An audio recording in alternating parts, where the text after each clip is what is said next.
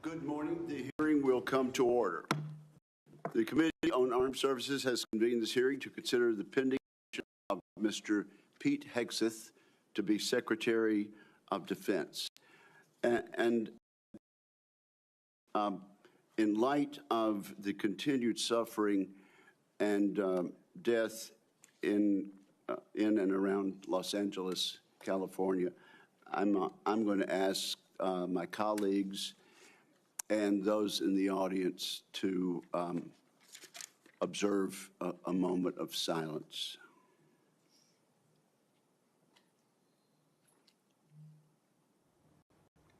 Amen. Thank you. I also want to take this opportunity to thank my good friend, Ranking Member Jack Reed. This is my first opportunity to chair this committee in this Congress. I want to thank Senator Reed. Under his chairmanship, he proved time after time that he cares deeply about national security in the United States of America, and particularly the men and women who wear the uniform and stand watch both here and around the world to protect the United States. Senator Reed, I want to thank you for the many courtesies that you have extended to me in the past, and I look forward to working with you again in a bipartisan fashion this Congress. It's also appropriate to recognize and welcome 3 senators attending their very first Senate Armed Service Committee hearing as members. Senator Banks of Indiana, Senator Sheehy of Montana, and Senator Slotkin of Michigan. We are excited to have you as committee colleagues and look forward to many important contributions from each of you. And Senator Slotkin, as I look down at the end, the dais there, it seems that only a week or two ago I was sitting in that very chair being recognized by the chairman of the committee, the distinguished senator from Michigan. So time flies. Now, let me say this. We had a very appropriate expression of approval by the members of the members of the audience as our nominee and his family walked in. The distinguished ranking member and I sincerely hope that that is the last signal of approval or disapproval in today's hearing. People of the public are here. They're welcome to observe today's hearing, and Senator Reed and I agree, though, that no disruptions will be allowed. Audience members may not verbally or physically distract from the hearing, to include shouting, standing, or raising signage, gestures that block the view of the audience. And we're very serious about this, aren't we, Mr. Reed? And absolutely, sir. Those who do so will be immediately escorted from the room. Again, welcome to the witnesses, to his friends, and to interested members of the public. If confirmed, Mr. Pete Hegseth would assume the role in a moment of consequence. The United States faces the most dangerous security environment since World War II. We're witnessing the explosive growth and reach of China's hard power. We're also observing the emergence of an axis of aggressors. That coalition is characterized by broadening and deepening military cooperation among the dictatorships ruling China, Russia, Iran, and North Korea. Terrorism remains a threat as Israel wages war against Hamas and Hezbollah, and as the Assad regime collapses in Syria. America has entered a window of maximum danger, and the department needs energetic and focused civilian leadership. Those values begin at the top with the Secretary of Defense. Many of my distinguished colleagues have served in a significant tenure on this committee, and our meetings are fairly long. We should reflect over previous secretaries of defense and their hearings and ask ourselves a simple question. Has the civilian leadership of the Pentagon under the administration of both parties proven up to the challenge? Often the answer has been no. The civilian leadership has not built the Department of Defense to meet the moment. And this is our moment to correct that. A few examples illustrate how leaders in the past have fallen short. Most of the department's signature programs run years behind schedule and billions of dollars over cost. Vital initiatives have suffered, such as the F-35, the new Sentinel ICBM, and the Navy's shipbuilding program, including the Constellation-class frigate. The Department of Defense desperately needs civilian leaders who listen to the advice of combatant commanders, many of whom would benefit from innovative systems. Yet a risk-averse DoD culture has kept too many promising technologies on the wrong side of the so-called valley of death. That tenuous period between experimental prototypes and production contracts. Defense companies backed by venture capital receive less than 1% of defense contracts. As we all know, the Pentagon still cannot even pass an audit.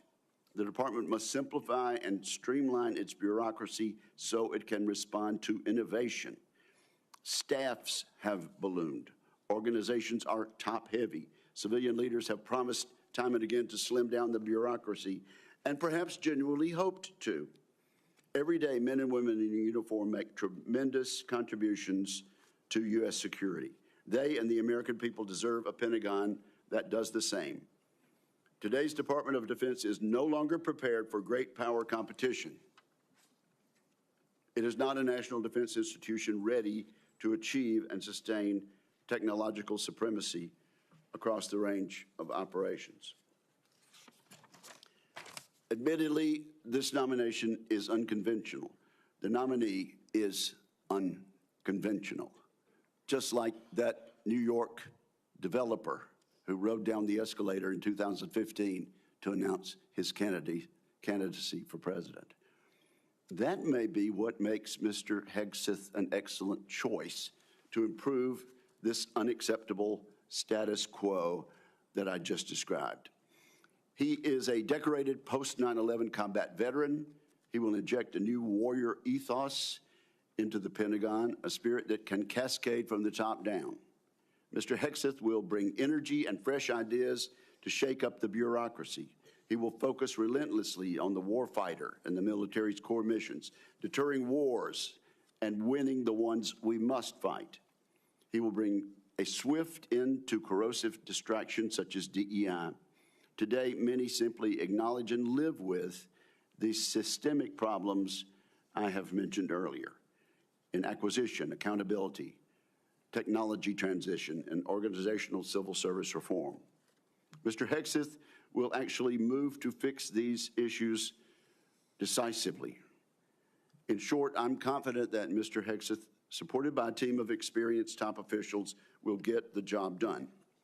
The Secretary of Defense is an incredibly important position, but the Secretary's span of control is limited.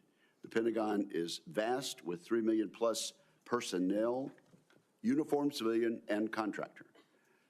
A successful secretary understands that steering the ship means focusing his attention on strategic level priorities. The secretary must be supported with exceptional subordinates who will run the day-to-day affairs of the Office of the Secretary of Defense, the military services, and the other DoD components. I'm also confident that as an infantryman, Mr. Hegseth understands the military principle of commander's intent. Communicate the clear objective, empower subordinates to use initiative and judgment, and hold everybody accountable. We must not underestimate the importance of having a top-shelf communicator as Secretary of Defense. Other than the President, no official plays a larger role in telling the men and women in uniform, the Congress, and the public about the threats we face and the need for a peace through strength defense policy. I have no doubt Mr. Hegseth will excel in a skill in which many of his predecessors have fallen short. Much has been made of both Mr. Hegseth's personal life and some of his policy pronouncements. Regarding his personal conduct, Mr. Hegseth has admitted to falling short, as we all do from time to time. It is noteworthy that the vast majority of the accusations leveled at Mr. Hegseth have come from anonymous sources. Contrast these anonymous accusations with the many public letters of support and commendation. We have seen letters from people who served with Mr. Hegseth. These individuals have worked with him professionally. They really know him and his character. These patriotic Americans have been willing to put their names and reputations on the line to support Mr. Hegseth. I look forward to sharing these testimonials with the American people. Let me mention one right now. It comes from David Bellavia, who earned the Medal of Honor for heroic actions in combat in Fallujah, Iraq. David Bellavia writes the following: Pete is fearless, unflappable, and confronts conflicts head-on. He's a leader to the core. When Pete is confirmed as the next Secretary of Defense of the United States of America, this country will finally know the privilege of having a true ambassador able to speak on behalf of this generation and its two-decade global war on terror. Washington doesn't build men like Pete. Combat builds men like Pete. As I said, there are more letters expressing the same endorsement. Today, we'll hear from the nominee directly. I want to thank Mr. Hegseth as well as his loved ones for being here today. I look forward to discussing his nomination. I look forward to hearing from Mr. Hegseth about the ways he hopes to rebuild the American strength that secures the peace. And so now I turn to my friend and colleague, Ranking Member Reed, for his opening remarks. Well, thank you very much, Mr. Chairman. I'd like to first congratulate you on your chairmanship. I look forward to continuing our committee's strong tradition of bipartisanship and collaboration, and thank you for your thoughtful and conscientious service to the committee over many years. Thank you very much, Mr. Chairman.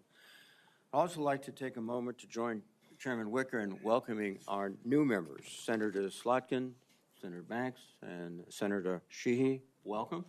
We look forward to working with you. Mr. Hegseth, I welcome you and your family to today's hearing, and I'm also glad to recognize my former colleague, Norm Coleman, and Congressman Mike Waltz. Thank you, Congressman.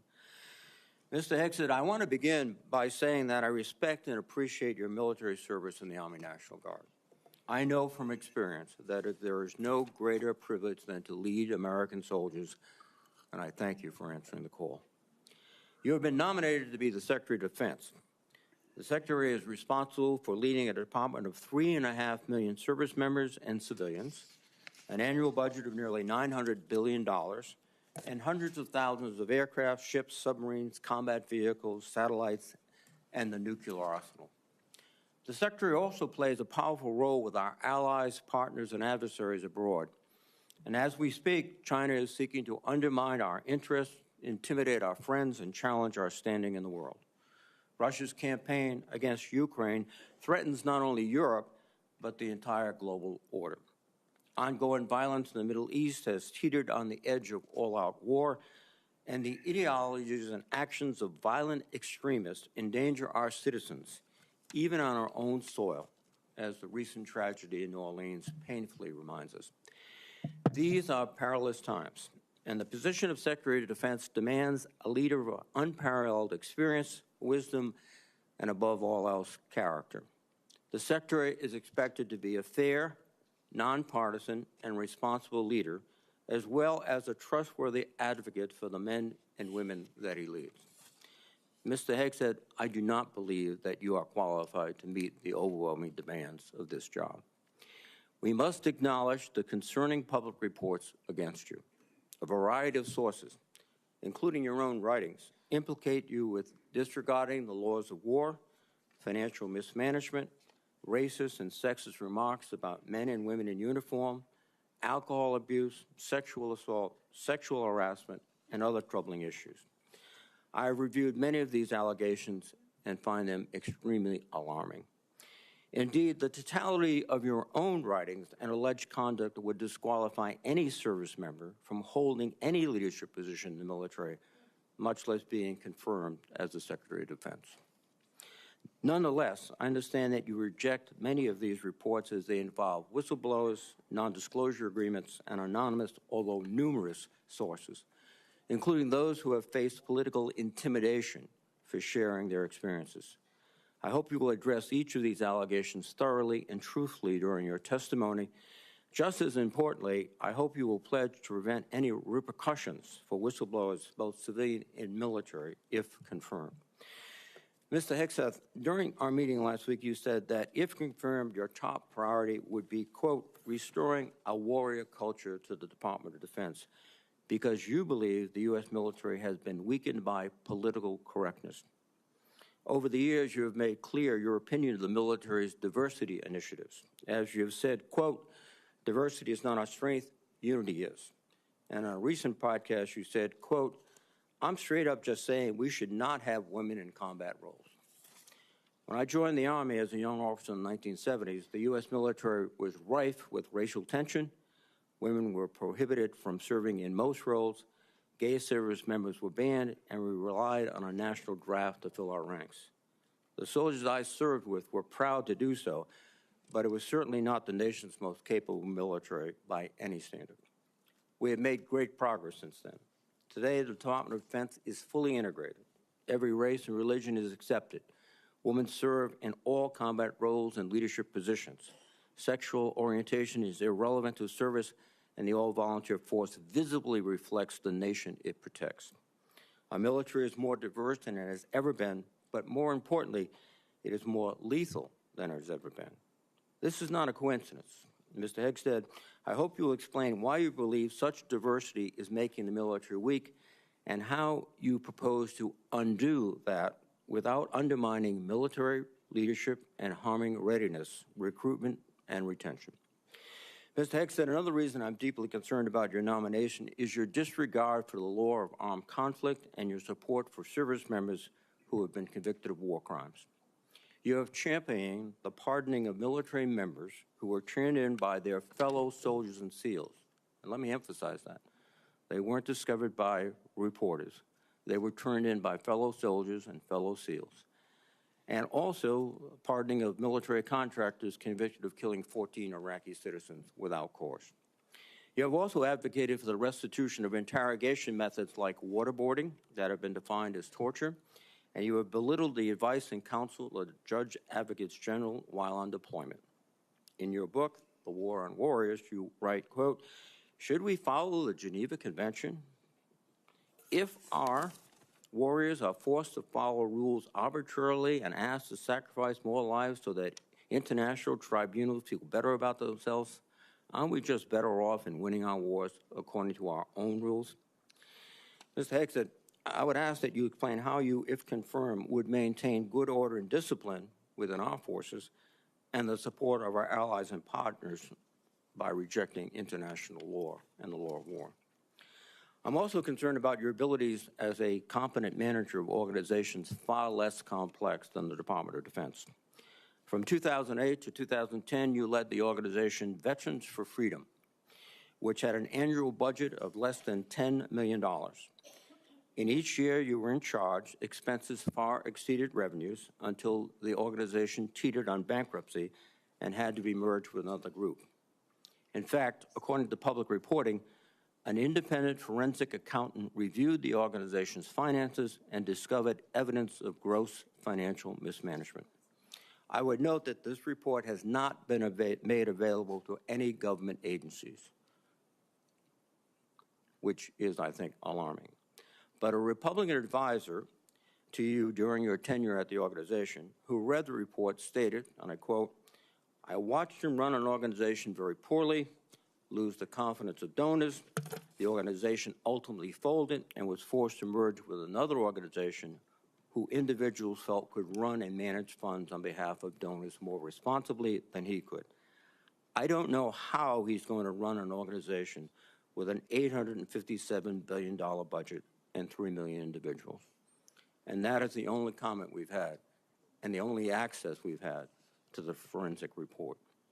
A similar thing happened with the Concerned Veterans for America, a second veterans group that you led from 2011 until 2016. During those 5 years, tax records show that the organization spent more than it raised. Just as troubling are reports that a significant amount of debt was incurred from social events and parties filled with excessive drinking and questionable personal behavior. Mr. Hegseth, I hope you will explain what actions you will take, if confirmed, to be a better steward of Defense Department's large budget. Finally, while I appreciate our meeting last week, it is unacceptable that you did not meet with any other Democratic members of this committee before this hearing, as has been our bipartisan tradition. During my time in the Senate, I have voted for and worked closely with Secretaries of Defense appointed by Republican presidents. While we may disagree politically, there was always an understanding that rank partisanship should have no place when it comes to providing for the men and women who serve in uniform. And Mr. Hegseth, I am troubled by the many comments you have made both as a commentator and in your published writings. For example, in your book, American Crusade, you wrote, quote, modern leftists who represent the soul of the modern Democratic Party literally hate the foundational ideas of America. You also wrote, the other side, the left, is not our friend. We are not esteemed colleagues, nor mere political opponents. We are foes. Either we win or they win. We agree on nothing else. Mr. Hegseth, if confirmed as Secretary of Defense, you would lead an organization that, like the country it represents, is composed of Democrats and Republicans. Yet your language suggests that you regard many of these men and women as foes. And I would ask you to explain why service members and civilians who do not share your political opinions can trust that they will not be targeted during your tenure. Indeed, the challenge of the Secretary of Defense is to remove partisan politics from the military. You propose to inject it. This would be an insult to the men and women who have sworn to uphold their own apolitical duty to the Constitution. Mr. Hegseth, you are the 9th nominee for Secretary of Defense that I've had the honor to consider as a member of the Senate Armed Services Committee. I have voted in favor of all your predecessors, including those in the first Trump administration. Unfortunately, you lack the character and composure and competence to hold the position of Secretary of Defense. Thank you. Thank you, Senator Reid. And now it's my privilege and honor and pleasure to recognize 2 witnesses who have come forward to introduce our nominee. First, I recognize my former colleague and former Senator Norm Coleman of Minnesota for the purpose of an introduction. Norm, we are glad to see you and glad to have you back, and you are recognized for an introduction. Thank you, Mr. Chairman, Ranking Member Reid, members of the committee, my former colleagues. I'm honored to introduce a son of Minnesota to you, Pete Hegseth. As a senator from Minnesota, I spent many hours with this young man as he walked the halls of Congress advocating on behalf of America's veterans. And he is young in the best sense of the word. He is strong, focused, intelligent, incisive, a great listener, and is almost supernaturally energetic, just what we need in a Secretary of Defense in times of massive change. He is the real deal. F. Scott Fitzgerald was a writer in my city of St. Paul, and said the problem with America is that there are no second acts. He was wrong. Pete was a brave soldier, has been an able communicator, and I believe is about to begin a great second act as our Secretary of Defense. He has struggled and overcome great personal challenges. Please don't give into the cynical notion that people can't change. We need the ones who can change to lead us, to be beacons of hope, and to remind us that grace can lead us home. 4 years ago, President Biden's nominee, Lloyd Austin, a good and honorable man, received 97 votes on the floor of the Senate. And we went through the debacle of the Afghanistan withdrawal. Putin invaded Ukraine. The Houthis endanger our shipping lanes. We witnessed Israeli miracles against America's enemies in the Middle East, where the United States was more of an impediment than a help. Our recruitment numbers have sunk dramatically, and our southern border has suffered a slow but dangerous invasion. Yes, Pete Hegseth is an out-of-the-box nominee, and I say it's high time to get out of the box. One more thought. The country longs for a government of less division and more respect and dignity. My hope is that this committee hearing provides what they are asking for. Disagree? Yes. Strongly if necessary. But then come together to support the nominee, this nominee, Pete Hegseth, of the one president we have at a time, laying aside partisan politics for the essential mission of national security upon which everything else depends. Mr. Chairman, I yield. Thank you, Norm. I do appreciate that and appreciate your presence today. I now have the honor and pleasure of introducing Congressman Walz. I understand, Congressman, you are still a member of the House for another day or two. Another day or two. Okay, and I now recognize Congressman Walz for whatever opening statement and introduction he might make. Well, thank you, Chairman Wicker, and Chairman has a very nice ring to it, so congratulations, Ranking Member Reed, distinguished members of this committee. It is a privilege to appear before you today and urge the members of this committee to confirm Pete Hegseth as our next Secretary of Defense. And I'm not here today just to advocate on behalf of a future colleague, but to speak on behalf of someone I consider a dear friend for over a decade now. Like Pete, I served in the U.S. Army. Like Pete, I'm a veteran. We deployed to Afghanistan and all over the world at the height of the war on terror, which is the war of our generation. And like thousands of other warfighters, we've witnessed the hardships of war. We've experienced the loss of friends in combat. We've endured too much time away from family and friends, and no one, I can promise you this, no one hates war more than those who have had to go fight it. No one does. Pete's story, though, isn't that much different from the millions of other veterans, and they know it, and they appreciate him for the experiences that he's gone through. And after our country was brutally attacked on 9/11, Pete Hegseth answered the call of duty. Like so many others, he put the interests of this country ahead of his own. And I can tell you firsthand, as can the heroes sitting in this audience behind me, Pete's character of country, his selflessness, his duty, these are the key tenets that have shaped him into the leader that he is today. These are the traits that President Trump recognized when making the decision to nominate Pete for this critical role. He will bring the perspective of being the first Secretary of Defense to have served as a junior officer on the front lines, not in the headquarters, on the front lines in the war on terror, and recognizes the human costs, the financial costs, and the policy drift that was discussed often in this very room that led us to decades and decades of war. So not only does he understand the threats he faces, but as the chairman mentioned, he is brilliant, in my mind, at communicating those to the American people in a way that is often not communicated in Washington, D.C., to reach out to the American people so that they understand why the military needs to do what it needs to do. And look, I have no doubt that he is going to get the Pentagon back to its primary mission, lethal readiness. That warrior ethos is what our enemies will respect. That warrior ethos is what our enemies will fear. And it's that warrior ethos that will keep the peace. And so, look, ladies and gentlemen, in my humble opinion, our military deserves better than it's getting.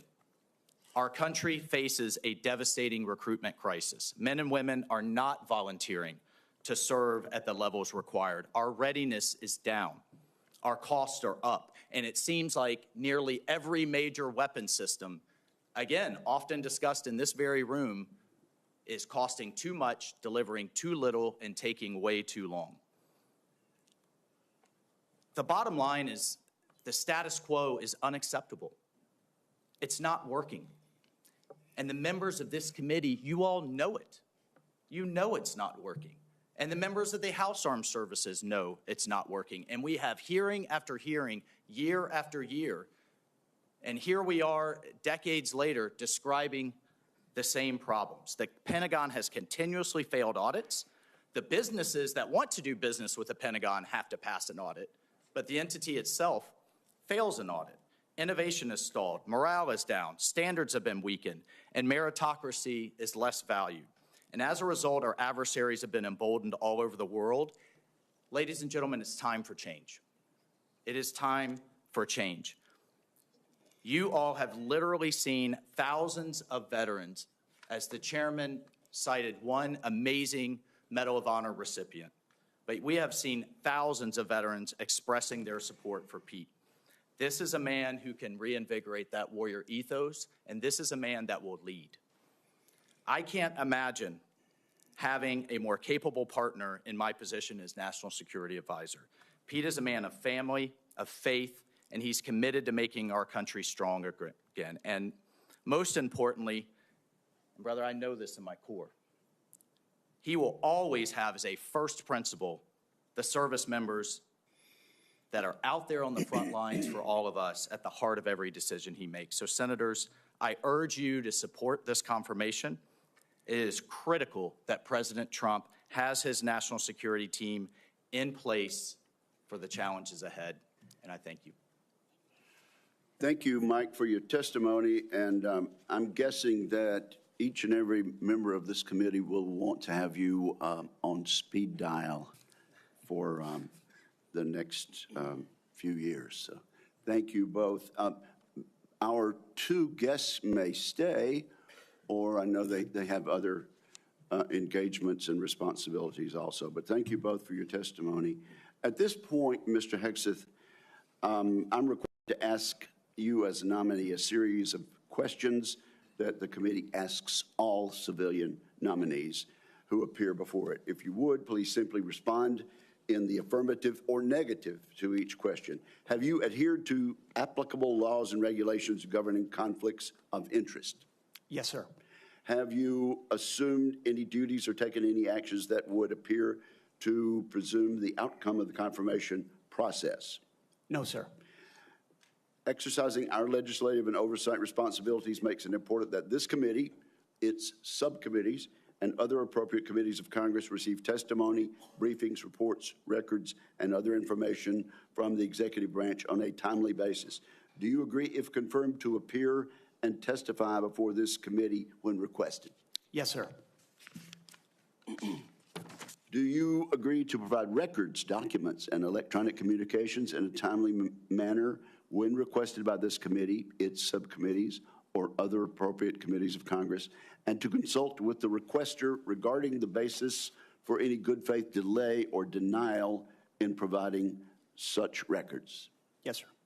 Will you ensure that your staff complies with deadlines established by this committee for the production of reports, records, and other information, including timely responding to hearing questions for the record? Yes, sir. Will you cooperate in providing witnesses and briefers in response to congressional requests? Yes, sir. Will those witnesses and briefers be protected from reprisal for their testimony or briefings? Yes, sir. All right. So at this point, Mr. Hegseth, you are recognized for your opening statement.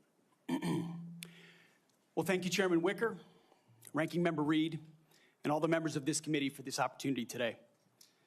I'm grateful for and have learned a great deal from this advise and consent process. Our founders knew what they were doing. Should I be confirmed, I look forward to working with this committee, senators from both parties, to secure our nation. I want to thank the former senator from Minnesota, Norm Coleman, for his mentorship and friendship in this process, and the incoming National Security Advisor, Congressman, and more importantly for our purposes, Colonel Mike Waltz, for his powerful words. I'm grateful to them both. Thank you to my incredible wife, Jennifer, who has changed my life and been with me throughout this entire process. I love you, sweetheart. And as Jenny and I pray together every morning, all glory, regardless of the outcome, belongs to our Lord and Savior, Jesus Christ. His grace and mercy abounds each day. May his will be done. Thank you to my father, Brian, and mother, Penny, as well as our entire family, including our 7 wonderful kids, Gunnar, Jackson, Peter Boone, Kensington, Luke, Rex, sorry, it's a lot of them, and Gwendolyn. Their future safety and security is in all of our hands. And to all the troops and veterans watching and here in the room, Navy SEALs, Green Berets, soldiers, pilots, sailors, Marines, Gold Stars, and more, too many friends to name. Officers, enlisted, black and white, young and old, men and women, all Americans, all warriors. This hearing is for you. Thank you for figuratively and literally having my back. You are a misogynist. Not only that, you are a Christian Zionist. And you support the war in Gaza by the Zionists. I want to thank the authorities for their swift reaction to that outburst and state that similar interruptions will be treated in like manner. Mr. Hegseth, you may continue. Well, as I'll say again, thank you for figuratively and literally having my back. I pledge to do the same for all of you. It's an honor to come before this committee today as President Donald Trump's nominee for the office of Secretary of Defense. 2 months ago, 77 million Americans gave President Trump a powerful mandate for change, to put America first, at home and abroad. I want to thank President Trump for his faith in me and his selfless leadership for our republic. The troops have no better commander-in-chief than Donald Trump. As I've said to many of you in private meetings, when President Trump chose me for this position, the primary charge he gave me was to bring the warrior culture back to the Department of Defense. He, like me, wants a Pentagon laser-focused on lethality, meritocracy, warfighting, accountability, and readiness.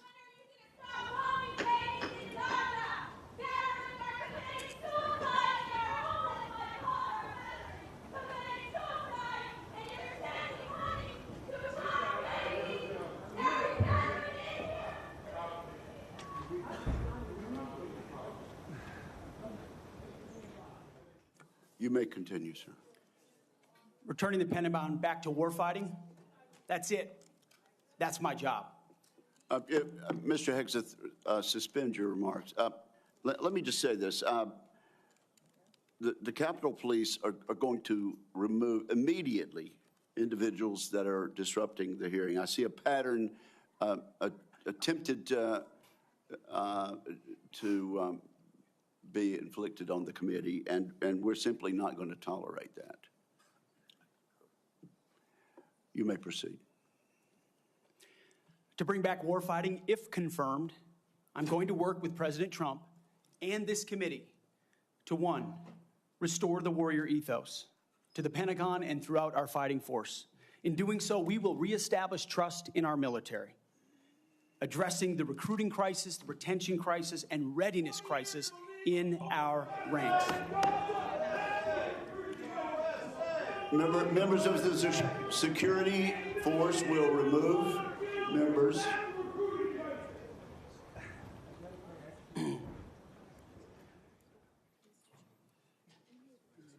Mr. Hegseth, you may.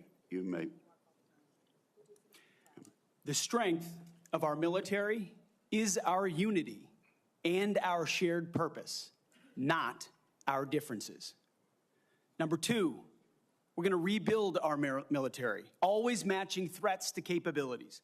This includes reviving our defense industrial base, reforming the acquisitions process, as you mentioned, Mr. Chairman, no more valley of death for new defense companies, modernizing our nuclear triad, ensuring the Pentagon can pass an audit, and rapidly fielding emerging technologies. And number 3, we're going to reestablish deterrence. First and foremost, we will defend our homeland, our borders, and our skies. Second, we will work with our partners and allies to deter aggression in the Indo-Pacific from the Communist Chinese. And finally, we will responsibly end wars to ensure that we prioritize our resources to reorient to larger threats. We can no longer count on reputational deterrence. We need real deterrence. The Department of Defense under Donald Trump will achieve peace through strength. And in pursuing these America First national security goals, will remain patriotically apolitical and stridently constitutional. Unlike the current administration, politics should play no part in military matters. We are not Republicans. We are not Democrats. We are American warriors. Our standards will be high and they will be equal, not equitable. That's a very different word. We need to make sure every warrior is fully qualified on their assigned weapons system, every pilot's fully qualified and current on the aircraft they are flying, and every general or flag officer is selected for leadership or promotion purely based on performance, readiness, and merit.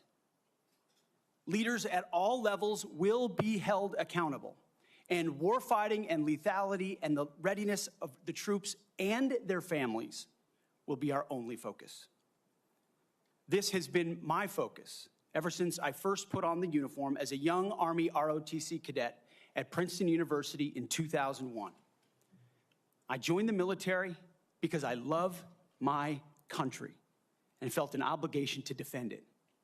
I served with incredible Americans in Guantanamo Bay, in Iraq, in Afghanistan, and on the streets of Washington, D.C., many of which are with me here today. This includes enlisted soldiers I helped become American citizens, and Muslim allies I helped immigrate from Iraq and Afghanistan. Because when I took off the uniform, my mission never stopped. Now, it is true and has been acknowledged that I don't have a similar biography to defense secretaries of the last 30 years. But as President Trump also told me, we've repeatedly placed people atop the Pentagon with supposedly the right credentials, whether they are retired generals, academics, or defense contractor executives. And where has it gotten us? He believes, and I humbly agree, that it's time to give someone with dust on his boots the helm.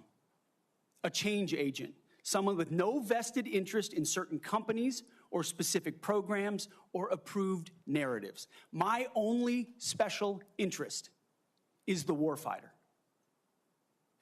Deterring wars, and if called upon, winning wars by ensuring our warriors never enter a fair fight. We let them win, and we bring them home. Like many of my generation, I've been there. I've led troops in combat. I've been on patrol for days. I've pulled a trigger downrange, heard bullets whiz by, flex-cuffed insurgents, called in close air support, led medevacs, dodged IEDs, pulled out dead bodies, and knelt before a battlefield cross. This is not academic for me. This is my life. I led then, and I will lead now. Ask anyone who's ever worked for me or with me. I know what I don't know. My success as a leader, and I very much look forward to discussing my organization, Vets for Freedom and Concerned Veterans for America. I'm incredibly proud of the work that we've done. But my success as a leader has always been setting a clear vision, hiring people smarter and more capable than me, empowering them to succeed, holding everyone accountable, and driving toward clear metrics. Build the plan, work the plan, and then work harder than everyone else around you. I've sworn an oath to the Constitution before, and if confirmed, I will proudly do it again. This time, for the most important deployment of my life. I pledge to be a faithful partner to this committee, taking input and respecting oversight. We share the same goals: a ready, lethal military, the health and well-being of our troops, and a strong and secure America. Thank you for the time, and I look forward to your questions. Thank you very much, Mr. Hegseth. Before we begin with member questions, I would like to remind my colleagues that consistent with the bipartisan staff agreement from December, and in concert with exactly how this committee dealt with the last Secretary of Defense nominee, each member will be recognized for one round of 7 minutes to question the nominee. Out of respect for the time of all members of this committee, the time limits will be tightly enforced. We've now been here 45 minutes, and I think we've done very well with the time. But at this point, I will begin my questioning of the nominee. Mr. Hegseth, you and your family have endured criticism of your nomination since it was announced in November. Let's get into this allegation about sexual assault, inappropriate workplace behavior, alcohol abuse, and financial mismanagement during your time as a nonprofit executive. I should note that the majority of these have come from anonymous sources in liberal media publications. But I want to give you an opportunity to respond to these allegations, sir. Mr. Chairman, thank you for that opportunity. You are correct. We undertook this responsibility with an obligation to the troops to do right by them for our warfighters. And what became very evident to us from the beginning, there was a coordinated smear campaign orchestrated in the media against us. That was clear from moment one. And what we knew is that it wasn't about me. Most of it was about President Donald Trump, who's had to endure the very same thing for much longer amounts of time. And he endured it in incredibly strong ways. So we, in some ways, knew it was coming. We didn't understand the depth of the dishonesty that would come with it. So from story after story in the media, left-wing media, we saw anonymous source after anonymous source based on second or third-hand accounts. And time again, stories would come out, and people would reach out to me and say, you know, I've spoken to this reporter about who you really are, and I was willing to go on the record. But they didn't print my quote. They didn't print any of my quotes. Or, I've worked with you for 10 years, or I was your accountant, or I was your chief operating officer, or I was your board member, or I was with you on 100 different tour stops for Concerned Veterans for America. No one called me. No one asked about your conduct on the record or off the record. Instead, a small handful of anonymous sources were allowed to drive a smear campaign, an agenda about me, because our left-wing media in America today, sadly, doesn't care about the truth. All they were out to do, Mr. Chairman, was to destroy me. And why do they want to destroy me? Because I'm a change agent and a threat to them, because Donald Trump was willing to choose me, to empower me, to bring the Defense Department back to what it really should be, which is warfighting. So I'm willing to endure these attacks. But what I will do is stand up for the truth and for my reputation. False attacks, anonymous attacks, repeated ad nauseum, printed as nauseum, as facts. We have provided to the committee, Mr. Chairman, and I know you're going to share, on-the-record statement after on-the-record statement from people who have served with me, worked with me at Fox News, Concerned Vets, Vets for Freedom, you name it, from the top of the chain to the bottom, who will say, I treat them with respect, with kindness, with dignity. That's men, that's women, that's black, that's white, that's every background. I have prided myself as a leader of respecting people, being professional. That is the balance of mine. I'm not a perfect person, as has been acknowledged. Saved by the grace of God, by Jesus and Jenny.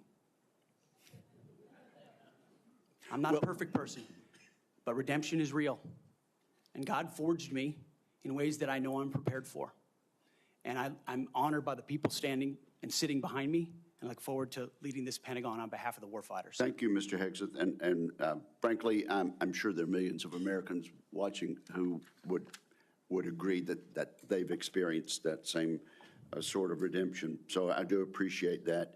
I realize that it involves a little bearing of the soul, but thank you for that. Now let's talk about top-line defense spending. I have a plan. I think you've read it. I issued another plan, for Freedom's Forge, which you've also had a chance to look at. And you have noted correctly that the current trend line of defense spending falling below 3% of our GDP is a threat to national security. You also said building the strongest and most powerful military in the world must be done responsibly, but it cannot be done on the cheap. You still agree with that, do you not? Yes, sir, I do. Tell us what you think about, particularly about my plan to make the Defense Department less bureaucratic, less top-heavy, cut out some of the bureaucracy and layers, make it more friendly to startups and to new ideas, contained in my 20 or so page white paper, Defending Freedom's Forge. Senator, I've had a chance to review the Forged Act, that paper. Those are precisely the kinds of ideas that need to be pursued. And I look forward to working with this committee to ensure we cut the red tape, we incentivize innovation, we rebuild the defense industrial base, cut out the bureaucracy, all the things that are preventing the platforms and the tools from getting rapidly from our great defense companies here that should, and those that want to compete, into the hands of warfighters. But past his prologue on this, sir, and I would just look at what President Trump did after the drawdowns of lead from behind under President Obama. President Trump rebuilt our military. He didn't start wars, he ended them, and he didn't allow wars to start on his watch. We've had the same kind of defense cuts under the Biden administration.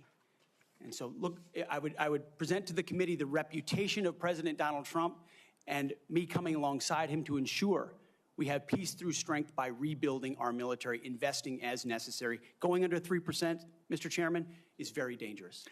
Okay, we've got 45 seconds. Tell us, in that point, get us started at least talking about deterring China and the Indo-Pacific.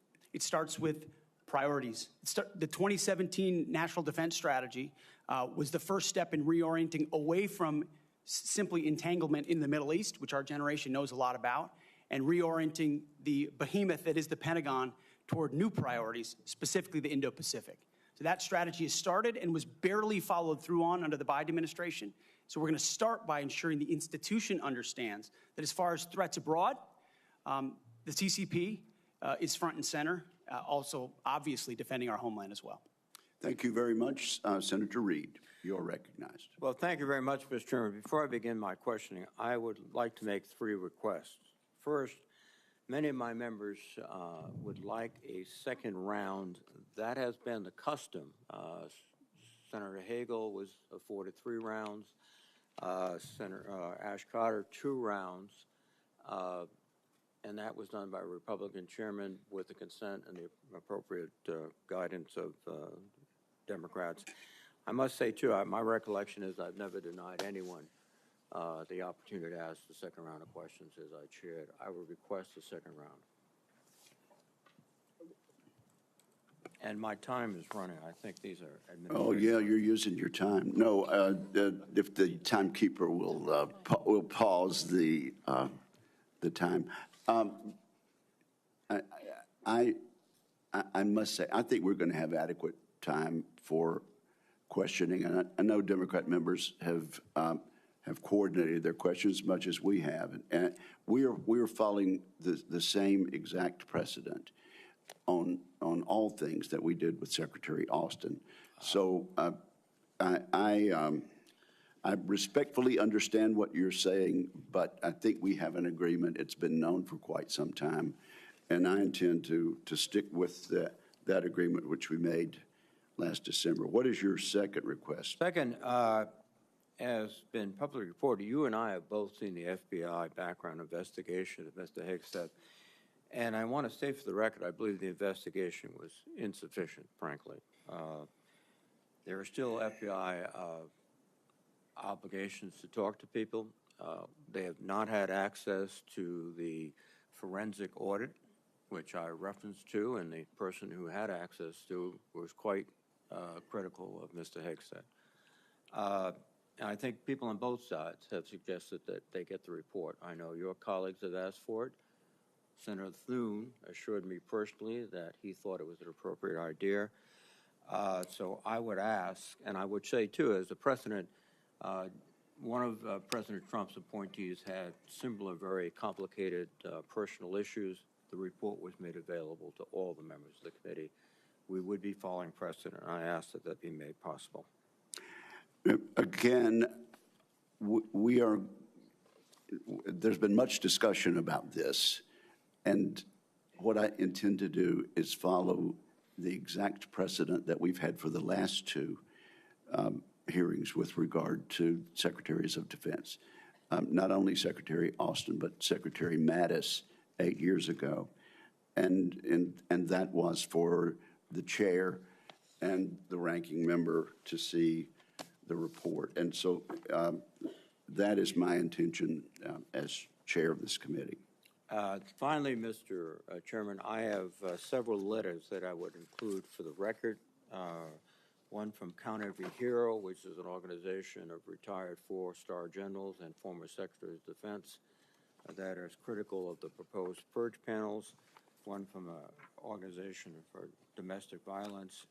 One for a Council on American Relations. And also several letters that raise questions. I would ask they be submitted for the record. Without objection, they will be submitted. And Mr. Reed, your time has now expired. Just kidding. Yeah. You're recognized for 7 minutes. Thank you. You're a very understanding chairman. I like that. Ms. Hegseth, you've written, and it's quote, "Oh yeah, and fire any general who hasn't carried water for Obama and Biden's extra constitution and agenda-driven transformation for our military. Clean house and start over." It's come to my attention that current serving military personnel have received emails threatening them with being fired for supporting the current DOD policies. One mail that was sent to a military officer with the subject line, "Clean house," reminiscent of your specific comment, states, and I quote, "With the incoming administration looking to remove disloyal, corrupt, traitorous, liberal officers such as yourself, we will certainly be putting your name into the list of those personnel to be removed. We know you support the woke DEI policies and will ensure you never again influence anyone in the future. You and the redacted spouse's name will be lucky if you're able to collect your military requirement," end quote. Now, I want to remind everyone that these policies that are being referred to date back decades, to the 1940s and 50s with respect to racial discrimination particularly, and administrations of both parties, including the Trump administration and their first party, caused those policies to be enforced. Mr. Hegseth, are you aware of these emails being sent to officers?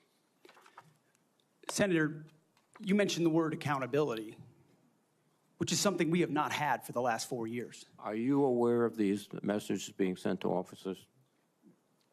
Certainly I'm not aware of that. It's not one of my efforts, but there's been no accountability for the disaster of the withdrawal in Afghanistan. And that's precisely why we're here today. Excuse me. Is that leadership has been unwilling to take accountability. It's the time to restore that to our most senior ranks. You've written publicly that DI policy is a distraction and have military personnel walking on eggshells.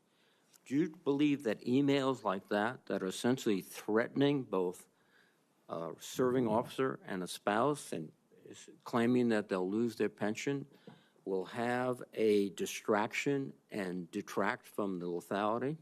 Senator, you mentioned the 40s and 50s, and you're precisely right. The military was a forerunner in courageous racial integration in ways no other institutions were willing to do. I served with men and women of all backgrounds because of the courage of people decades and decades ago. Incredibly important. However, the DEI policies of today are not the same as what happened back then. They're dividing troops inside formations, causing commanders to walk on eggshells, not putting meritocracy first. That's the indictment that's made by those serving right now. Excuse me. And why we're having this conversation. All of your public comments don't talk about meritocracy.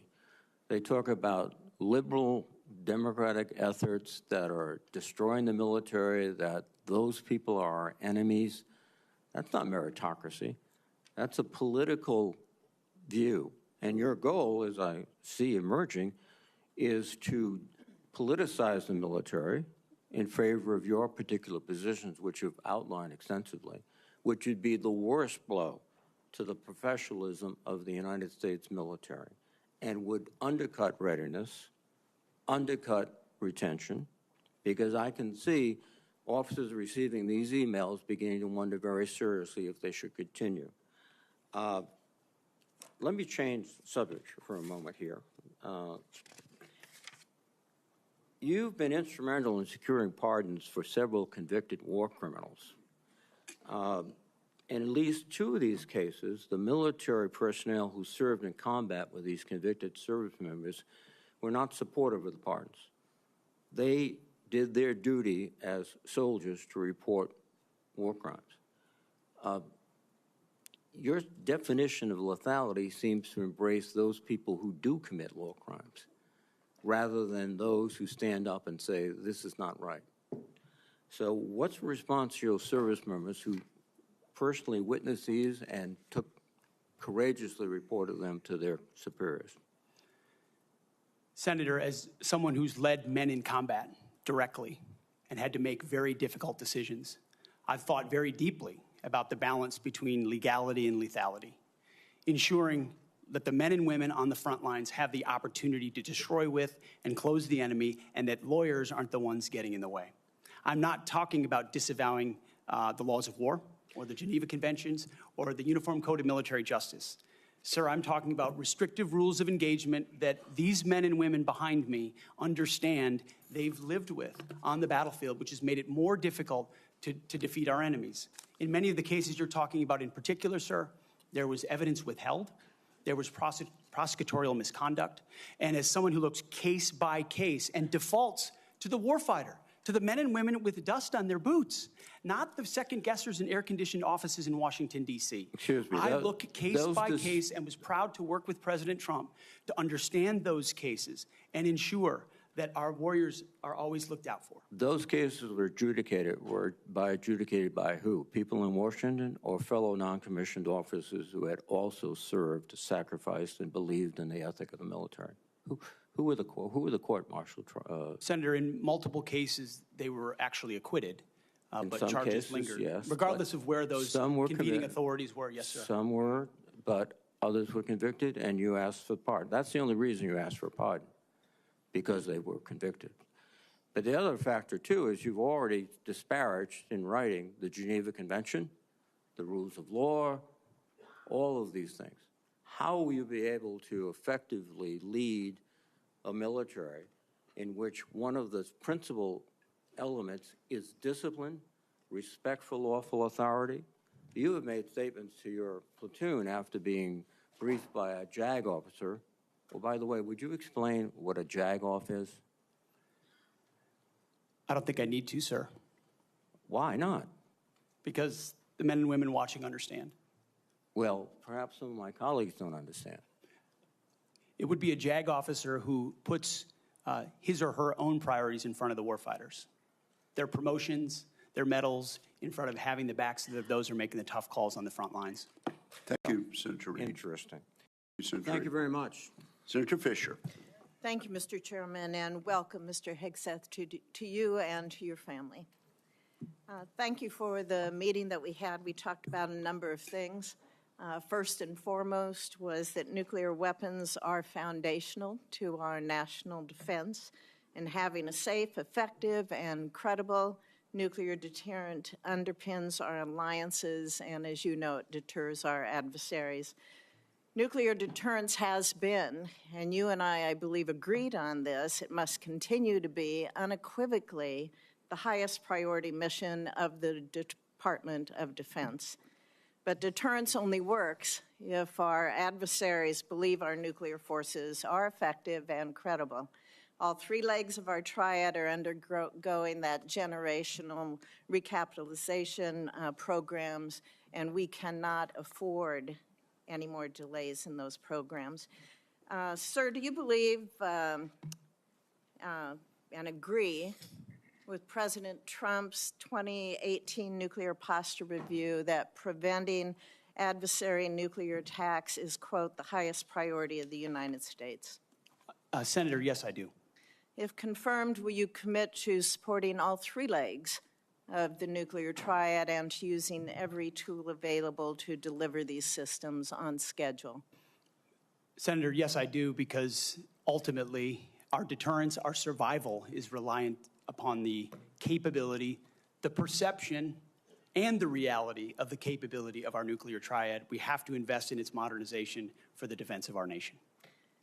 While former secretaries of defense have stated that nuclear deterrence is the highest priority, we haven't really seen that translated into budget requests or using the tools like the Defense Production Act. You've spoken about increasing lethality. You've spoken about getting programs done faster. How would you actually implement a culture change so that we can see these delivery schedules move forward, be rewarded? I can tell you in most every briefing we have, the schedules we're on are too late. So what would you do?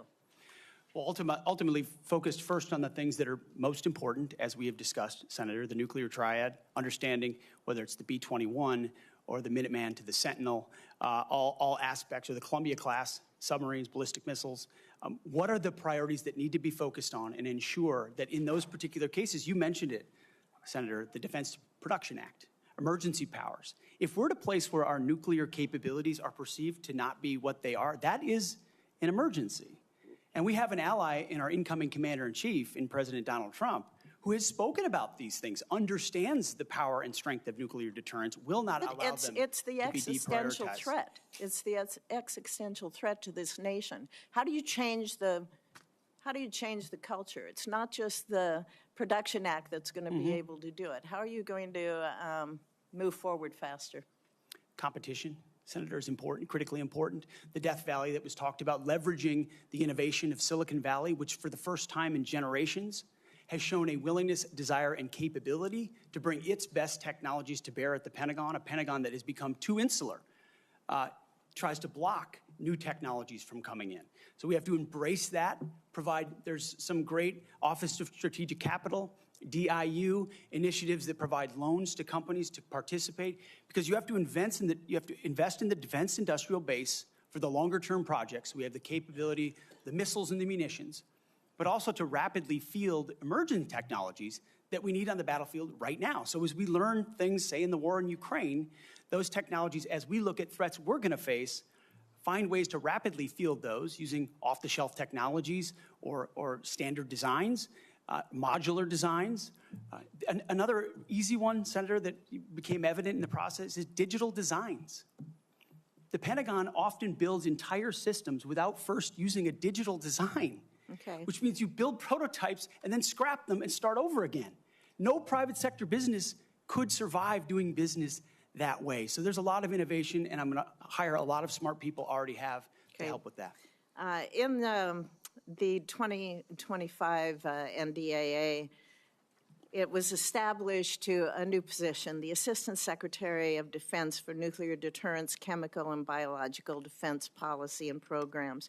And that was established so we could cut through a lot of the bureaucratic stovepipes that we see in the office of the Secretary of Defense.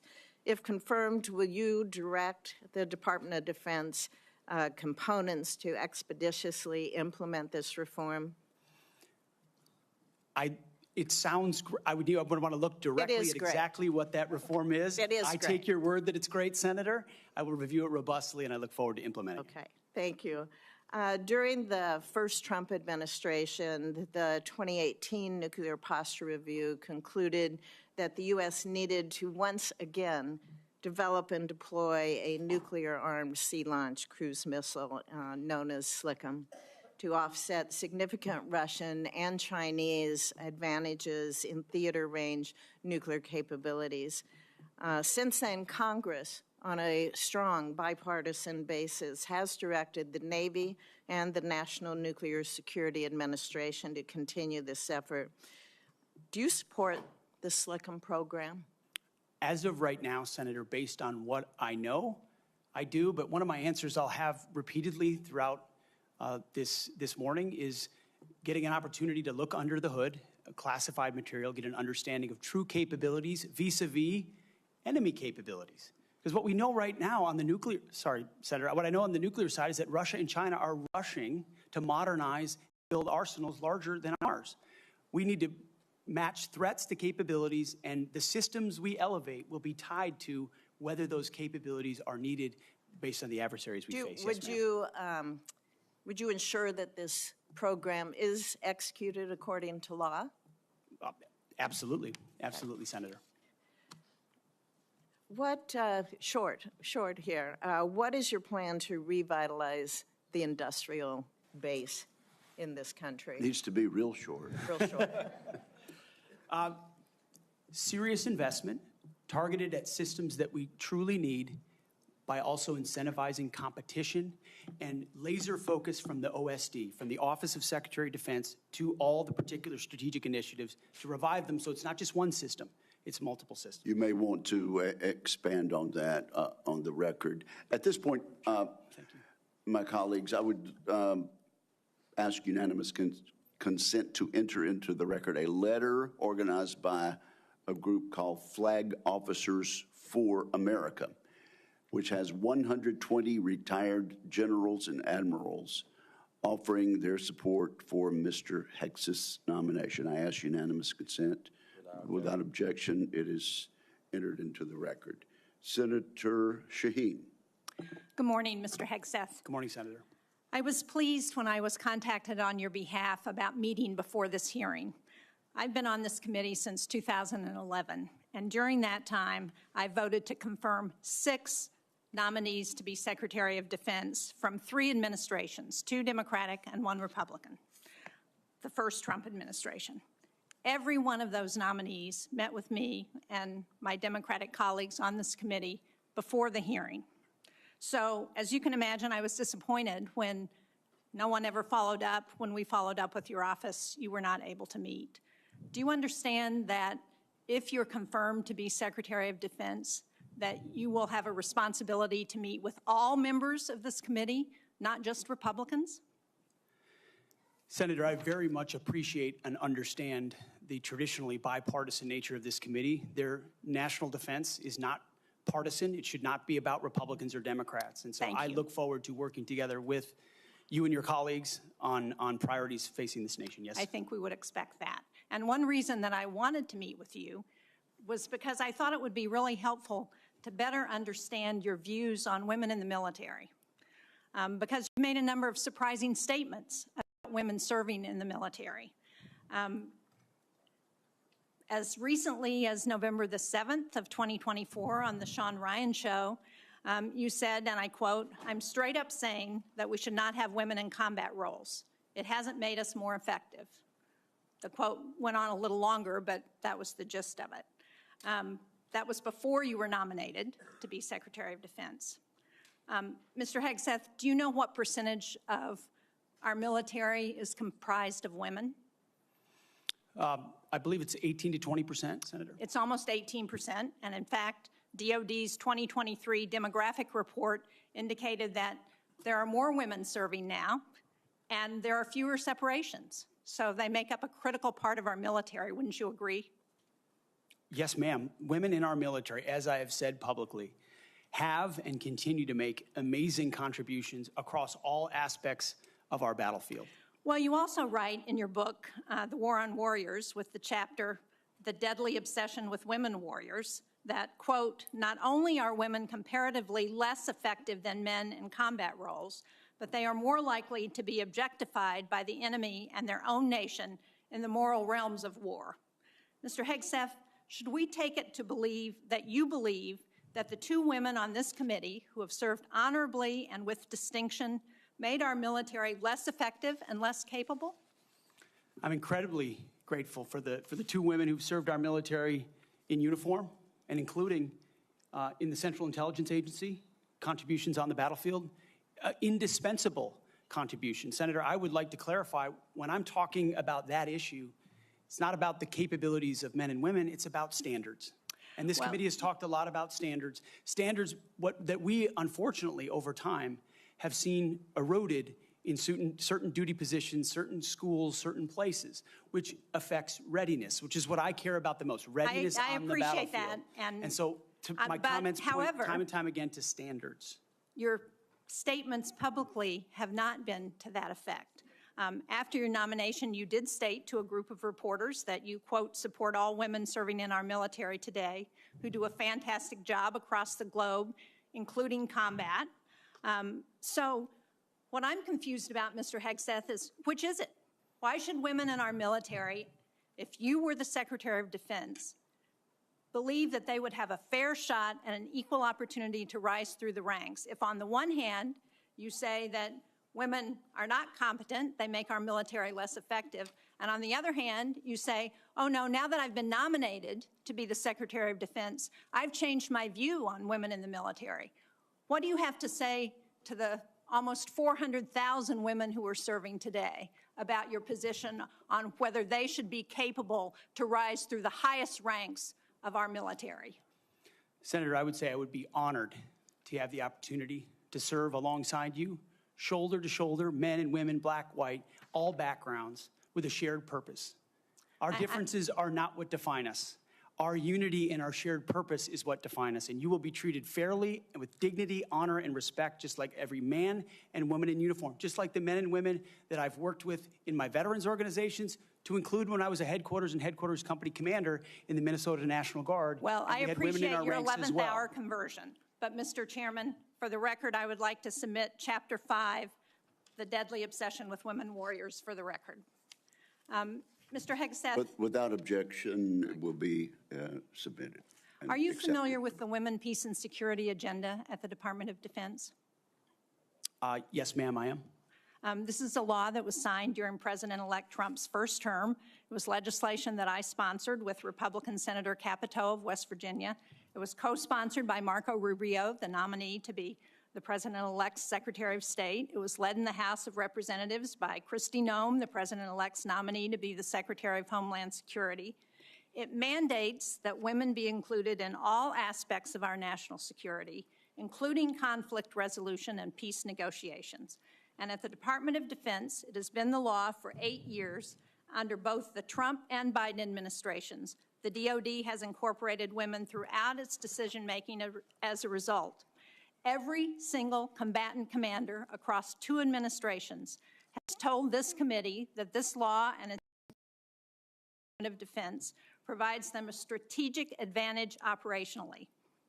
Based on your comments, it appears that the example that you would like to set, not only for women in this country, but for women across the globe, 50% of the world's population, as the prospective nominee to lead the most combat-credible military in the entire world, is that women should not have an equal opportunity in our military. So will you commit to preserving the Women, Peace, and Security law at DoD and including in your budget the requisite funding to continue to restore and resource these programs throughout the DoD? Senator, I will commit to reviewing that program and ensuring it aligns with America First national security priorities, meritocracy, lethality, and readiness. And if it advances American interests, it's something we would advance. If it doesn't, it's something we would look at. Since former President Trump signed the law, I hope that he agrees with you. Thank you, Senator Shaheen. At this point, I would ask unanimous consent to enter into the record 5 letters of support from female service members and combat veterans who support Mr. Hegseth's nomination. These women represent diverse viewpoints, from a retired colonel with over 25 years of service to an active duty Navy surface warfare commander to a senior airman. They support Mr. Hegseth and comment on his focus on merit, warfighting readiness, military training status, and the warrior ethos. So without objection, it will be entered into the record.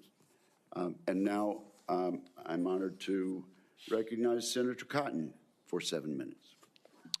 Mr. Hegseth, let's continue on this line of questioning about what's sometimes referred to as women in combat. I think that phrase is something of a misnomer. Many members of this committee have served in combat in the last 25 years, to include women and men. I'm sure all those men served with women, whether they were military police officers or they were pilots or whether they were intelligence analysts or medics or what have you. You served. I assume you served with women who were on the front lines as well. Is that correct? Yes, sir. And were those women anything other than skilled, brave, and honorable in their service? They were some of the best soldiers I worked with, Senator. So women have been serving in combat for a long time. Women have even been serving in combat units like infantry battalions for a long time in roles like medics or mechanics or what have you. So what we're talking about here specifically is women in ground combat roles in jobs like infantrymen or artillerymen or special forces. Now, until about 10 years ago, that wasn't the case. Under Secretary Panetta, those roles were opened up to women to serve in. Has President Trump indicated at all that he plans to rescind or alter that guidance?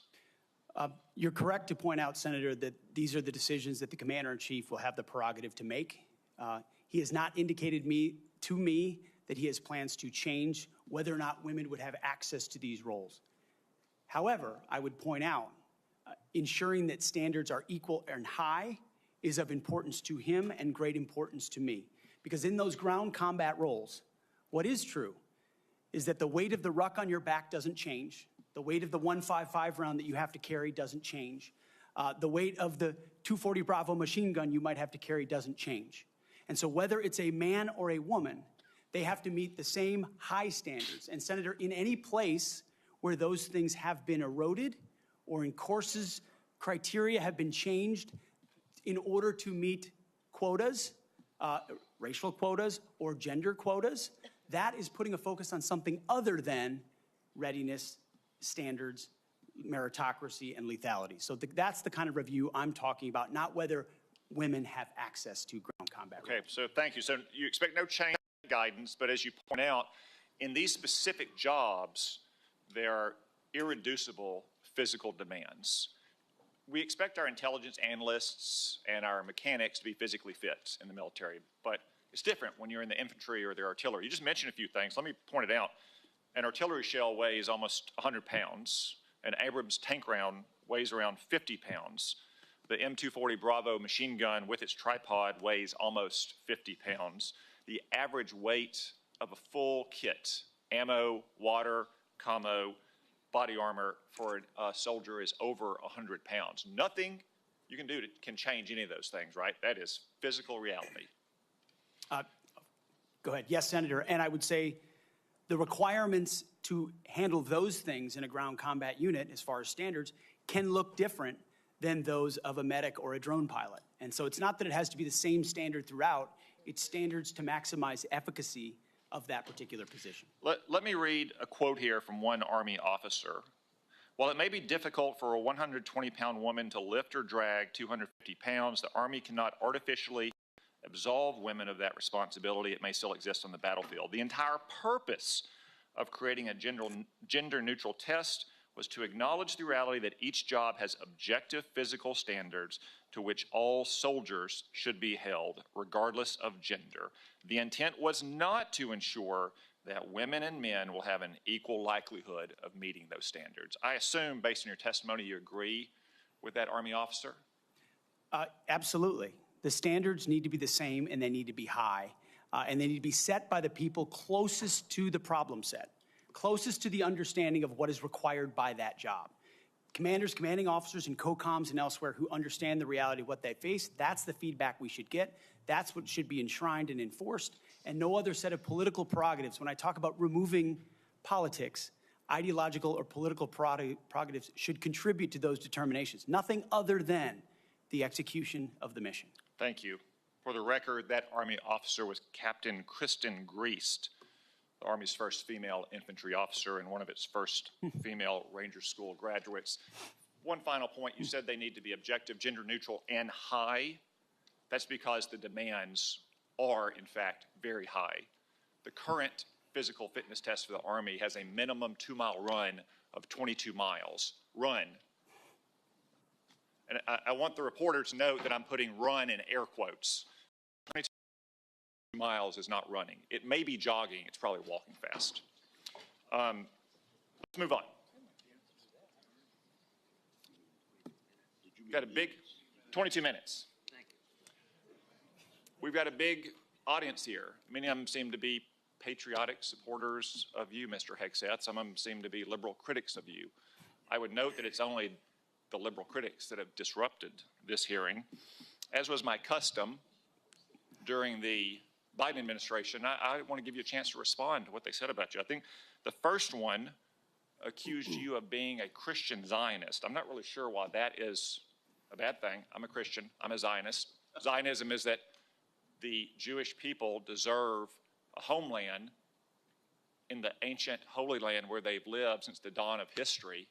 Do you consider yourself a Christian Zionist? Senator, I'm a Christian, and I robustly support the state of Israel and its existential defense, and the way America comes alongside them is their great ally. Thank you. Because another protester, and I think this one was a member of Code Pink, which, by the way, is a Chinese Communist front group these days, said that you support Israel's war in Gaza. I support Israel's existential war in Gaza. I assume, like me and President Trump, you support that war as well, don't you? Senator, I do. I support Israel destroying and killing every last member of Hamas. And the third protester said something about 20 years of genocide. I assume that's our wars in Iraq and Afghanistan. Do you think our troops are committing genocide in Iraq and Afghanistan? Senator, I do not. I think our troops, as you know, as so many in this committee know, did the best they could with what they have. The outcomes, and tragically, the outcome we saw in Afghanistan under the Biden administration put a stain on that, but it doesn't put a stain on what those men and women did in uniform, as you know full well, Senator. Thank you, Mr. Hegseth. Thank you, Senator Cotton. At this point, I ask unanimous consent to offer to the record a letter submitted by Omar Abbasi, son of former City Council President of Samarra, Iraq, who worked with Mr. Hegseth in Iraq. Without objection, that will be entered. Senator Gillibrand. Thank you, Mr. Chairman. Thank you, Mr. Hegseth. I do want to thank you for your service, and I want to thank you for your willingness to serve in this capacity. Thank you, Senator. I have many concerns about your record, and particularly your public statements, because they are so hurtful to the men and women who are currently serving in the U.S. military, harmful to morale, harmful to good order and discipline. If you are saying that women shouldn't be serving in the military, and I'm going to read you your quotes, because the quotes themselves are terrible. You will have to change how you see women to do this job well, and I don't know if you are capable of that. So I want to press on these issues that my colleague Jean Shaheen brought up, because she said it so well.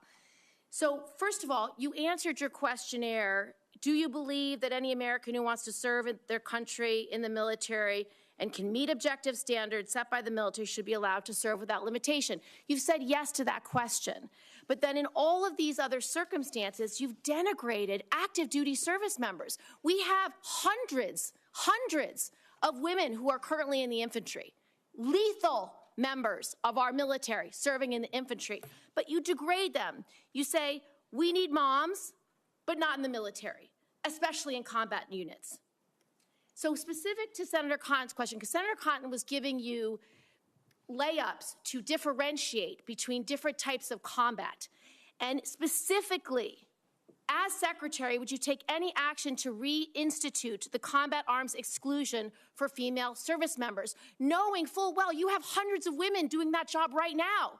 And the standards, your 2-mile run, Tom, is about the Army Combat Fitness Test. It is not the requirements to have an MOS 11 Bravo, which is the infantry. These are the requirements today for people serving in the industry, men and women. They are gender neutral, and they are very difficult to meet. They have not been reduced in any way, and our combat units, our infantry is lethal. So please explain specifically, because you will be in charge of 3 million personnel. It is a big job. And when you make these public statements, and I get you were not Secretary of Defense then, I get you were on TV, I get you were helping veterans, I get it was a different job. But most recently, you said this in November of 2024, knowing full well you might have been named as Secretary of Defense. So please explain these types of statements, because they're brutal and they're mean and they disrespect men and women who are willing to die for this country. Well, Senator, I appreciate your comments, and I would point out I have never disparaged women serving in the military. I respect every single female service member that has put on the uniform, past and present. My critiques, Senator, recently and in the past, and from personal experience, have been instances where I've seen standards lowered, and you mentioned 11 Alpha, 11 Bravo, MOS, places in units, and the book that has been referenced multiple times here, The War on Warriors. I spent months talking to active duty service members, men and women, low ranks, high ranks, combat arms and not combat arms. And what each and every one of them told me, and which personal instances have shown me, is that in ways direct, indirect, overt, and subtle, standards have been changed inside infantry training units, ranger school, infantry battalions, to ensure that Give me one example. Please give me an example. I get you're making these generalized statements. Commanders meet quotas to have a certain number of female infantry officers or infantry enlisted. That disparages those women who are incredibly capable of meeting that for the infantry. Commanders do not have to have a quota for women in the infantry. That does not exist. It does not exist. And your statements are creating the impression that these exist, because they do not. There are not quotas. We want the most lethal force. But I'm telling you, having been here for 15 years, listening to testimony about men and women in combat and the type of operations that were successful in Afghanistan and in Iraq, women were essential for many of those units. When Ranger units went in to find where the terrorists hiding in Afghanistan or in Iraq, if they had a woman in the unit, they could go in, talk to the women in a village, say, where are the terrorists hiding? Where are the weapons hiding? And get crucial information to make sure that we can win that battle. So you cannot denigrate women in general, and your statements do that. We don't want women in the military, especially in combat. What a terrible statement. So please, do not deny that you've made those statements. You have.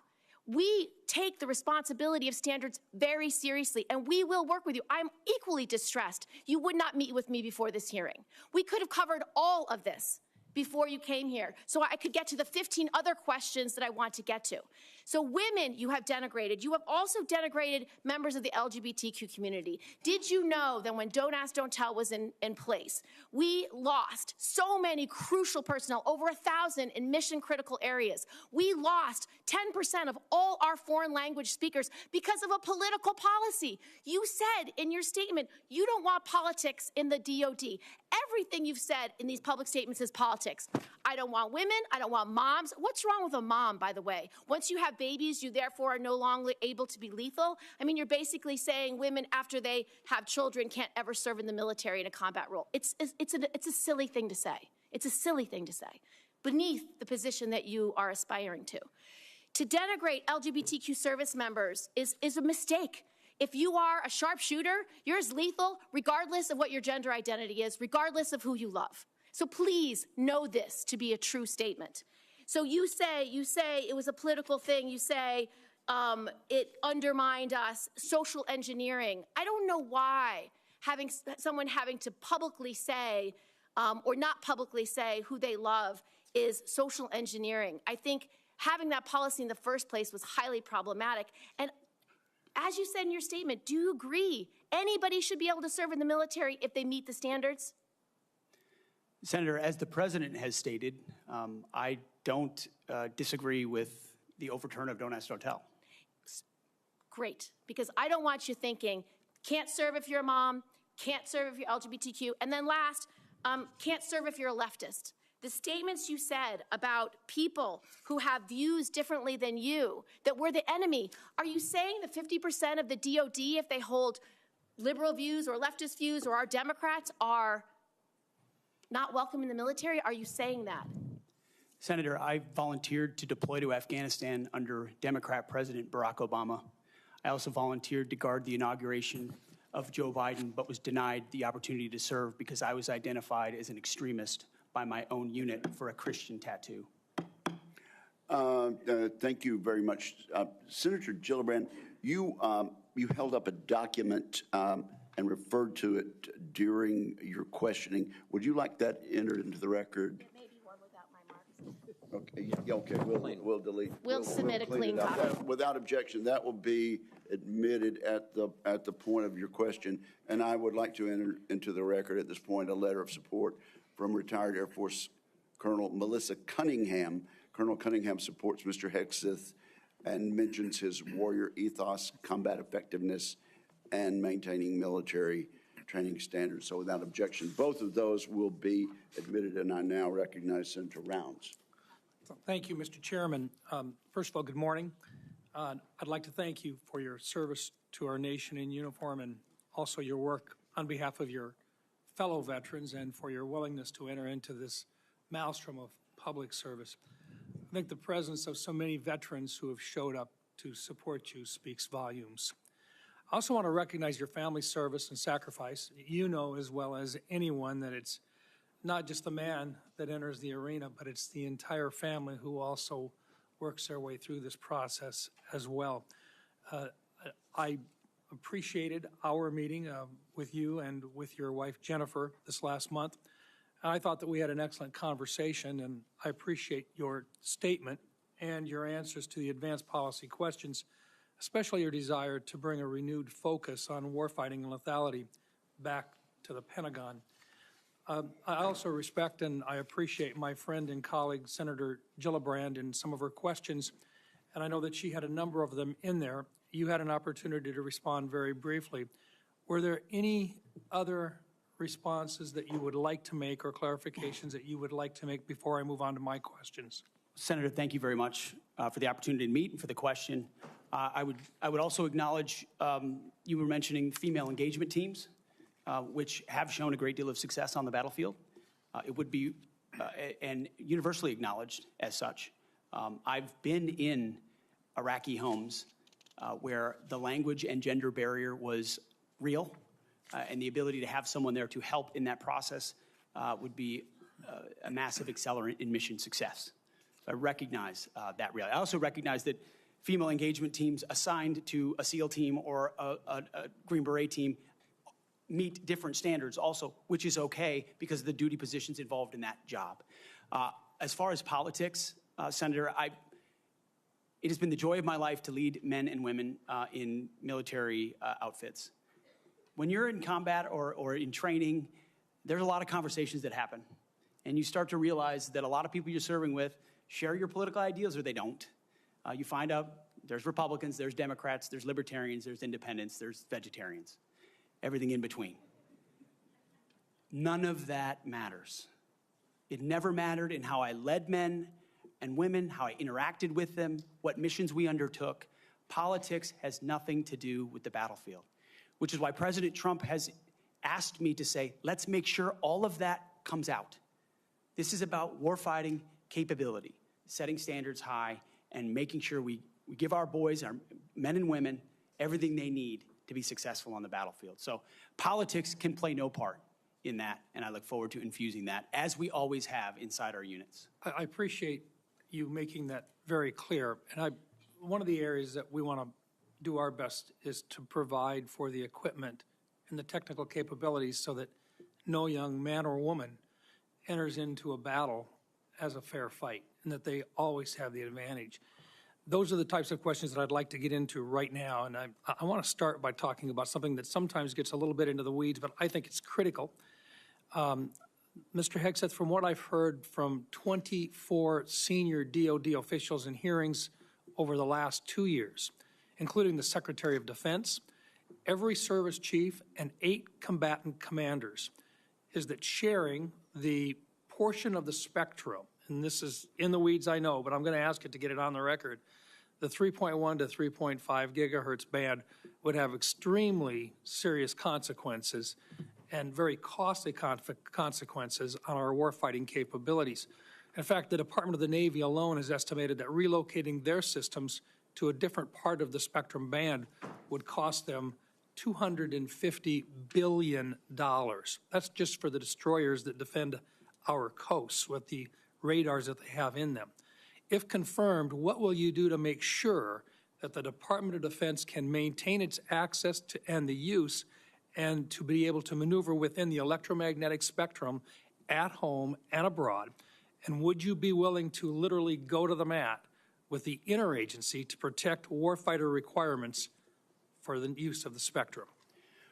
Well, Senator, thank you for the question. And my job, in part, will be to go to the mat when necessary for things I believe are an absolute requirement for the Department of Defense and the men and women in uniform. There's no doubt about that.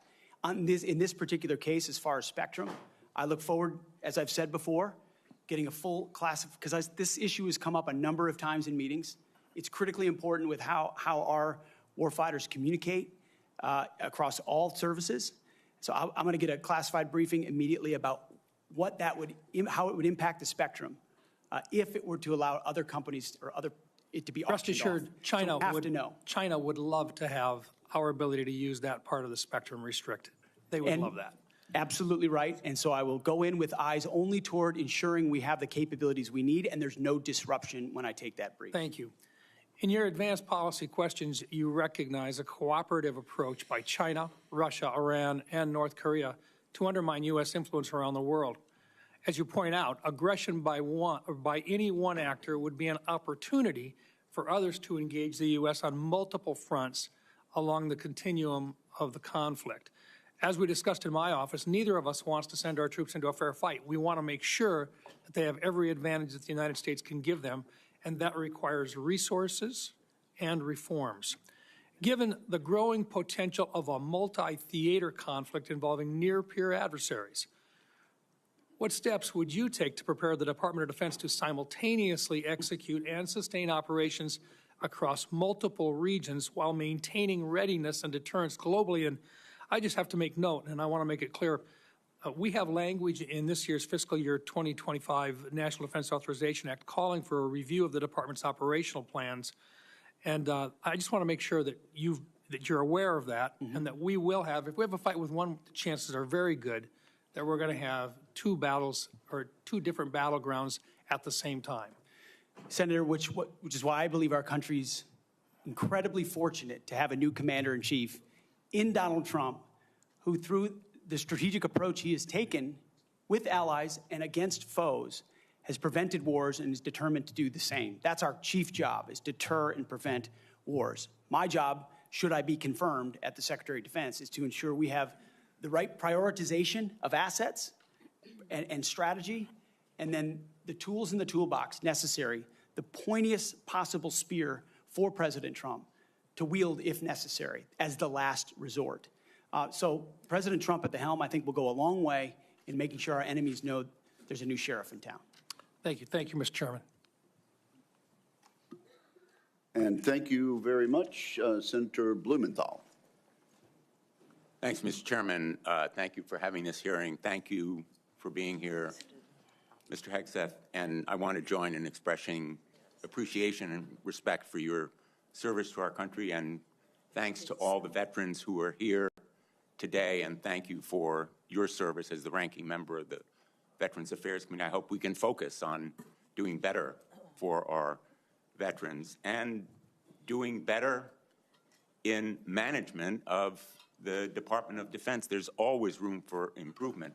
I think what we need in that position is not just better, but the best in financial management, because those decisions are life and death decisions affecting the 3.4 million Americans who serve our national security and our national defense and put their lives on the line. I want to talk about financial mismanagement at the two organizations that you headed, which are the only test of your financial management that we have before this committee, the Veterans for Freedom and Concerned Veterans for America. You took over the Veterans for Freedom in 2007. In 2008, you raised $8.7 million, but spent more than $9 million, creating a deficit.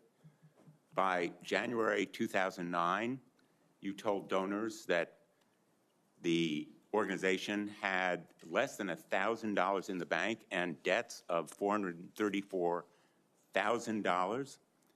By 2010, revenue at the Veterans for Freedom had dropped to about $265,000.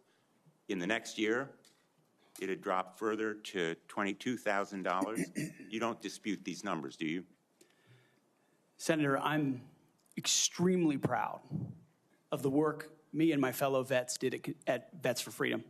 A bunch of young vets with no political experience, a small group, working hard every single day. We raised donor funds. And we have letters submitted for the record from almost everyone that worked with me every single day, including our chief operating officer, who will attest that every dollar we raised was used intentionally toward the execution of our mission, which is supporting the warfighters, exactly why we're here today, the warfighters in the Iraq surge. There was a campaign in 2008, Senator. It was Barack Obama versus John McCain. Ask you another we believe John McCain would be the right person to win, and so we spent more. Tax returns from that organization. I'm glad they're for the record. I'm going to ask to be entered into the record, Mr. Chairman. Without objection. These tax returns are yours. They have your signature. And I'm going to ask that members of the committee review them because they're the only documents. I've asked for others. I've asked for the FBI report that would presumably document, it should have documented, this kind of financial mismanagement. And these are the 990s from that organization. By the year of 2011, donors had become so dissatisfied with that mismanagement, they, in effect, ousted you. They merged that organization with Military Families United, and thereafter, you joined a second organization as executive director. In between, Senator, I went to Harvard University for 2 years and Afghanistan. I want to ask you questions about Concerned Veterans for America.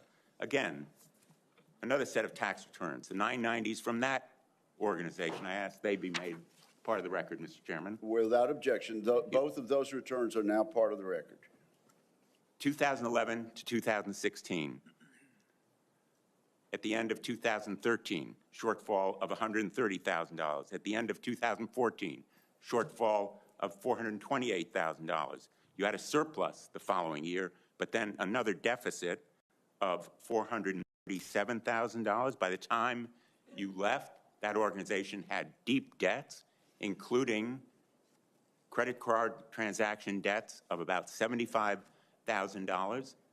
That isn't the kind of fiscal management we want at the Department of Defense. We can't tolerate it at the Department of Defense. That's an organization with a budget of $850 billion, not 10 or 15 million, which was the case at those two organizations.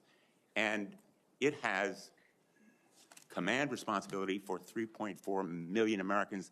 The highest number that you managed in those two organizations was maybe 50 people. Let me ask you, how many men and women now serve in the United States Army? What is Sen's strength?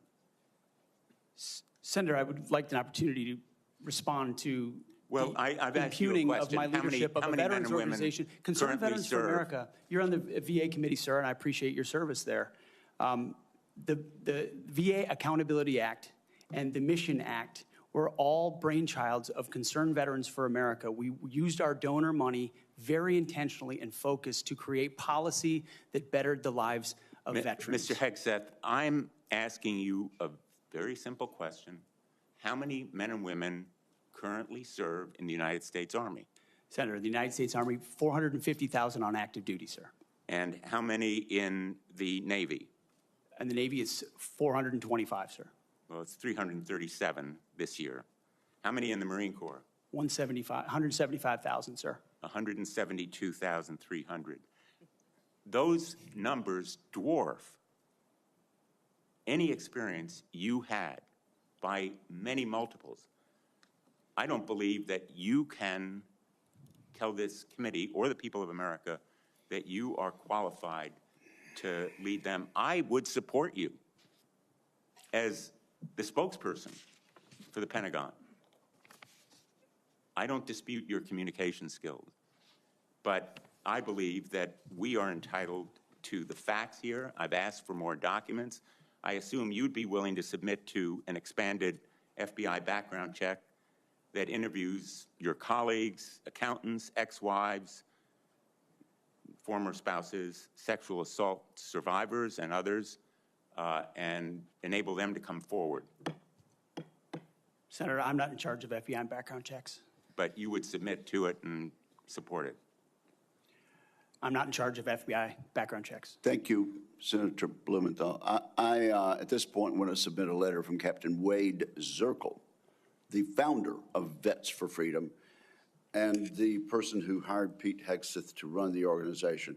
Although the 2008 financial crisis dried up fundraising for nonprofits, Captain Zirkle says, and I quote, "Pete responded to this crisis with decisive action by reducing staff and renegotiating all debts with creditors until they were fairly resolved, an impressive feat and a testament to Pete's character." Pete departed VFF in 2010 to take on a new role with Concerned Veterans for America. Pete departed on good terms. Without objection, that will be added to the record. Senator Ernst, you are recognized for 7 minutes. Thank you, Mr. Chair. And I ask unanimous consent to enter into the record a letter submitted by Mr. Mark Lucas, who is a fellow Iowan and Iowa Army National Guard member. Mr. Lucas and I served together in the Iowa Army National Guard. He succeeded Pete Hegseth as Executive Director of Concerned Veterans for America. And in his letter, Mr. Lucas says that Mr. Hegseth, quote, laid a strong foundation that postured CVA for long-term success, end quote. And that Mr. Hegseth, quote, continued to be an invaluable asset to both me as a leader and the organization, end quote. So I would ask for unanimous consent to enter this Washington Times article and the letter from Mr. Mark Lucas into the record. Without objection. Okay, thank you, Mr. Chair. Good morning, Mr. Hegseth, and thank you very much. I appreciate your service to our nation. It's something that I know you are very proud of, and it is something that we have in common and that we share. You and I have had many productive conversations. And just for our audience, we have had very frank conversations. Is that correct, Mr. Hegseth? Senator, that is a correct characterization. You know that I don't keep anything hidden, pull no punches. My colleagues know that as well. So I do appreciate you sitting down and allowing me the opportunity to question you thoroughly on those issues that are of great importance to me. Just to recap those issues, 3 that are very important. One is the DOD and making sure that we have a clean audit. The second is women in combat, and we'll talk a little bit more about that in a moment. And the third was maintaining high standards and making sure that we are combating sexual assault in the military. Okay, so Mr. Hegseth, I'm going to address the issue because this will tie into some of the financial concerns that have been raised here as well, and it's why, you know, I, trusting my fellow Iowan, asked for unanimous consent of his letter to go into the record. But like me, a lot of Iowans are really, really concerned and upset about the wasteful Washington spending and, of course, in our Pentagon. It's an issue that I have been combating for years. So there's significant room for greater efficiency and cost cutting within the department. And the DOD is the only federal agency that has never passed an audit.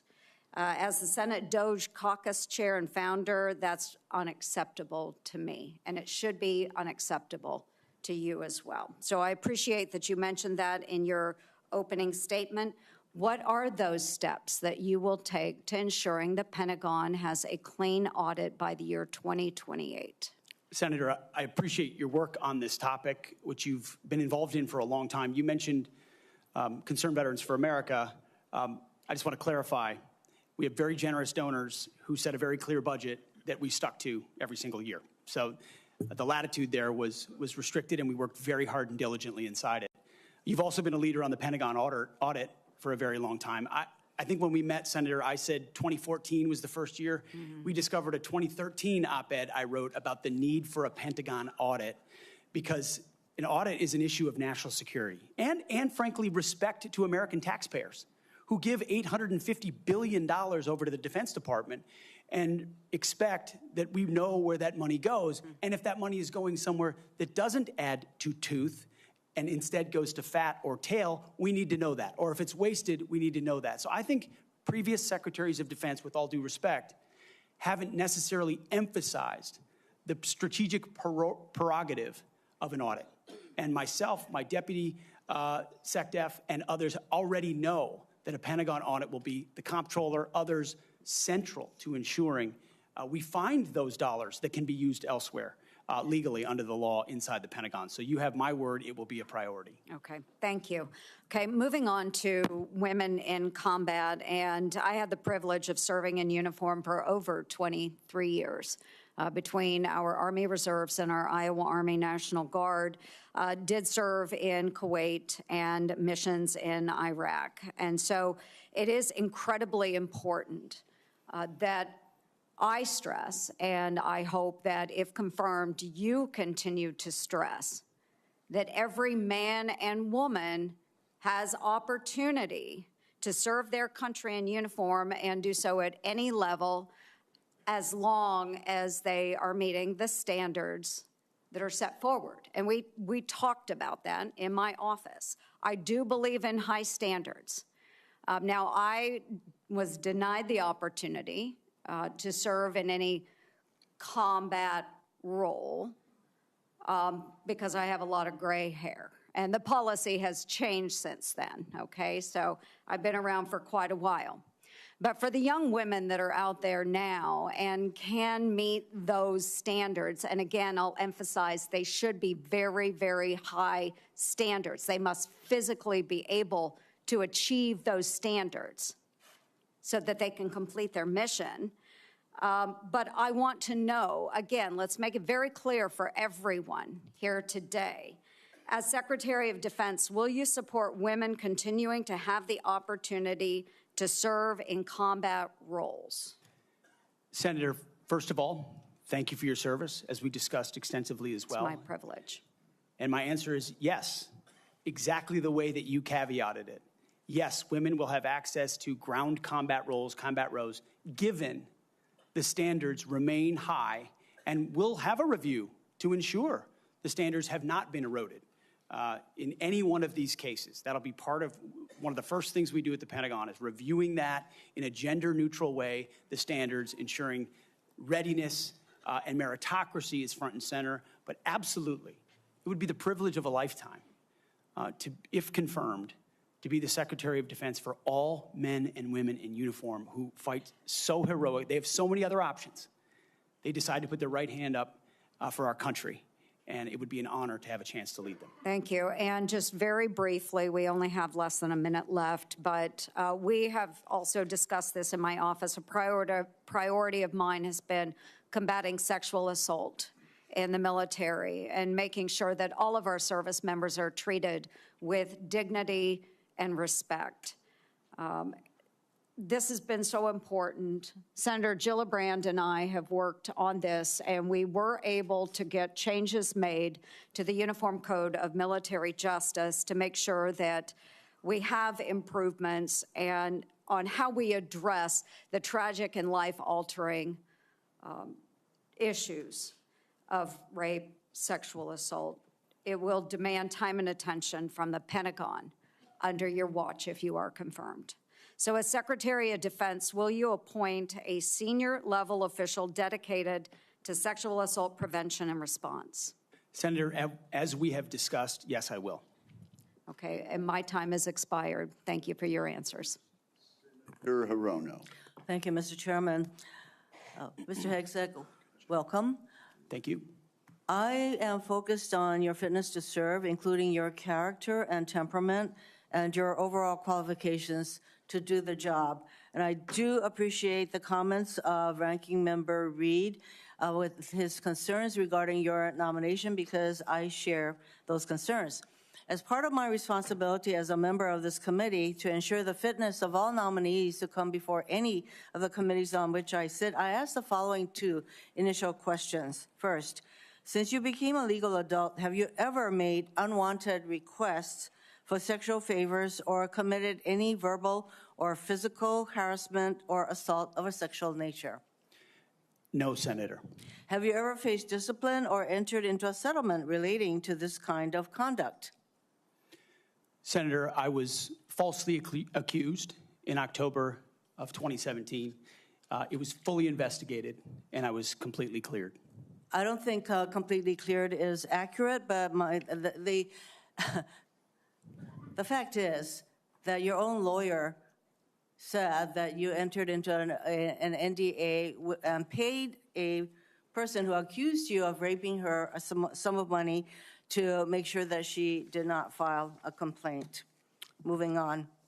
As Secretary, you will be in charge of maintaining good order and discipline by enforcing the Uniform Code of Military Justice, UCMJ.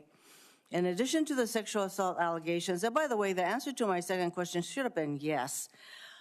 I have read multiple reports of your regularly being drunk at work, including by people who worked with you at Fox News. Do you know that being drunk at work is prohibited for service members under the UCMJ? Senator, those yes are or no? multiple false anonymous reports peddled by NBC Do you News know that run directly contradictory to the dozens of men and women at Fox News Channel who I work with who came on the record and said they in your never opening statement, Mr. Hegseth, you commit to holding leaders accountable at all levels. That includes you, of course. And frankly, as Secretary, you will be on the job 24/7. You recently promised some of my Republican colleagues that you stopped drinking and won't drink if confirmed, correct? Absolutely. Will you resign as Secretary of Defense if you drink on the job, which is a 24/7 position? I've made this commitment on behalf of the men and women I'm serving. Will you resign as Secretary of Defense I've made this commitment on behalf of the men and women I'm serving because it's the most important deployment of my life. I'm not hearing an answer to my question, so I'm going to move on. While you have made that commitment, you will not commit to resigning if you drink on the job. As Secretary of Defense, you will swear an oath to the Constitution and not an oath to any man, woman, or president, correct? Senator, on multiple occasions, including as a young second lieutenant, I have sworn an oath to the Constitution, yes. and I'm proud to do so. Yes, ma'am.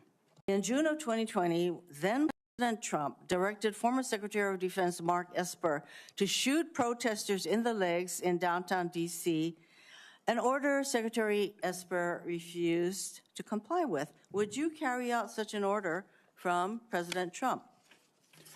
Senator, I was in the Washington, D.C. National Guard unit that was in Lafayette Square during those events. Would you carry out an order to shoot protesters in the legs? I saw 50 Secret Service agents get injured by rioters trying to jump over the fence, set the church on fire, and destroy a statue. That sounds to me that you will comply with such an order. You will shoot protesters in the leg.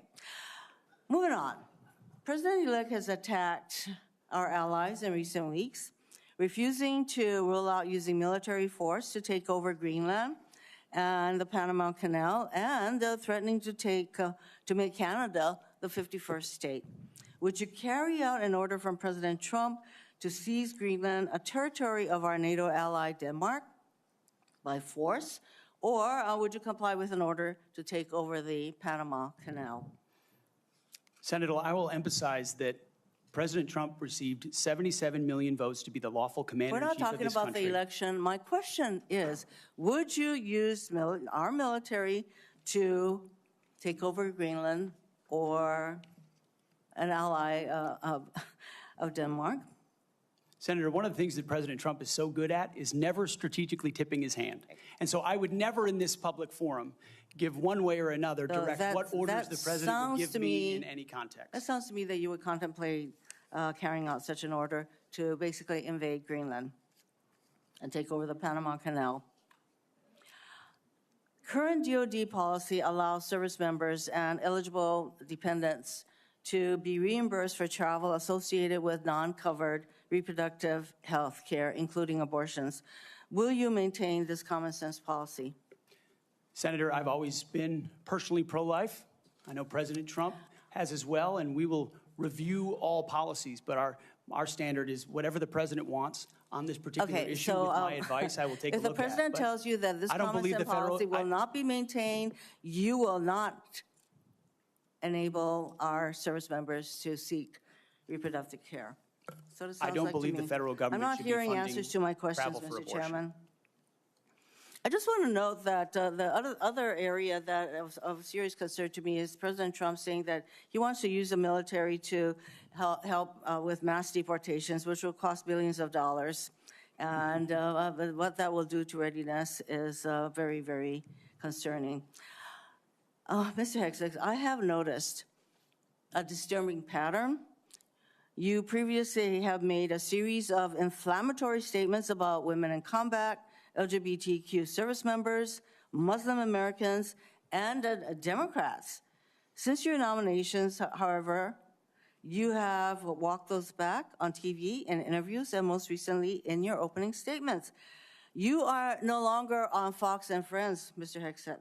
If confirmed, your words, actions, and decisions will have real impacts on national security and our service members' lives. There are close to 3 million personnel in the Department of Defense, $900 billion budget. I hardly think you are prepared to do the job. Thank you, Mr. Chairman. Thank you. That wasn't a question, Mr. Hegseth. Thank you, Senator Hirono. Senator Sullivan. Thank you, Mr. Chairman and Mr. Hegseth. Congratulations on your nomination, and thank you and your family for your service and sacrifice. Thank you, Senator. Now for the most important question you will receive all day. In 1935, before the Congress, the father of the United States Air Force, General Billy Mitchell, was testifying about a certain place in the world. He said, quote, "I believe that in the future, whoever holds this place will control the world. This location is the most strategic place in the world." What place was Billy Mitchell talking about? And let me give you a hint, it wasn't Greenland. I believe he was talking about the great state of Alaska. He was talking about the great state of Alaska. Great answer. If confirmed, will you commit to come with me to the great state of Alaska and meet our warriors who are on the front lines every day? Senator, I have, and as I mentioned to you in the past, I did a brief training exercise up at Fort Wainwright at a previous part of my military life. I look forward to returning. Great. And I will say we are on the front lines with this new era of authoritarian aggression. In Alaska, the last 2 years, we've had Chinese and Russian naval task forces, joint strategic bomber task forces in our EEZ, in our ADIZ.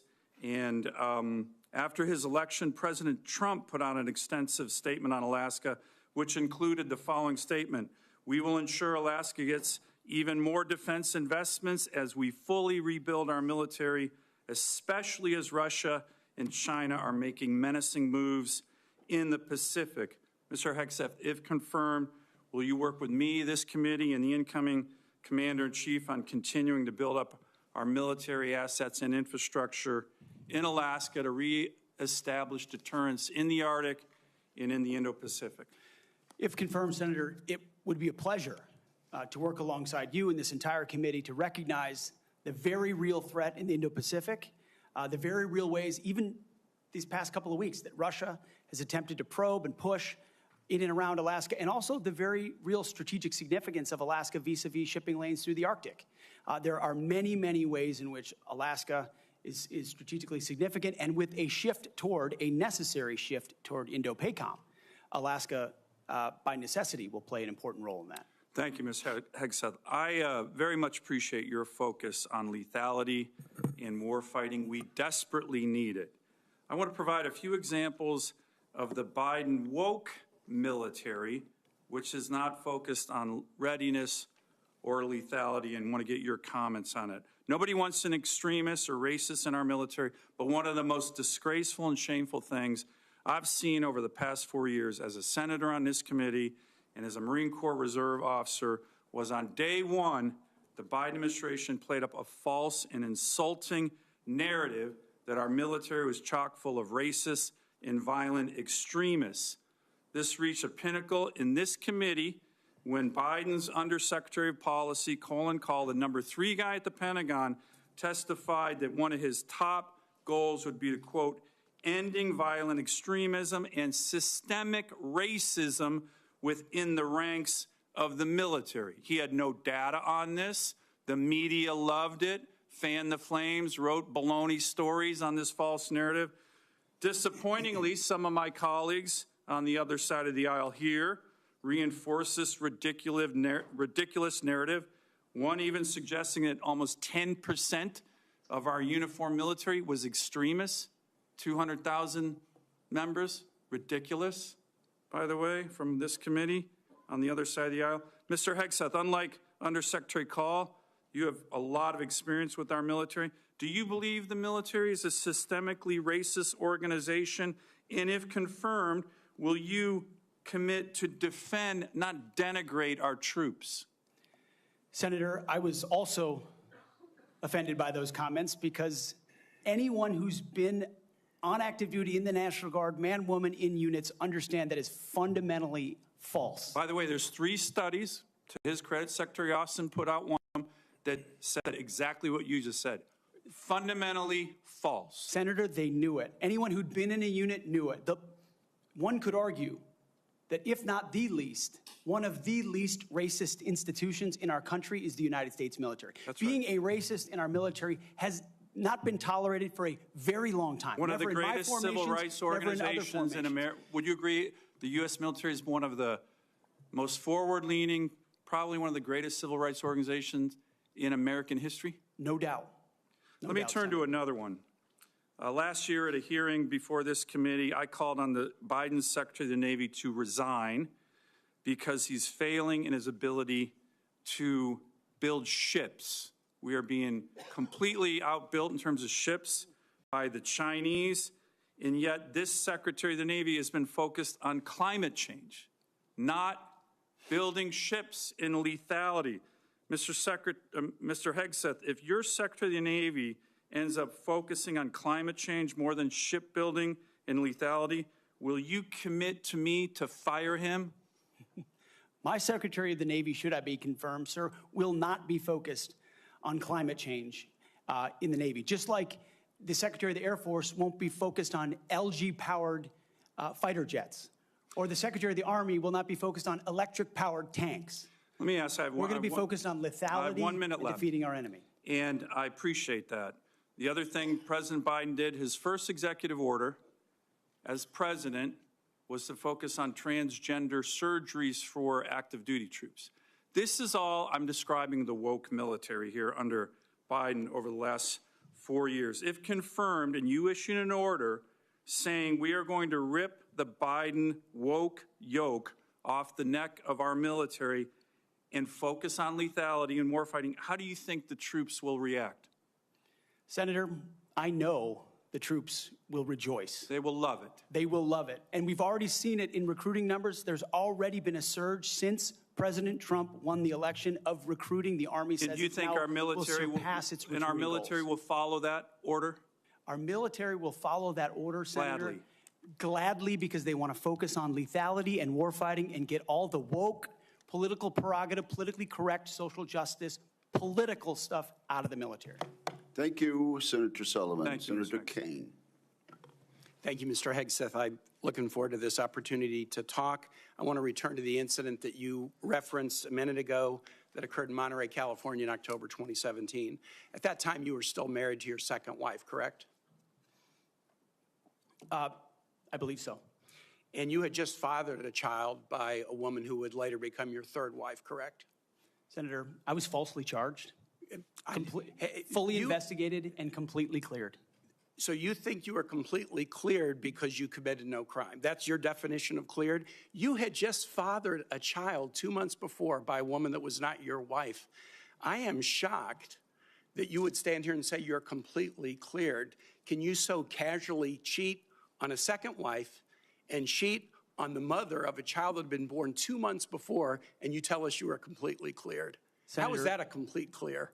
Senator, her child's name is Gwendolyn Hope Hegseth, and she's a child of God, and she's 7 years old. And she was, and you cheated on the mother of that child less than 2 months after that daughter was born, didn't you?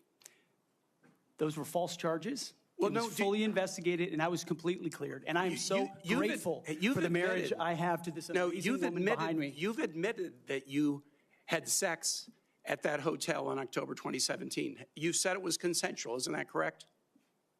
Anything? You've admitted that it was consensual, and you were still married, and you just had a child by another woman. Again, how do you explain your judgment? Completely false charges against me. Fully investigated, and I was completely clear. You have admitted that you had sex while you were married to wife 2 after you just had fathered a child by wife 3. You've admitted that. Now, if it had been a sexual assault, that would be disqualifying to be Secretary of Defense, wouldn't it? It was a false claim then and a false claim now. If it had been a sexual assault, that would be disqualifying to be Secretary of Defense, wouldn't it? That was a false claim.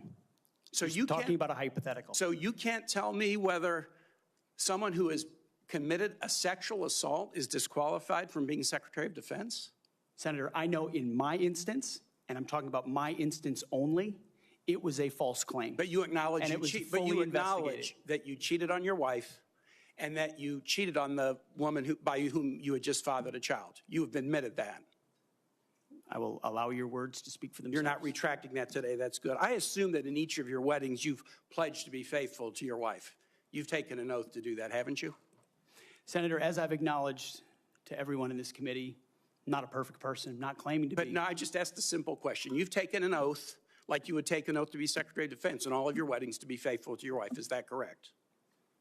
I have failed in things in my life, and thankfully I'm redeemed by my Lord and Savior, Jesus Christ. In finalizing divorces from your first and second wives, were there non-disclosure agreements in connection with those divorces?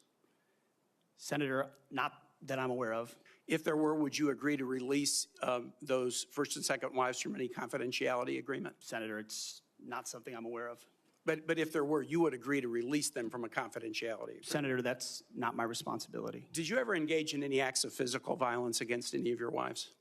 Senator, absolutely not. But you would agree with me that if someone had committed physical violence against a spouse, that would be disqualifying to serve as Secretary of Defense, correct? Senator, absolutely not have I ever done that. You would agree that that would be a disqualifying offense, would you not?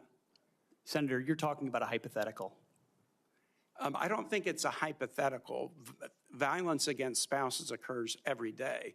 And if you as a leader are not capable of saying that physical violence against a spouse should be a disqualifying fact for being secretary of the most powerful nation in the world, you're demonstrating an astonishing lack of judgment. The incident in Monterey led to a criminal charge, a criminal investigation, a private settlement, and a cash payment to the woman who filed the complaint. And there was also a non-disclosure agreement, correct? It was a confidential settlement agreement off of a nuisance lawsuit. Right. During an interview, you claimed that you settled the matter because you were worried that if it became public, it might hurt your career. Do you maintain that you were blackmailed? Senator, I maintain that false claims were made against me. And ultimately, your attorney those used false the claims, phrase, I have the opportunity to attest my innocence in those false claims. But you didn't reveal any of this to President Trump or the transition team as they were considering you to be nominated for Secretary of Defense. You didn't reveal the action. You didn't reveal the criminal complaint. You didn't reveal the criminal investigation. You didn't reveal the settlement. You didn't reveal the cash payment. Why didn't you inform the commander-in-chief and the transition team of this very relevant event? Senator, I've appreciated every part of the process with the transition team. They have been open and honest with me. We've had great conversations between the two of us, and I appreciate the opportunity that President-elect Trump has given me. You chose not to reveal this, right? Because you knew it would hurt your chances. So you chose not to reveal this really important thing to the commander-in-chief and the transition team because you were worried about your chances rather than trying to be candid with the future president of the United States.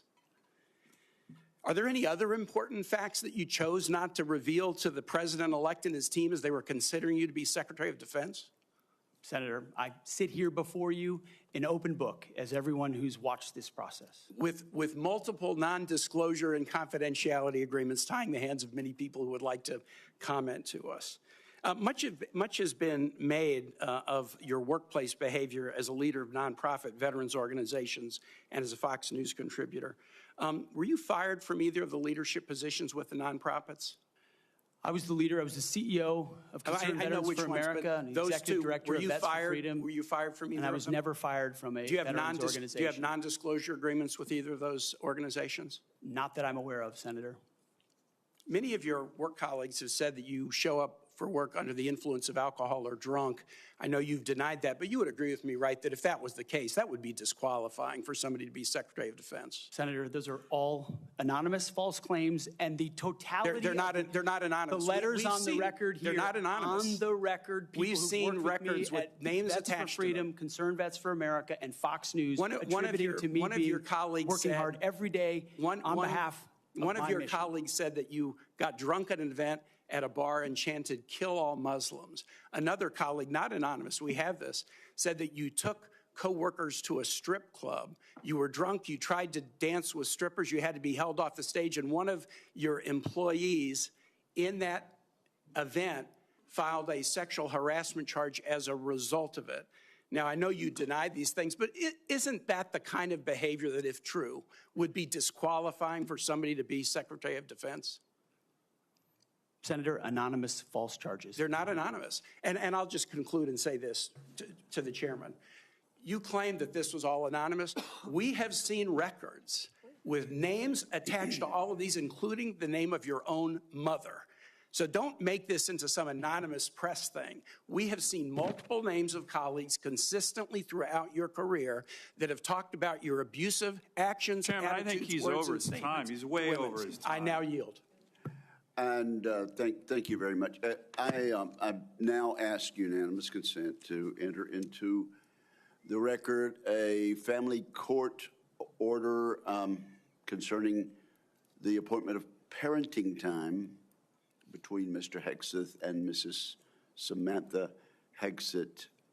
It states that there were no claims of domestic abuse or probable evidence of abuse in the relationship. Without objection, that will be added to the record. And we now move to Senator Cramer.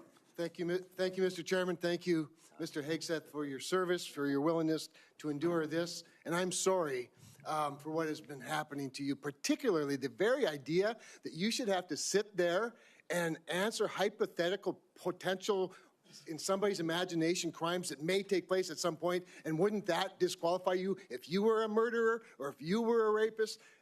Unfair. And I'm embarrassed for this behavior. But first, I want to say thank you for your strong proclamation, unapologetic proclamation of faith in Jesus Christ. I sat here and listened to your opening statement and thought, wow, this is a guy who in today's culture is willing to stand up and say the first thing is first, faith in Jesus Christ.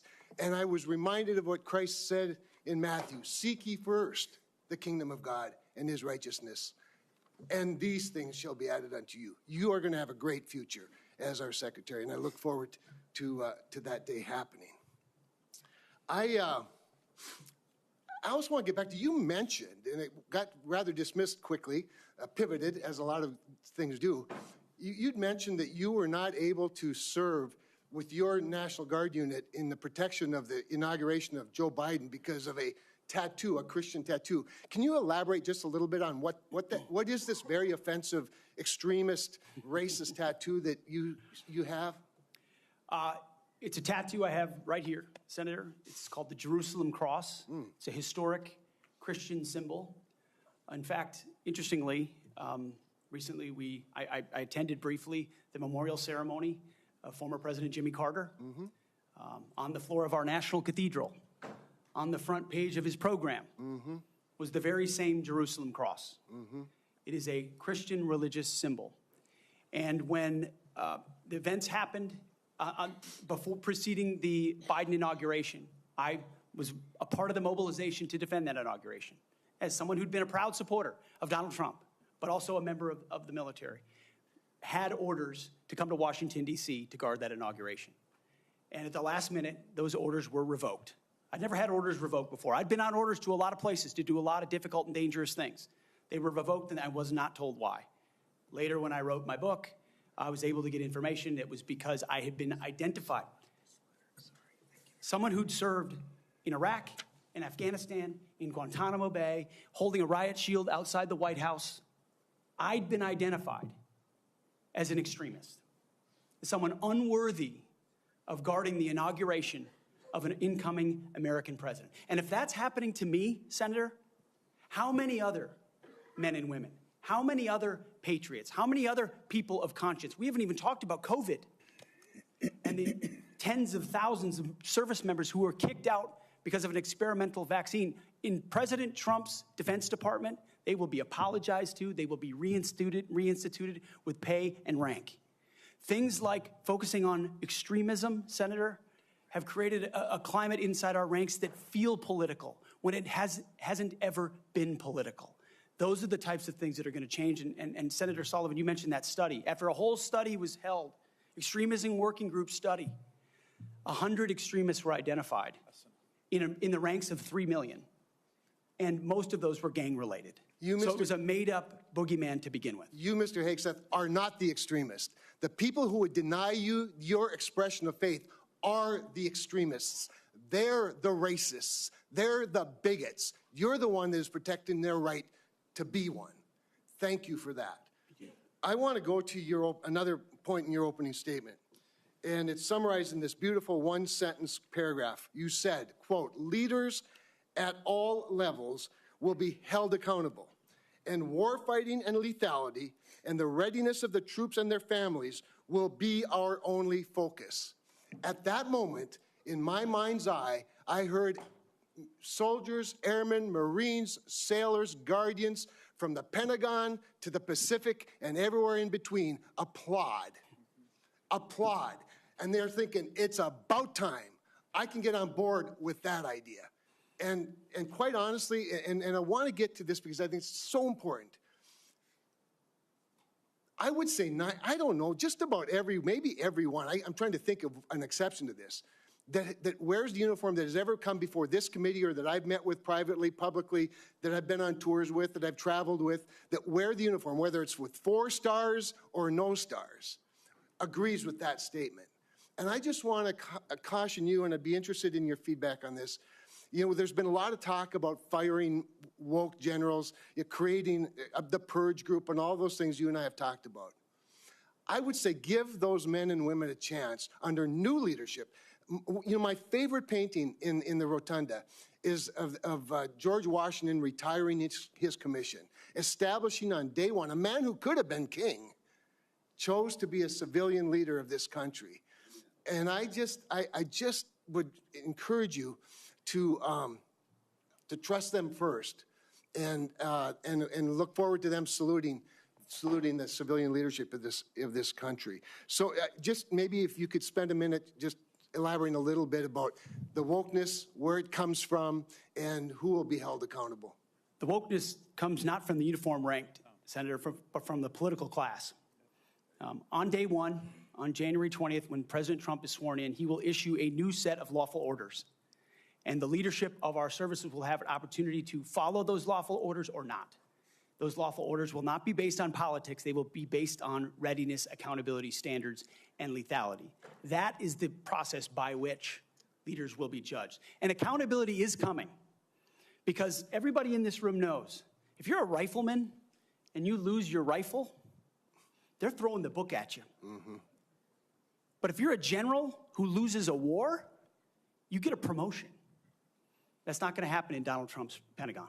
There will be real standards for success. Everyone from the top, from the most senior general to the most lowly private, will ensure that they're treated fairly, men and women, inside that system. I also just want to commend you for your answers to Senator Fischer's questions about nuclear deterrence. But I also appreciate the fact that you emphasize reputational deterrence, because deterrence is not a weapon system. It is an attitude, and you project an attitude of deterrence. Thank you. Thank you, Mr. Chairman. Thank you, Senator Cramer. Senator King. Thank you, Mr. Chairman. Mr. Hegseth, welcome to the committee. Thank you, Senator. You've made several references to your religion today. I share that devotion to Christianity, but I must say I've been reminded somewhat of Saul on his way to Damascus. You seem to have been converted over the last several weeks and several months. You wrote in your book just last year that, but if we're going to, this is the book, War on Warriors, but if we're going to send our boys to fight, and it should be boys, we need to unleash them to win. Later on, our boys should not fight by rules written by dignified men. Which is it? Is it only boys can fight? I mean, you've testified here today that you believe in women in combat, but you didn't just last year. How do you explain your conversion? Senator, my testimony is clear. Writing a book is different than being Secretary of Defense, and I look forward to leading the men and women of our military. And my comment there, Senator, was about the burdensome rules of engagement that members of our generation, men and women, have seen on the battlefield. And one thing President Trump changed in meaningful ways that led to meaningful developments on the battlefield. When President Trump took control in the first term, ISIS was raging across Iraq. And as someone who spent a lot of time there with other men and women who invested in that mission, it was a very difficult moment to see the black flag of ISIS fly. And what President Trump did was untie the hands of warfighters. He changed the rules of engagement, untied the hands of warfighters, and allowed them to complete their mission and crush ISIS. It has not just tactical implications, operational and strategic implications, how you allow warfighters to go about winning and fighting their wars. President Trump understands that, and within the laws of war and the Uniform Code of Military Justice, we are going to unleash warfighters to win wars so that wars don't drag on forever, as our generation has seen. So are you rejecting Title 18 and Title 42, I think, also has provisions that incorporate the Geneva Convention and the laws of armed combat? Are you saying that those laws should be repealed? That is the law of the land right now. Senator, we have laws on the books from the Geneva Conventions into the Uniform Code of Military Justice, and then underneath that you have layers in which standard or temporary rules of engagement are put into place. We fight enemies also, Senator, as our generation understands, that play by no rules. They use civilians as human shields. So are you saying they target women and children? The Geneva Convention should not be observed? We follow rules. We follow rules, but we don't need burdensome rules of engagement that make it impossible for us to win these wars. You're saying two different things. You're saying we follow rules, but we don't have to follow the rules in all cases. Is that correct? Senator, I'm making an important tactical distinction that warfighters will understand, that there are the rules we swear an oath to defend, which are incredibly important, and this committee understands and helps set them. And then there are those echelons above reality, from, corps to division to brigade to battalion, and by the time it trickles down to a company or a platoon or a squad level, you have a rules of engagement that nobody recognizes. And then it makes you incredibly difficult to actually do your job on the battlefield. That's the kind of assessment and look that an Army major will give to this process if I was confirmed to be the Secretary of Defense. Your quote is true understanding of that. Your quote in 2024, our boys should not fight by rules written by dignified men in mahogany rooms 80 years ago. That would be the Geneva Convention. America should fight by its own rules, and we should fight to win or not go in at all. Are you saying that the Geneva Convention provisions, which clearly outlaw torture of prisoners, should not apply in the future?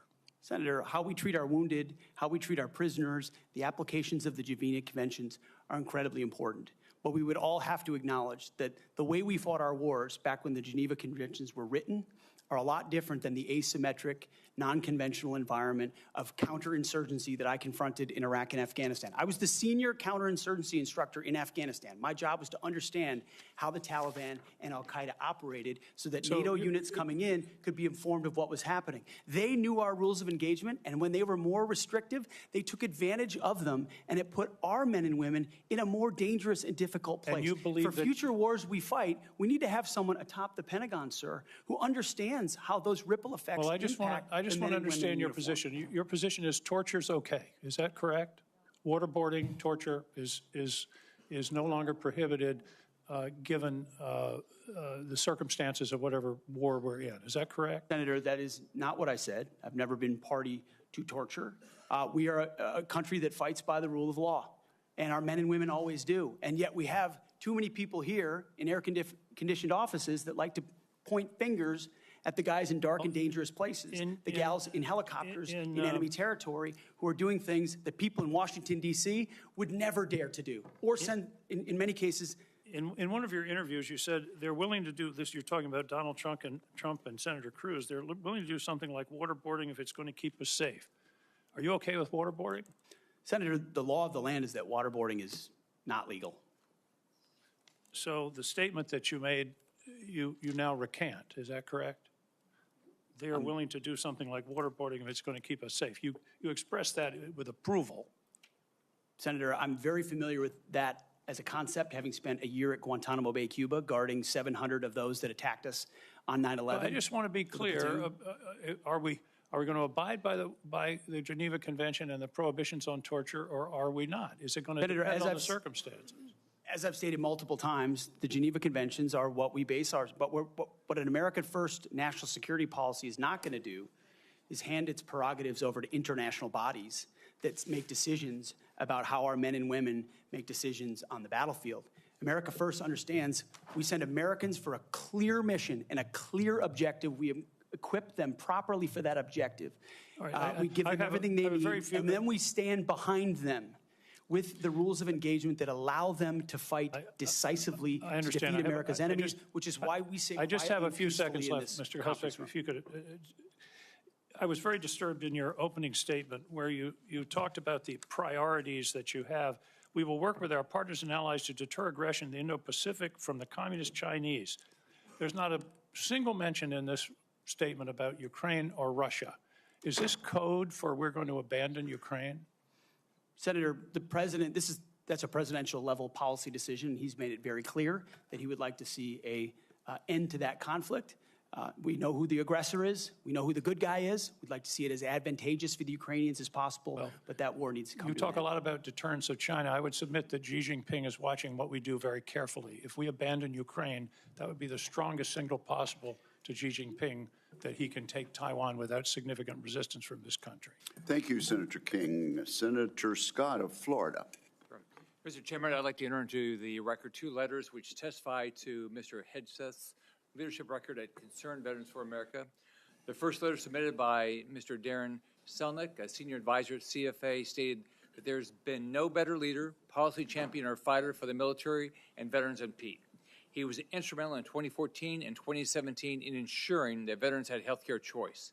The second letter submitted by Mr. Kaine Spiro, Digital Media Director of CVA from 2015 to 2017, stated, Pete brought incredible energy, focus, and a clear vision to the organization and showed everything that the team accomplished together. And I similarly asked to submit to the record a letter from Paul J. Roberts, retired Colonel, U.S. Army Special Forces, speaking to the unwavering integrity of Mr. Hegseth. Is there objection? Without objection, those three will be admitted. Senator Scott. All right. First, congratulations on your nomination. Thank you, Senator. And thank you for being willing to serve our nation. I served in the Navy. I'm really proud of my dad. He was crazy. He did all 4 combat jumps with the 82nd Airborne. He, after that, survived all that and fought in the Battle of the Bulge. And what they went through, it was hell. So I have a lot of respect for him and for everybody that puts on the uniform and serves in battle and has to lead people in battle, because Being on a ship, that didn't happen to me, but I had a lot of friends that happened to, and it clearly happened to my dad. I've served on this committee for 6 years, 2 years under President Trump and the past 4 under President Joe Biden. I've seen how the Biden-Harris administration pushed the DoD to prioritize wokeness over being the most lethal military force in the world. It's our readiness, our national security, and our ability to recruit people who are willing to put their lives on the line for our country. Can you talk about some of the changes we can make to improve recruitment and rebuild our military into the most lethal force in the world? First of all, Senator, thank you for the question. Thank you for your time.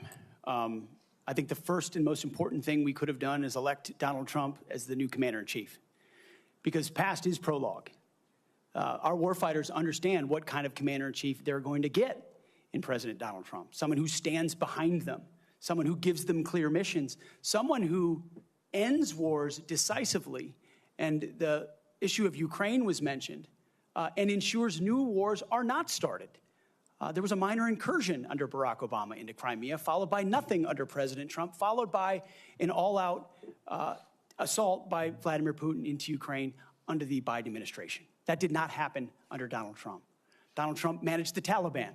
Under the Biden administration, Afghanistan collapsed tragically, ending in the lives of 13 at Abbey Gate, who we remember every single day, and no one was held accountable for that.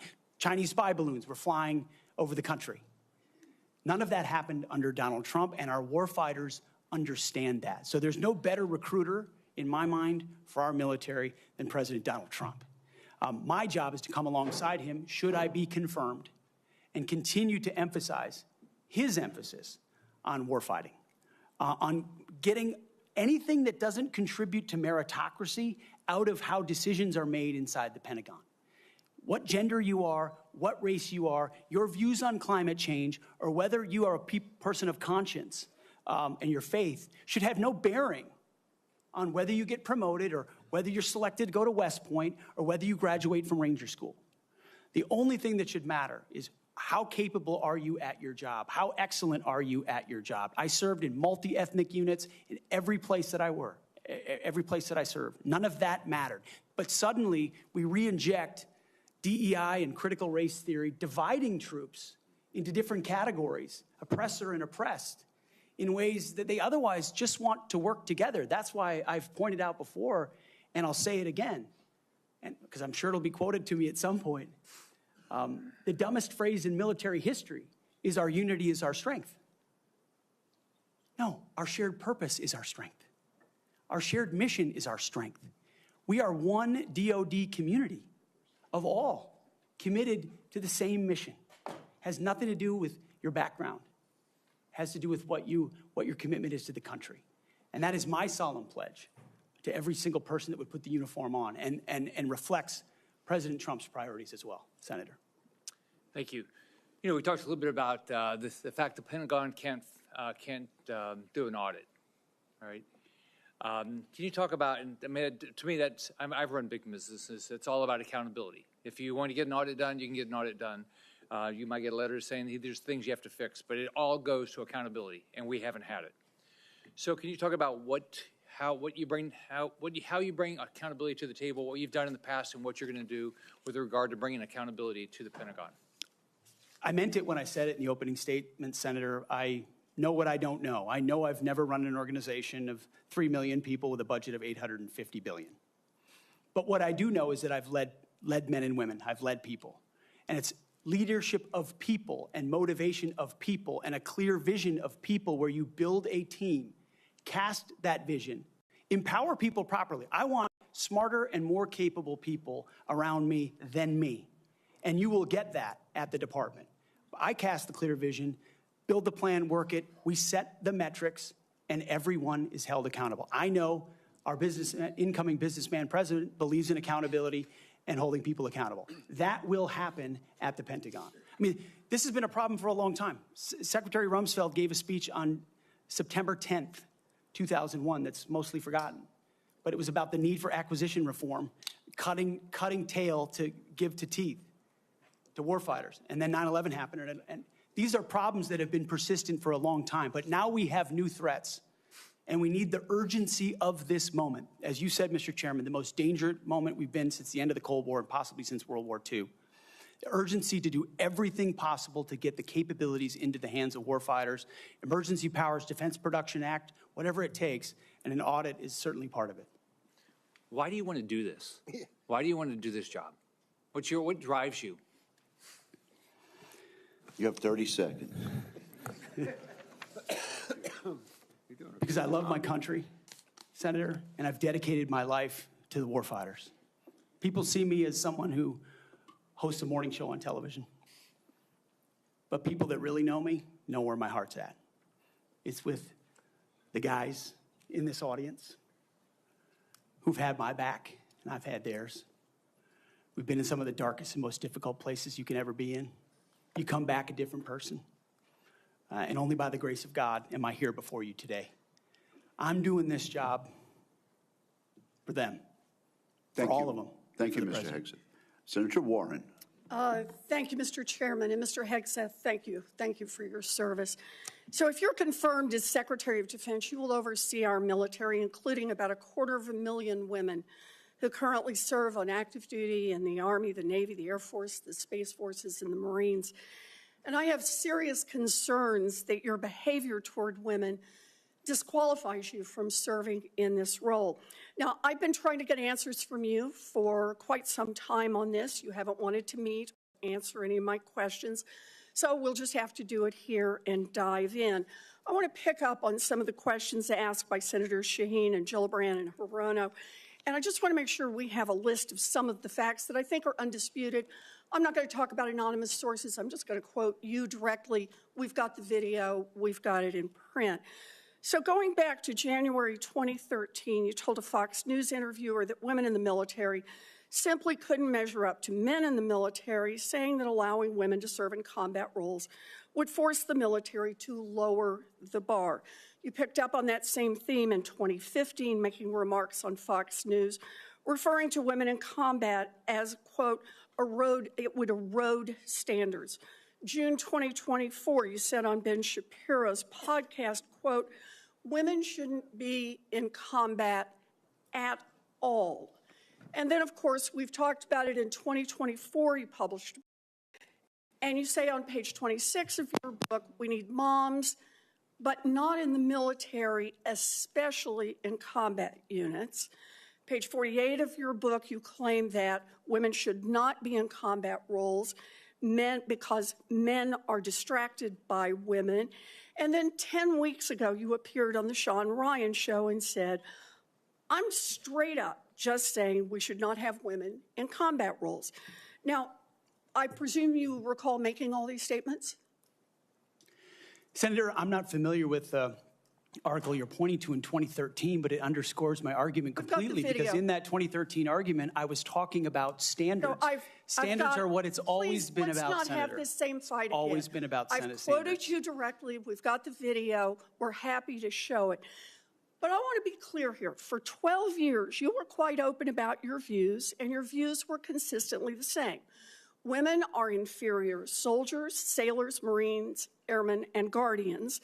And in case anyone missed the point, and these are your words from 10 weeks ago, women absolutely straight up should not be permitted to serve in combat. And I notice on each of these quotes, those are said without qualification. It's not by how much you can lift or how fast you can run.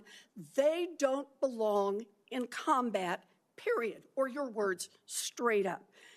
And then on November 9th, 2024, just 32 days after your last public comment saying that women absolutely should not be in combat, you declared that, quote, some of our greatest warriors are women, and you support having them serve in combat. Now, that is a very, very big about face in a very, very short period of time.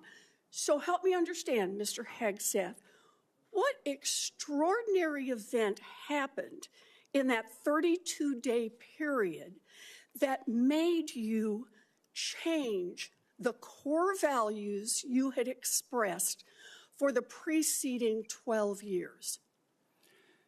Senator, again, I very much appreciate you bringing up my comments from 2013 because For me, this issue has always been about standards. And unfortunately, because of some of the people that have been in political power for the last 4 years, priorities other than standards, lethality, and meritocracy have driven decision-making. I'm quoting you from the podcast.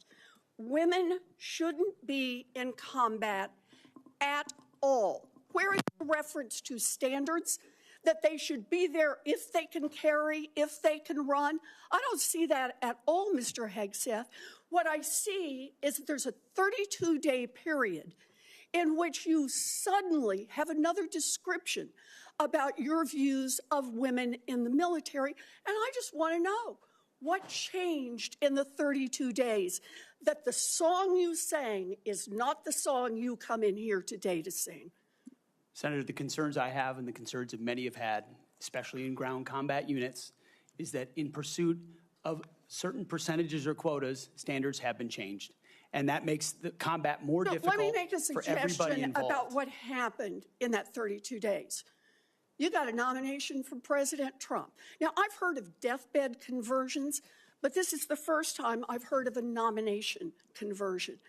And I hope you understand that many women serving in the military right now might think that if you can convert so rapidly your long-held and aggressively pursued views in just 32 days, that 32 days after you get confirmed, maybe you'll just reverse those views and go back to the old guy who said straight up, women do not belong in combat.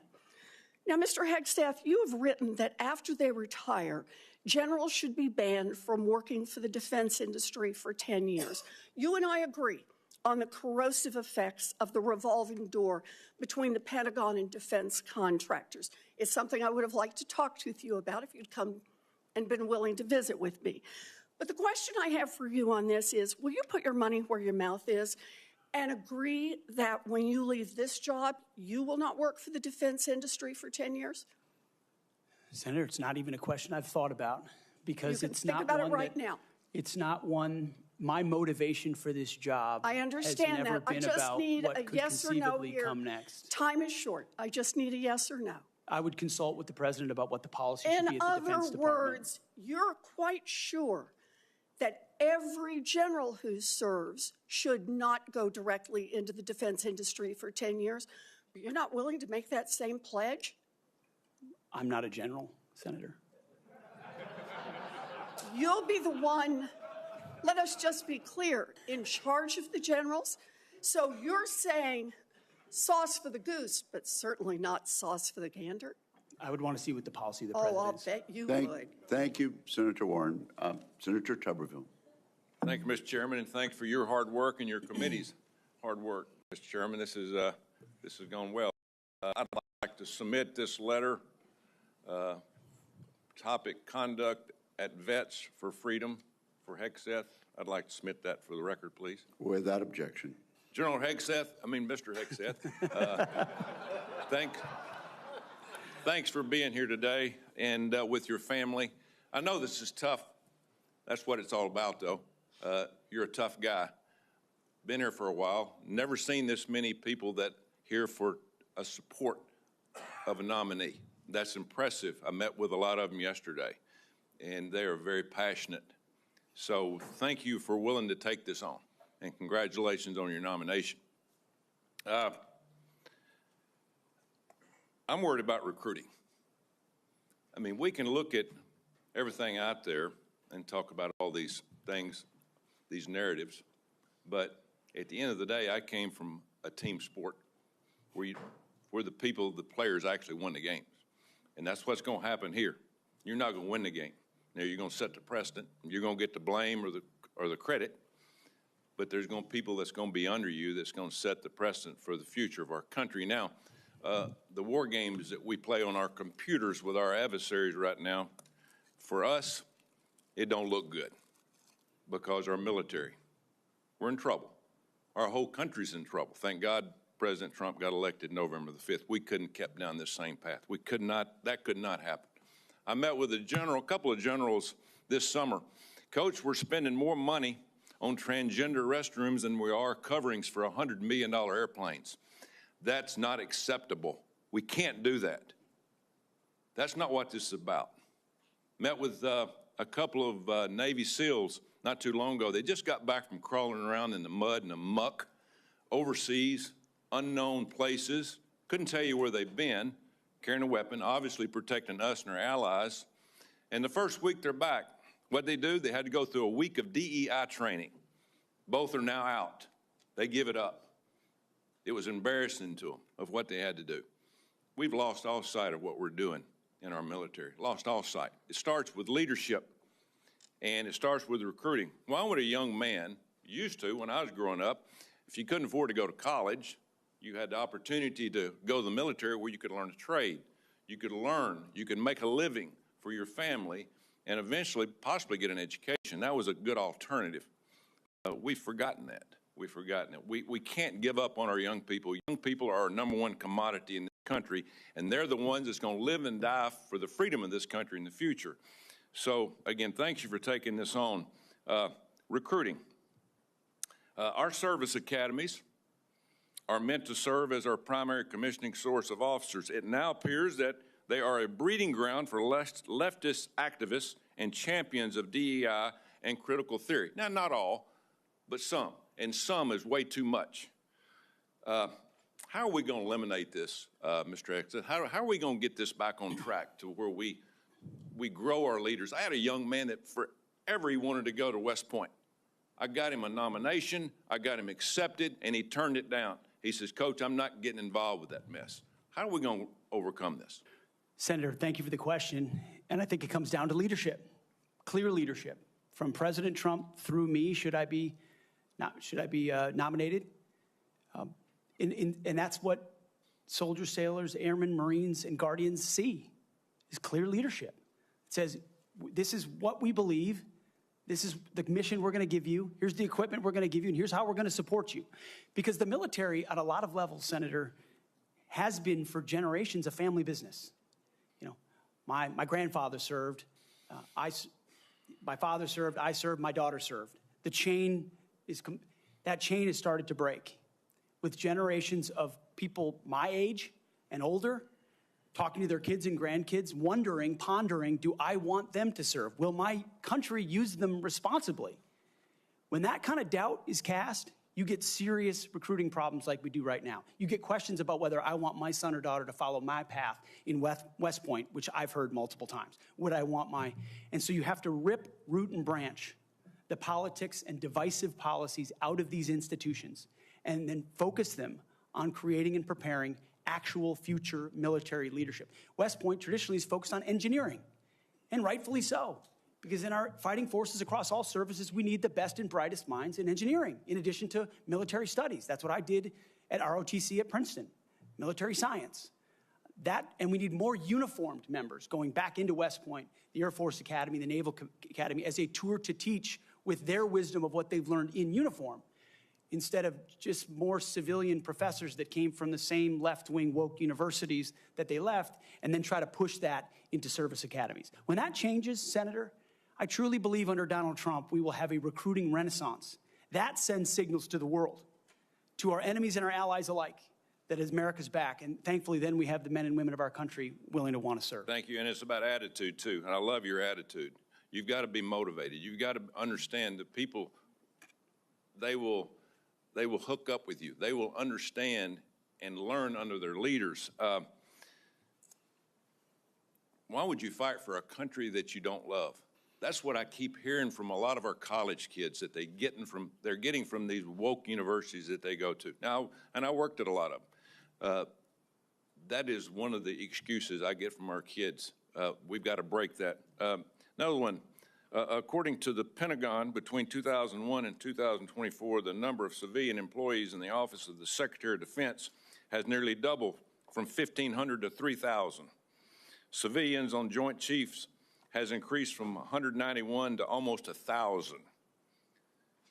Our military end strength goes down. Our staff numbers are exploding. What are you going to do about that? Senator, we're going to address that. We won World War II with 7 four-star generals. Today we have 4 4-star generals. There's an inverse relationship between the size of staffs and victory on the battlefield. We don't need more bureaucracy at the top.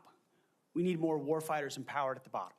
So it's going to be my job working with those that we hire and those inside the administration to identify those places where fat can be cut so it can go toward lethality. Thank you, Senator Tuberville. Senator Peters. Thank you, Mr. Chairman. Mr. Hegseth, welcome to this committee. Thank you. You know, we have far too much partisanship in our country right now. I think it's eating away at the fabric of what has always made this country great, about bringing people together from all sorts of backgrounds, all sorts of experiences. And we know that in our motto, together as one, we are strong. And so we in this committee, and certainly I speak for myself, but I think I speak for many of my colleagues, want to take partisanship out of this proceeding as much as we can. I'm not naive. It's out there. I get it. But we've got to try to take that out. And I want you to know that as a member of this committee, I have voted in a bipartisan way for Secretaries of Defense. I voted for 2 Secretaries of Defense when Donald Trump was previously president. We had those 2. We had, I think, 5 total Secretaries of Defense during that 4-year period. So we want to keep that in mind as to what we might see in this coming administration. But I voted, and we voted by a big margin for those folks as well. But part of that was the process and having an opportunity to get to know the person and understand their qualifications and understand the standards. You know, I made repeated requests to meet with you prior to this meeting. I know many of them wanted to meet with you. I did that with the other nominees that I was happy to vote for. I thought they were highly qualified individuals and true professionals. And yet I could never get a meeting with you. Was there a reason you were afraid to have one-on-one meetings with some of my colleagues before the hearing?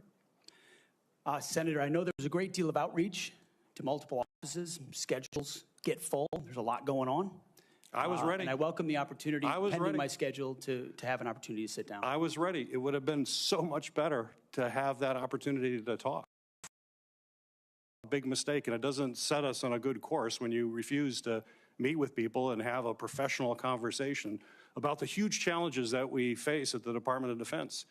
My colleagues, the folks who introduced you and others, the chairman has mentioned about the management of the DoD as a concern, cost overruns, delays on weapon systems. We need strong management at the Department of Defense, first and foremost. We've got to have someone who's going to grab the reins and give the taxpayers value for having the most lethal fighting force in the world that defends freedoms, but we've got to do it in an efficient way. I've heard about the jobs you've had in the past. Let's just talk about qualifications. I know you had 2 previous positions. How many people reported to you in those positions? Senator, at Vets for Freedom, we were a small upstart. Our focus was just the number, working please. on Capitol Hill, going back to the battlefield, just the number, warfighters. Just the number, please.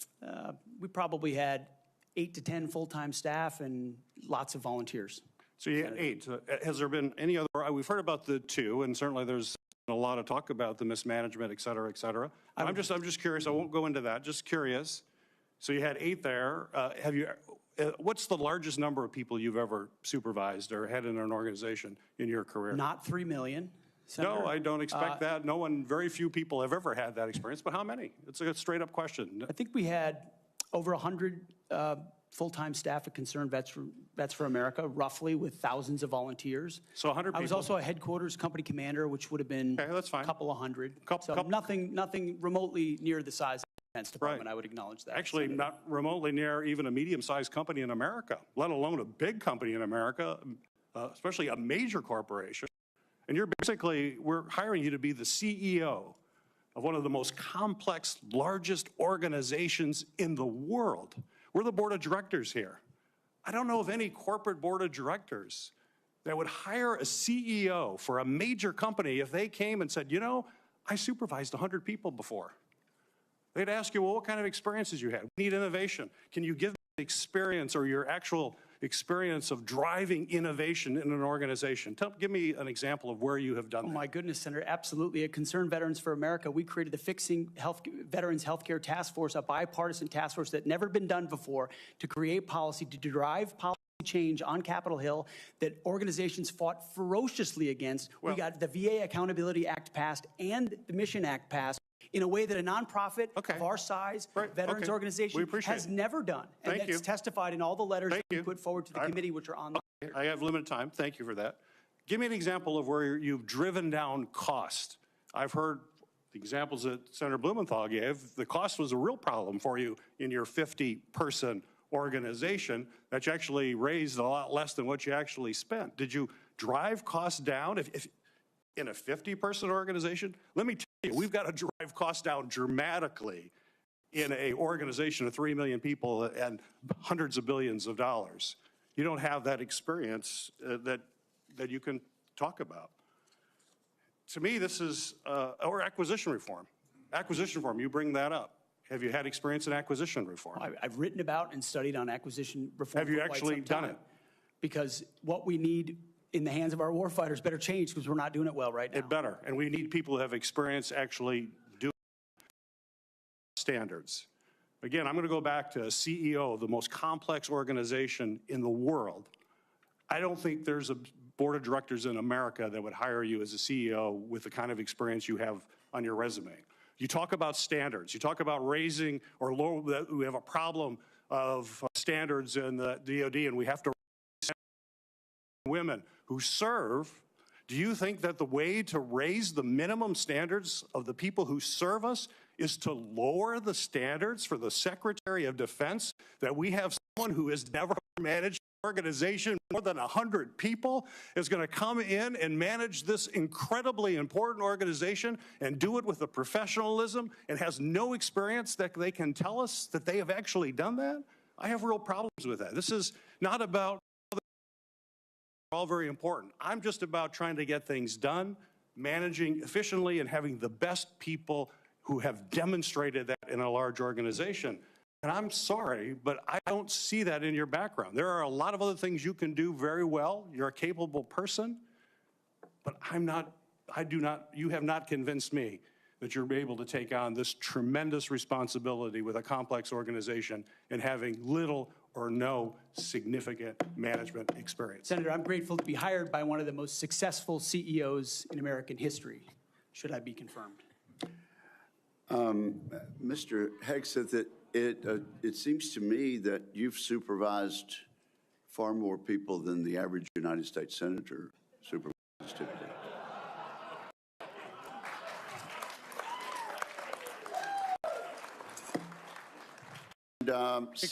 Except for former governors, Mr. Chairman. Senator Mullin, I understand you are yielding back your time and do not wish to ask questions. I was misinformed. Senator Mullin, okay. that's right. Caught me totally off guard there. I'd like to submit for the record 32 members of the House of Representatives who are veterans. The signatures call on the Senate to honor the constitutional duty of advise and consent by conducting a fair, thorough confirmation process that evaluates his nomination solely on the substance and merits. His distinguished military service, academic credentials, and a bold vision for in the national defense. I ask unanimous consent to enter into the record. Without objection. You know, there's a lot of talk going about, talking about qualifications and then about us hiring him. Senators here I wouldn't have on my board because there is no qualifications except your age, and you got to be living in the state and you're a citizen of the United States to be a senator. Other than that, we got to convince a lot of people to vote for us. And then when we start talking about qualifications for if you're qualified for it, could the chairman tell me what the qualifications are for the Secretary of Defense? What the qualifications are for the Secretary of Defense? I'd be happy I'll read for it. you to do that. Yeah. Let me read it for you because I Googled I was getting some advice from my second in command. Yeah, but I'm just making a point because there's a lot about qualifications, and I think it's so hypocritical of senators, especially on the other side of the aisle, be talking about his qualifications, not being able to lead the secretary or be the Secretary of Defense, and yet your qualifications aren't any better. You guys aren't any more qualified to be the senator. We're lucky enough to be here. But let me read you qualifications of the Secretary of Defense is, because I Googled it, and I Googled it and went through a lot of different sites, and really it's hard to see. But in general, the U.S. Secretary of Defense position is filled by a civilian. That's it. If you have served in the U.S. Army Forces and have been in the service for, you have to be retired for at least 7 years, and Congress can weigh that. And then the questions that the senator from Massachusetts brought up about serving on a board inside the military industry, and yet your own secretary that you all voted for, Secretary of Austin, we had to vote on a waiver because he stepped off the board of Raytheon. But I guess that's okay because that's a Democrat Secretary of Defense. But you so quickly forget about that. And then Senator Kaine, or I guess I better use the senator from Virginia, starts bringing up the fact that what if you showed up drunk to your job? Senators have showed up drunk to vote at night. Have any of you guys asked them for their job? And don't tell me you haven't seen it, because I know you have. And then how many senators do you know have got a divorce before cheating on their wives? Did you ask them to step down? No. But it's for show. You guys make sure you make a big show and point out the hypocrisy because the man's made a mistake. And you want to sit there and say that he's not qualified? Give me a joke. I mean, it is so ridiculous that you guys hold yourself as a higher standard and you forget you got a big plank in your eye. We've all made mistakes. I've made mistakes. And Jennifer, thank you for loving him through that mistake. Because here and not because my wife loved me too. I have changed, but I'm not perfect. But I found somebody that thought I was perfect. And for whatever reason, you love Pete, and I don't know why. But just like our Lord and Savior forgave me, my wife's had to forgive me more than once too, and I'm sure you had to forgive him too. And so thank you. So before I go down this rabbit hole again, tell me something about your wife that you love. She's the smartest, most capable, loving, humble, honest person I've ever met. In addition to being incredibly beautiful. Forget about your kids. I'm supposed to talk about my kids? No, well, she's also the mother. Oh, an amazing mother. Yes. Of our blended family of 7 Brother, kids. I'm pulling you as along. I'm trying to help you here. You know, do you believe that you're going to be running the Secretary or the Department of Defense by yourself? Senator, absolutely not. Just as President Trump is assembling his cabinet, I look forward and already am in the process of building one of the best possible teams you can imagine, with decades and decades of experience outside of the Pentagon, driving innovation and excellence, and also inside the building, knowing how to make it happen. Yes, sir.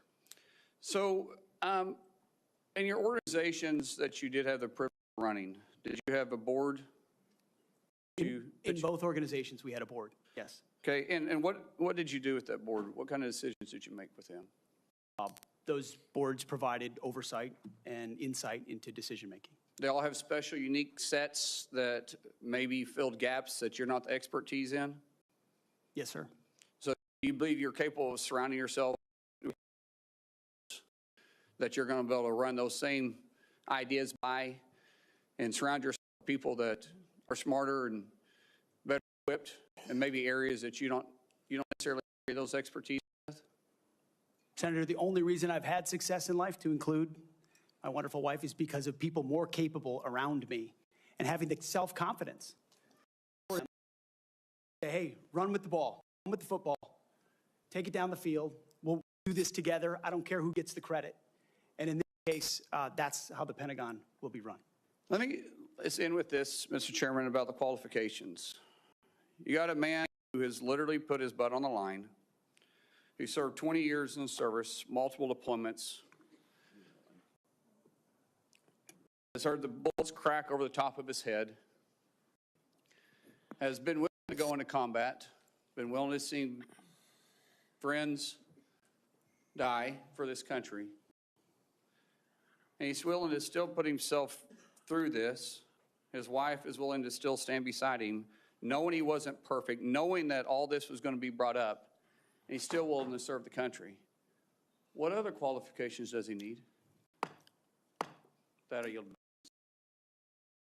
Senator, and again, we really are going to strictly enforce the no demonstration noise. The distinguished ranking member. Just a point of personal privilege to make a correction. The reason that General Austin required a waiver was not his participation in a corporate enterprise. It was because he did not have 7 years of interruption between his appointment. If any of us were appointed as Secretary of Defense, we would be subject to types of questions. And the case in point is Senator John Tower was nominated for Secretary of Defense. It was discovered by his colleagues that his behavior was not commensurate with the responsibilities despite his service, and he was voted down. Thank you. Thank you, Mr. Chairman. Senator Duckworth, you are recognized. Thank you, Mr. Chairman. And also, Secretary Mattis had to have this waiver as well. Mr. Hegseth, this hearing is about you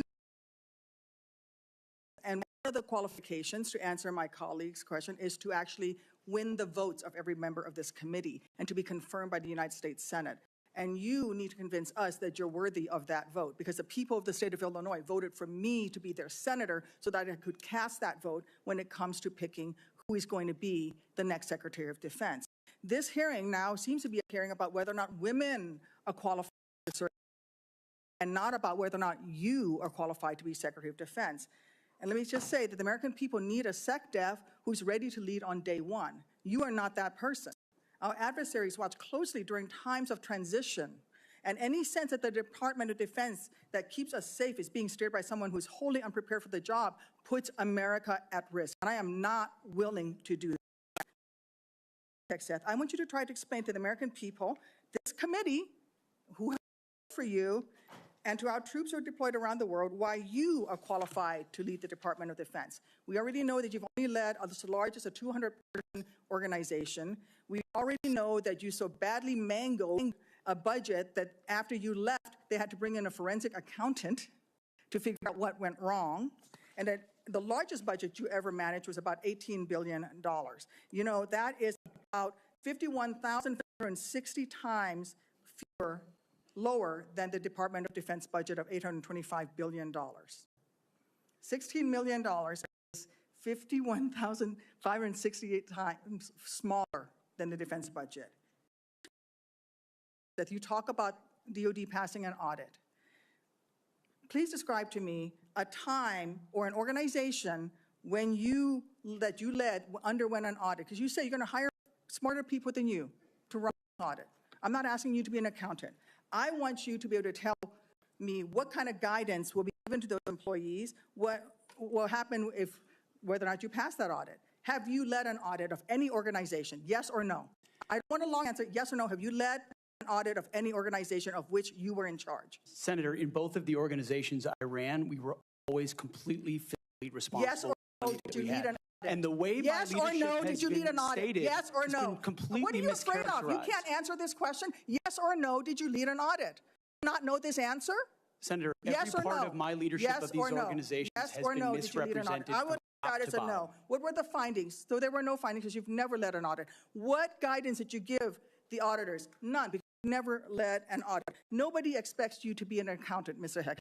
What we expect is for you to understand the complexity of this Pentagon budget process that is absolutely necessary for war fighters. Look, the Secretary of Defense is required to make quick decisions every single day that, well, with high-level information that's being provided for them, breadth and depth of knowledge. Right now, I am concerned that you have neither. Mr. Hegseth, what is the highest level of international negotiations that you have engaged in, that you've led national security negotiations? There are three main ones that the Secretary of Defense leads and signs. Name at least one of them. Could you repeat the question, Senator? Sure. What is the highest level of international security agreement that you have led, and name some that the Secretary of Defense would lead. There are three main ones. Do you know? I have not been involved in international security arrangements because I have not been in government other than serving in the military. So my job has been to no, the answer is no. Can you name one of the three main ones that the Secretary of Defense You're talking about defense signs? arrangements. I mean, NATO might be one that you're referring to. Status of Forces Agreement would be one of them. Status of Forces Agreement. I've been a part of teaching about Status of Forces Agreements. But you don't inside remember to Afghanistan. mention it? You're not qualified, Mr. Hegseth.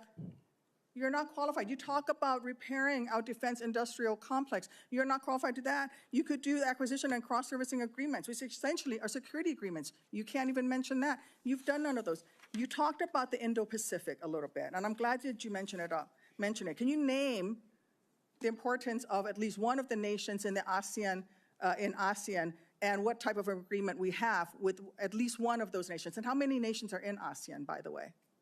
I couldn't tell you the exact amount of nations in that, but I know we have allies in South Korea and Japan and in AUKUS with Australia, trying to work on submarines with them. Mr. Hegseth, none of those countries are in ASEAN. None of those three countries that you've mentioned are in ASEAN. I suggest you do a little homework before you prepare for these types of negotiations. Listen, Mr. Hegseth,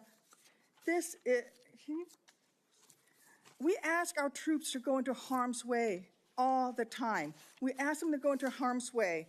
And this behind me is a copy of the Soldier's Creed, a copy that usually hangs over my desk here in the Senate, and you should be familiar with it. It's the same copy that hung over my desk at Walter Reed every single day that I woke up and fought my way back because I wanted to go back and serve next to my buddies who'd saved my life. This same copy, these words are repeated over and over and over again. And let me read out two things to you, two sentences. I will always place the mission first, and I am disciplined, physically and mentally tough, trained and proficient in my warrior task. Mr. Hegseth, our troops follow these words every single day, and they man up and they pack their rucksacks and they go to war. And they deserve a leader who can lead them, not a leader who wants to lower the standards for himself or raising the standards for other people. And by the way, our troops already meet the standards. We ask troops to man that ship, fight that fire, fly that helicopter until their very last breath. And they do that every single day. They cannot be led by someone who's not competent to do the job. How can we ask these warriors to train and perform the absolute highest standards when you are asking us to lower the standards to make you the Secretary of Defense simply because you are buddies with our President-elect? And by the way, he has filed for bankruptcy 6 times. I'm not quite sure he's the kind of CEO you want to refer to as a successful businessman. Let me make it clear. You can't seem to grasp that there is no U.S. military as we know it without the incredible women that we serve. Women who've earned their place in their units. You have not earned your place as Secretary of Defense. You say you care about keeping our armed forces strong and that you like that our armed forces are meritocracy, then let's not lower the standards for you. You, sir, are a no-go at this station. Thank you, Senator Duckworth. I would like to submit for the record a letter submitted by Mr. Brian Marriott that says anyone who would claim that Pete mismanaged funds at Vets for Freedom is ignorant of the facts. Without objection, it will be admitted to the record. Senator Budd. Thank you, Chairman Wicker, and congrats on your chairmanship of this committee. I want to thank you for your leadership and your handling of this today. I think you're doing a great job. So I want to also submit for the record a letter submitted by Mr. Daniel Catlin, the former operations manager at Vets for Freedom. Mr. Catlin's letter states that Mr. Hegseth and Mr. Catlin conducted weekly meetings to meticulously review every dollar that the organization spent. Pete's hands-on approach and dedication to financial responsibility ensured that Vets for Freedom operated within its budget. Mr. Catlin's letters also states that Pete treated his staff with the utmost respect, regardless of race or gender. So I ask unanimous consent to enter this into the record, Mr. Chairman. Without objection, so ordered. Thank you. Mr. Hegseth, congratulations on your nomination. Thanks for appearing before the committee today. I enjoyed meeting you in my office before Christmas, and I've enjoyed our friendship before that. You know, you stated in your advanced policy questions that the American people need to be informed, engaged, and inspired to join our military. I wholeheartedly agree with that. We also have a problem, though, with obesity and falling academic standards. It's very concerning. We've talked about that before. So if confirmed, how would you approach increasing the number of Americans eligible to serve in the military, but without lowering standards? Well, Senator, I think there are already, to the credit of, I believe, the Army and other services have now caught up to that, which have piloted programs that have had some success, that have allowed young Americans who want to serve in the military but can't necessarily pass the ASVAB or pass the APFT to get into basic training, an opportunity to get caught up, a preparatory class. Sure. Unfortunately, yes, we do have a problem of obesity in our country, not necessarily something that if I'm confirmed, Secretary of Defense is able to address. But I do think leading from the front matters.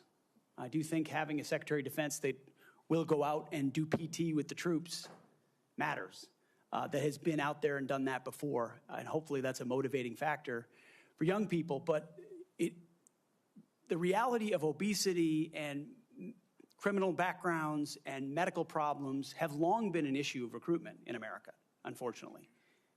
What changed is the perception of military service because of the condition of the services, and frankly, because of, in some ways, the way our schools don't teach young people to love the country anymore. And if you don't love the country, why do you want to serve that country? That's a deeper problem. But all of those things need to be addressed to revive recruiting, and obesity is certainly a part of it. Thank you for that. So I've had multiple conversations with young folks back in North Carolina, young men, young women, and we get to meet a lot of them. But, you know, I hear from some of these folks who I encourage to join the military. They say that they're concerned that it's become politicized. And if confirmed, would you commit to working with my office to address the military recruiting crisis and ensuring the military is focused on warfighting? Senator, absolutely. Number one, from day one, with a mandate from the Commander-in-Chief, who received that mandate when Americans spoke out loudly and said, we want peace through strength, we want America first foreign policy, and we don't want political ideology driving decisions inside our Defense Department. That was clear. It's an infection that the American people are acutely aware of, which the men and women in this room have lived firsthand. I've lived it firsthand. And that's why it will be a priority. And I truly believe, and I'm humbled by this, the response we've already seen from young men and women who've decided to join the military when they had said, I wasn't going to. But seeing a Commander-in-Chief, Donald Trump, reassured them.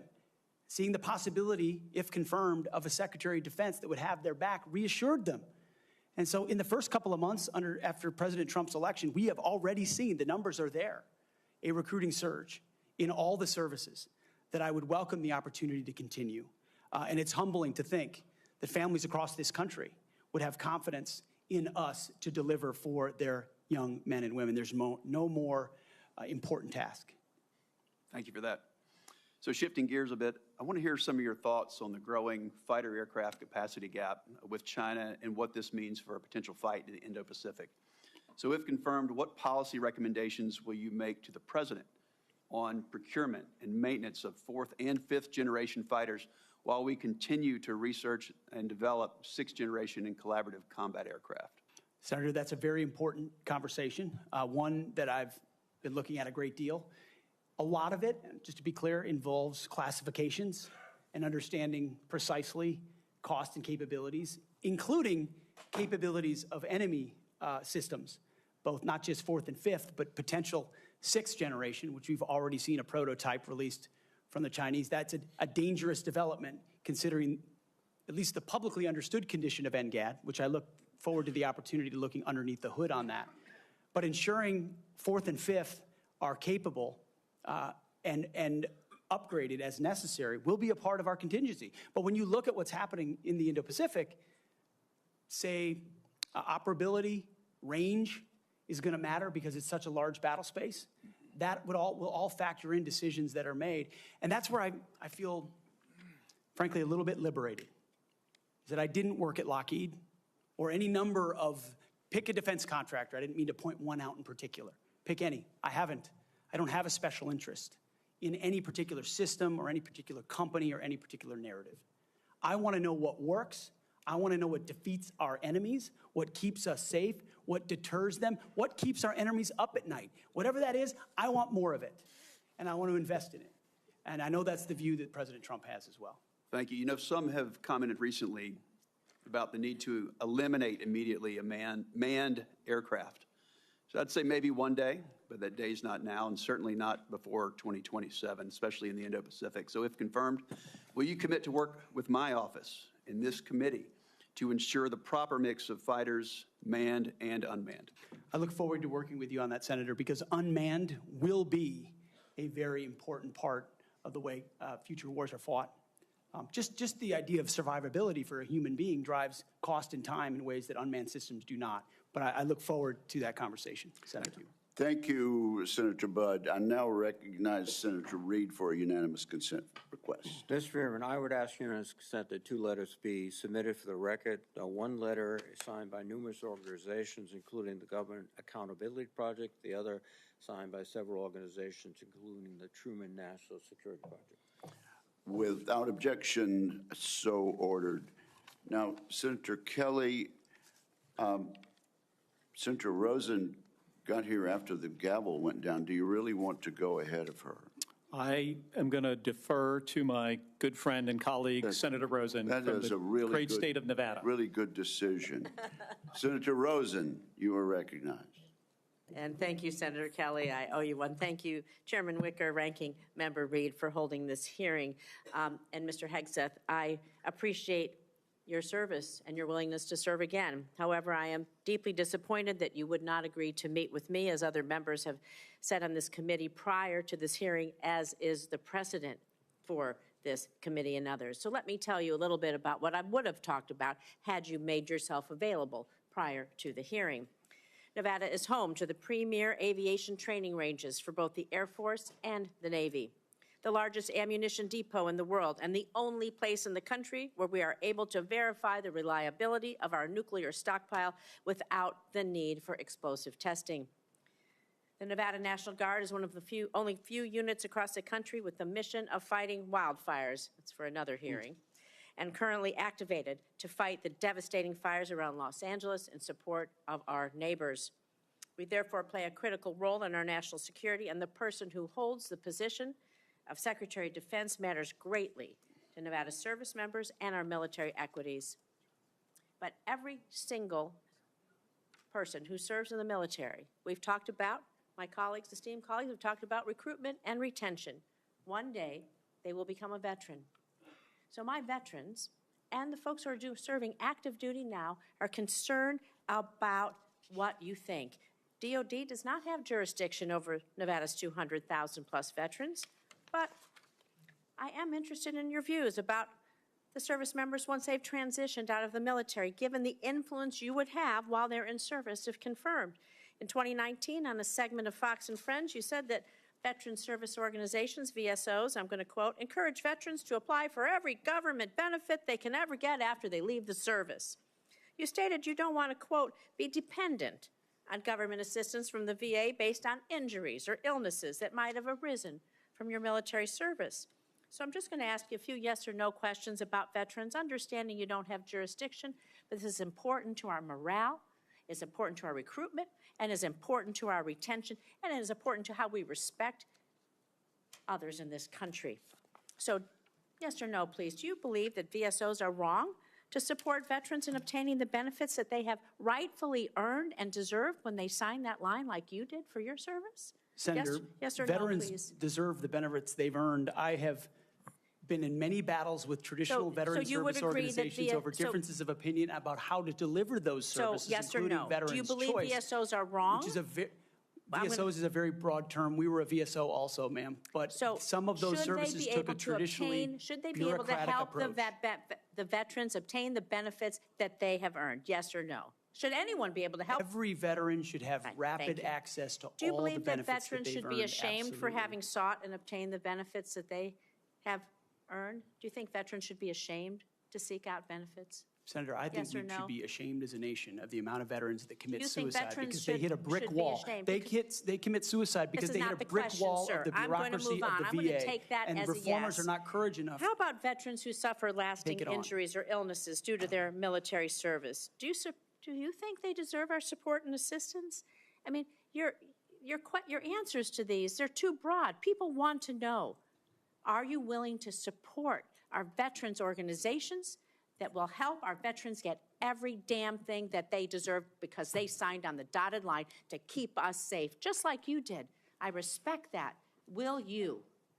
Senator, with all due humility, I don't know that there's anyone in this room over the last 20 years that have worked harder to ensure that our veterans are taken care of. It has been a passion of my life alongside with so many on this dais to make sure that veterans receive, and it is a recruiting crisis. But you've said that veterans are dependent on the government. They don't You've want said veterans are sons and daughters dependent to on the join. government. Do you believe that veterans getting these benefits are dependent on the government? Or do you believe it's a benefit they've earned and deserved through their service? It's a Are they benefit they've dependent? earned and a hand up to But the these next are your chapter of their words life. then. So you have again Absolutely. changed your position. Where you believe the veterans are dependent, now you believe they've earned and deserved it. I just think it's disrespectful to change that position. These are benefits that people may need throughout their life and may not know when they need them or how they're going to need them, and they need to be there when they do. Thank you. I'm going to move on to my next question. America's role in the world. Our alliances, the threats America's facing, they're serious, they're wide-ranging, from China to Russia to Iranian-backed terrorism. So do you agree with the National Defense Strategy that the U.S. cannot compete with China, Russia, and their partners alone, and certainly cannot win a war that way? And this is a quote from the National Defense Strategy. Is your interpretation that American first foreign policy is America alone? Does that include abandoning our allies and partners such as NATO, Taiwan, Israel, and others? And if we can't win alone and we don't strengthen our strategic partnerships, I would say that position, your position, places on a strategic path to lose to our adversaries. So maybe you're okay with choosing that path for America. I want to know how you square that position with the positions you articulated in your book, where you wrote that NATO is at relic, at best a distraction, and should be scrapped and remade. Are you okay with sending us down a path where we can't win? Senator, the world has had, our friends in the world have had no better ally. Our allies and partners have had no better friend than President Donald Trump, who's reinvigorated a NATO alliance, who's stood behind Israel in every way, in ways this administration has not. He has ensured that the NATO alliance has become far more robust. He worked with allies in the Pacific as well. Is Donald Trump going to stand behind Ukraine? Are you going to stand behind Ukraine? You say he's the strongest president. President-elect Trump said he will end the war in Ukraine before he takes office. Okay, it's less than a week before he's inaugurated, to the best of your knowledge. Do you have knowledge of a plan that he's going to use to rapidly end the war with Ukraine? Do you believe it's feasible, that it does not make unacceptable concessions to Vladimir Putin, who is a brutal dictator?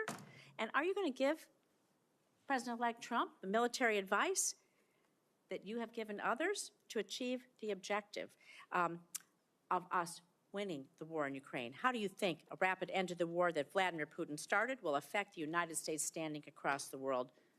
Senator, I will always give clear guidance, best guidance to the President of the United States on matters like that. Do you think that if we concede to Vladimir Putin that will hurt our credibility with our allies and partners? And do you not believe that our adversaries are watching? Perhaps you can take that for the record, Mr. Hegseth. Senator Schmidt.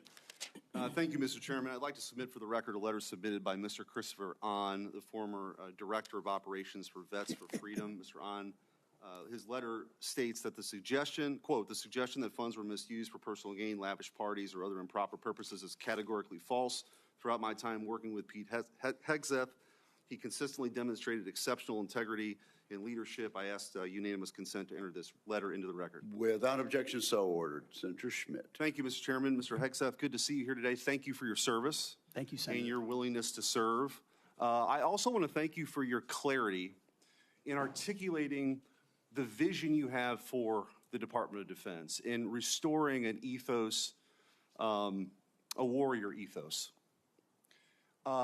which is in stark contrast to the ethos we've seen the last 4 years, which is of weakness and wokeness. And I want to drill down on a few things specifically and exactly how we've gotten to where we've gotten with recruiting and morale. DEI. There's been a little bit of discussion about this, but for those watching at home, DEI is not about giving everybody opportunity. It is rooted in cultural Marxism.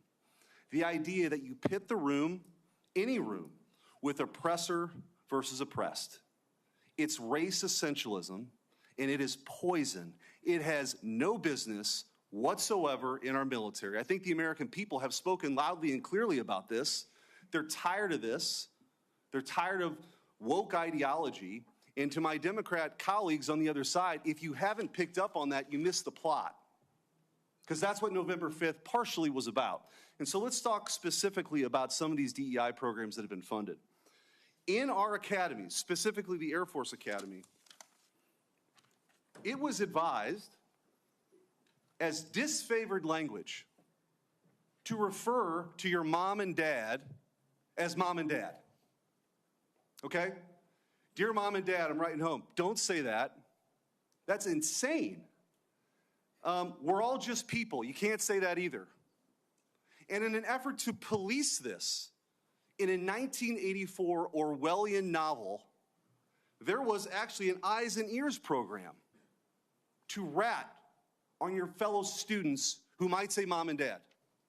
Or just say, in a tough situation, you know what, we're all just people. Can't say that.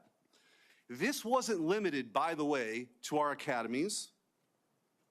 The Secretary of the Air Force, our current Secretary of the Air Force, in a memo from August of 2022, thought we had too many white officers, advocated for quotas. And if you crunch the numbers, that meant that 5,800 white officers who've worked really hard should be fired. In the United States of America, I don't know how we got here. And by the way, the Air Force isn't alone here. The Navy sort of touted a drag queen influencer. This stuff is insane. And people wonder why recruiting has dropped off. And let me just go through a few numbers, then I want to get your comments on how we fix this, because it's gone completely off the rails. In 2022, the Army missed their recruiting goal of 60,000 soldiers by over 15,000. In 2023, the Navy missed their recruiting goals by over 7,000. In 2022, the Air Force couldn't meet their standards, their numbers, even though they lowered their standards. They've lowered their standards to meet numbers they still can't get to. Mr. Hegseth, we got to fix this. I think what you've demonstrated today is that you have the talent and the ability and the desire to fix it. How are you going to fix it? Well, Senator, thank you for the question. First and foremost, up front, you have to tear out DEI and CRT initiatives, root and branch out of institutions. 100%. And then you have to put in Army, Navy, and Air Force secretaries and others, civilian positions at the helm, who are committed to the same priorities that the President of the United States is, and if confirmed, the Secretary of Defense will be. Send a clear message that this is not a time for equity. Equity is a very different word than equality. Equality is the bedrock of our military.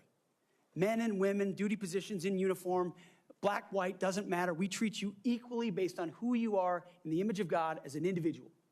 And we all get the same bad haircuts. You're not an individual, you're part of a group. Equity prescribes some sort of an outcome based on differing attributes that we have that divide us. What skin color are you? What gender are you?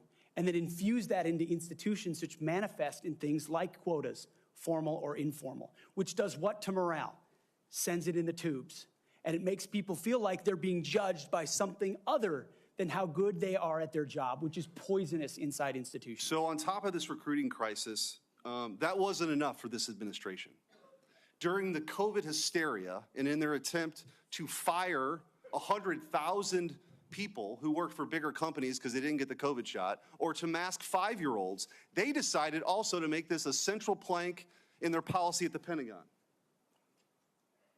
8,000 well-trained, so we got a recruiting crisis, 8,000 Well-trained men and women were fired. Were fired. Will you commit today, Mr. Hegseth, to recruit these folks back, to give them back pay, and give them an apology from the United States government for how they were disrespected? Senator, I will commit to this because the Commander-in-Chief has committed to this, that not only will they be reinstated, they will receive an apology, back pay, and rank that they lost because they were forced out due to an experimental vaccine. Thank you, and I'm a limited time, but I just want to say, for all the talk of experience and not coming from the same cocktail parties that Permanent Washington is used to, you are a breath of fresh air. And again, if you weren't paying attention to what this election was all about, it was about the disruptors versus the establishment. And the American people have had enough of business as usual for the same people that we line up for these same jobs who give us the same results. We need somebody who's going to go in there and fight for innovation, fight for change. I think you're that person, and I appreciate your willingness to sit here and listen to some of these undignified attacks. It's ridiculous. Thank you. Captain Mark Kelly, you're recognized. Thank you, Mr. Chairman. Congratulations on your chairmanship. I want to make a request to the committee that we have a second round of questions. Pursuant to the bipartisan staff agreement that we reached late last year, this will be one round of 7-minute questions. All right. Thank you. Thank you, Mr. Chairman. I'll be happy to recognize my colleague, Mr. Reed. I think it's important to note for the record that when Secretary Hagel was here, we had 3 rounds of questioning. When Secretary Carter was here, we had 2 rounds of questioning. And I cannot recall any time where I have denied, as the chairman, a member to ask for a second round and receive the second round. So we are, I think, violating the principles of the committee, and I just want to go on the record. And your comment is noted. Thank you. Mr. Hegseth, thank you for being here today. Thank you for your service to this country. Thank you, Senator. Few nominees come into this room with all the necessary experience to do this job, to be Secretary of Defense. We get that. It's a reflection on just how big of a job this is. What I want to understand is whether or not you bring any of the necessary experience that this job requires. And here's where I'm concerned. Senator Coleman, in introducing you, and this is a quote, he said, "He has struggled and overcome great personal challenges," unquote. You walk in here saying that you've had personal and character issues in your past, including heavy drinking, which you wrote about. And you said, and this is a quote from you, that you said, "I sit before you as an open book." Yet you haven't actually said what personal challenges it is that you've overcome when you've been asked about them. So I'm going to give you an opportunity here to be as forthright as you say you want to be. So while leading Concerned Veterans of America, there were very specific cases cited by individuals about your conduct. I'm going to go through a few of them, and I just want you to tell me if these are true or false. Very simple. On Memorial Day 2014, at a CVA event in Virginia, you needed to be carried out of the event for being intoxicated. Senator, anonymous smears. Just true or false? Very simple. Summer of 2014 in Cleveland, drunk in public with the CVA team. Anonymous smears. I'm just asking for true or false questions, true or false answers.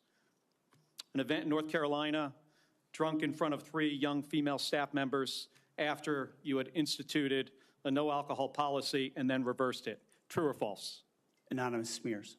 December of 2014 at the CVA Christmas party at the Grand Hyatt at Washington, D.C., you were noticeably intoxicated and had to be carried up to your room. Is that true or false? Anonymous smears. Another time, a CVA staffer stated that you passed out in the back of a party bus. Is that true or false? Anonymous smears. In 2014, while in Louisiana on official business for CVA, did you take your staff including young female staff members, to a strip club? Absolutely not. Anonymous smears. So is it accurate that the organization reached a financial settlement with a female staffer who claimed to be at a strip club with you, and there was a colleague who attempted to sexually assault her? Was there a financial settlement? Senator, I was not involved in that. I don't know the nature of how that played out.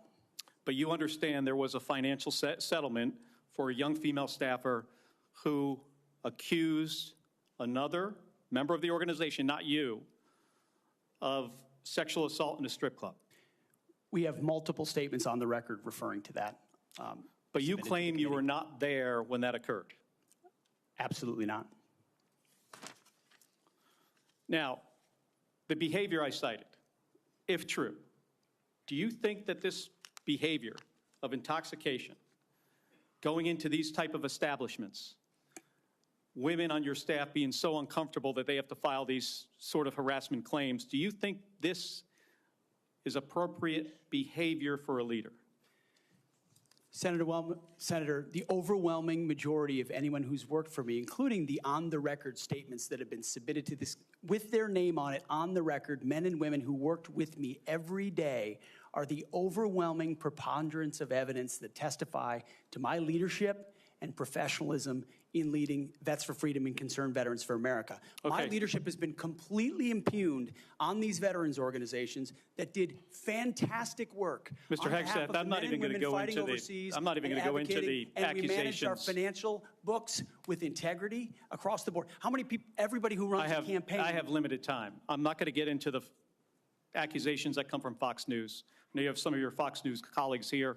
There were multiple instances of accusations against you about drinking on the job. All anonymous, all false, all refuted by my colleagues who I worked with for 10 years at 6 a.m. to 9 p.m. and everything. The challenge here for me, Mr. Hegseth, only seen me be professional is when there is discussion about personal challenges, and you admittedly had issues with heavy drinking.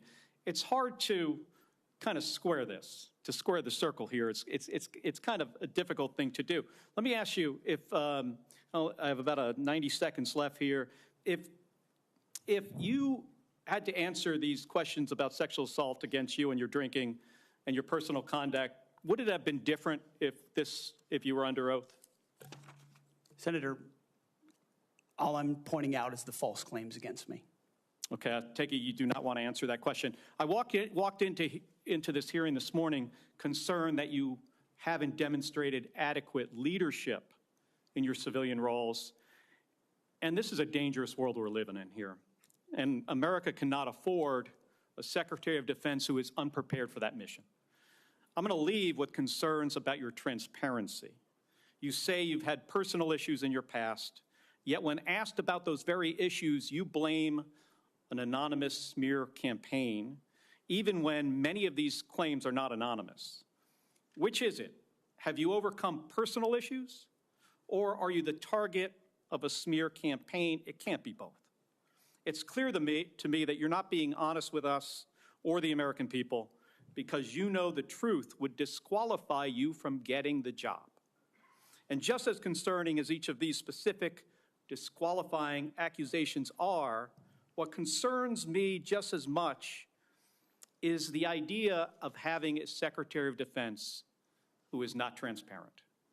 Thank you, Mr. Chairman. I yield back my 2 seconds. Thank you, Senator Kelly. I would, at this point, ask unanimous consent to introduce into the record letters by Tina Kingston, Louisiana State Director of Concerned Veterans for America, and Holly Talley, Louisiana Local Director of Concerned Veterans for America, attesting to the appropriateness of Mr. Hegseth's conduct with regard to female staffers. Without objection, that is added to the record.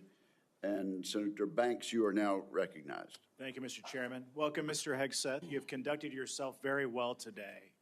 In fact, so well that I believe it's incumbent upon this committee to confirm you ASAP, to get you on the job, to clean up the mess that we have at the Pentagon ongoing at this moment because of the leadership there over the last 4 years that's failed us.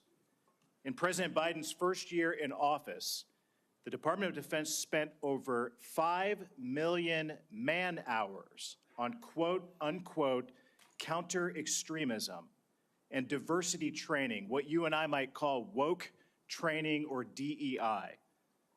The administration has refused to provide us any more recent data than that first year, but we know that it's exponentially more man-hours wasted on DEI over the last 4 years. And I wonder, what do you make of that? What could those 5 million man-hours in that first year of Secretary Austin and President Biden's administration, what could those 5 million man-hours have been used for?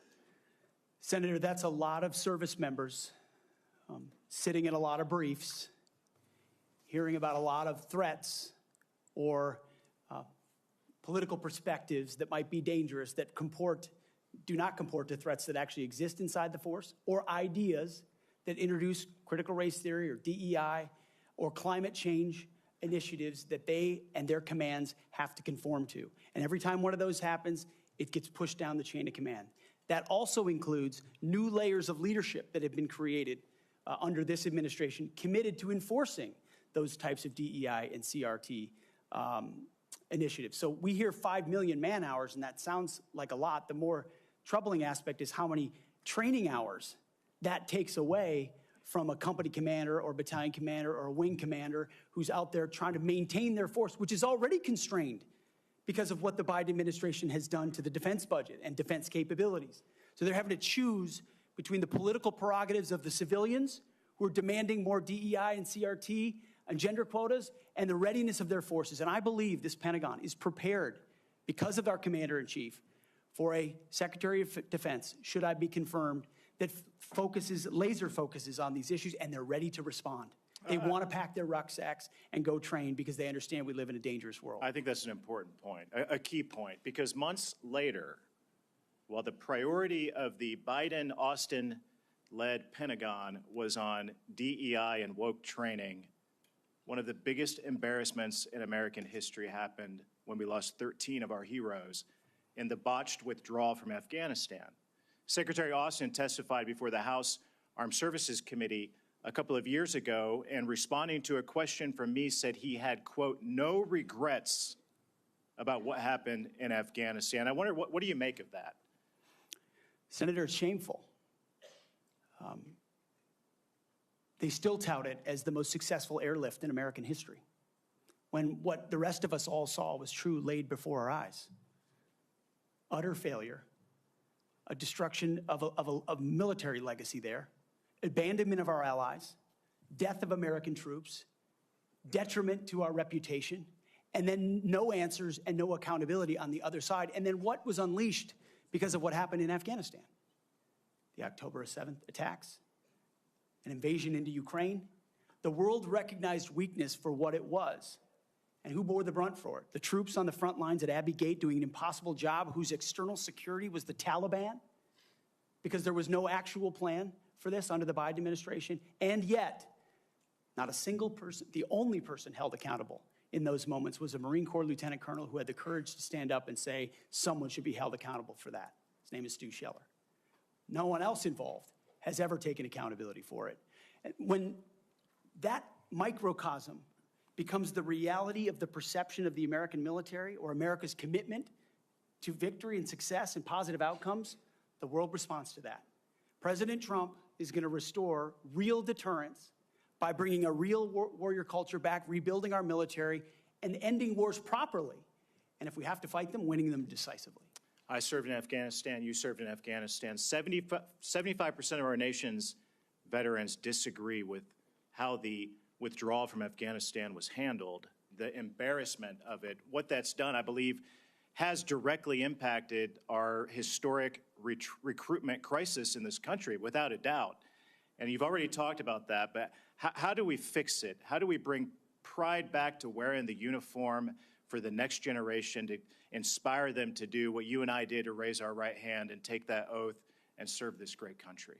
I really do think it comes back to strong, clear leadership, patriotic, pro-American leadership that says we're not going to focus on all the other political prerogatives. That's why we all have political perspectives. I said this before and I'll say it again.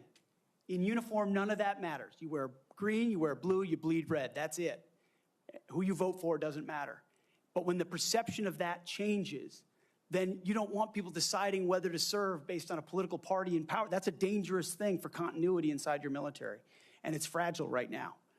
President Trump, and if I'm confirmed with my leadership, we're going to restore the continuity of an apolitical military that acts decisively and only based on merit. They sound basic, but they're fundamental. You and I agree that wokeness is weakness. Mr. Hegseth, do you support racial quotas in recruitment or promotions in the United States military? Senator, I do not support any form of racial quota. Do you support affirmative action in our nation's military academies? Senator, I only support hiring and promoting and admitting the best and brightest, whatever their background is. I think that's very important. Mr. Hegseth, Lloyd Austin, the secretary, later went AWOL. He disappeared for days and never told the president, didn't even inform the president's chief of staff that he was going into the hospital. Would that ever occur on your watch? No, Senator. I know in any one of my jobs, if I had decided to go AWOL for even a day or two in uniform or around that, that would have been a concern. I believe accountability matters. No one to this day has ever, as you've said, been held accountable for what happened in Afghanistan. It was embarrassing to this country. It's impacted this country greatly. And I applaud you and President Trump for bringing accountability back to our Pentagon. With that, I yield back. Chair recognizes the distinguished ranking member for a unanimous consent request. Mr. Chairman, I would like to submit an article discussing some of the issues of readiness and DEI. There has been a comment that 5.9 million man-hours have been used for DEI. General Miley clarified that that is an estimate out of more than 2 billion man-hours that the Department of Defense invested during the time period. Where is this published, sir? This is published by Megan Myers, and I will get the okay. Military.com, I'm sorry. Without objection, it will be admitted to the record. And Senator Slotkin, welcome to the committee. Thank you. Thank you, Senator, and thank you for referencing the great Carl Levin as you introduced me. We miss him in Michigan. For those who I haven't met in my 1 week that I've been sworn into the Senate, I'm a CIA officer recruited after 9/11. I did 3 tours armed in Iraq alongside the military and have worked for 4 different secretaries of defense, both Democrat and Republican, proudly, and watched them make decisions that literally determine the life and death of Americans in the dark of night. I'm also a Democrat representing a state that Trump won, right? We both won on the same ballot. So I understand that President Trump has the right to nominate his people.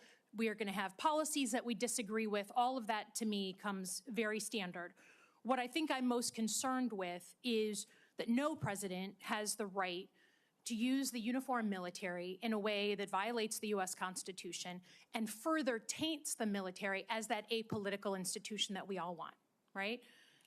And our founders designed the system so that, we had posse comitatus, that we weren't going to use active duty military inside the United States and make American citizens potentially scared of their own military. We went through our own experience with that with the British.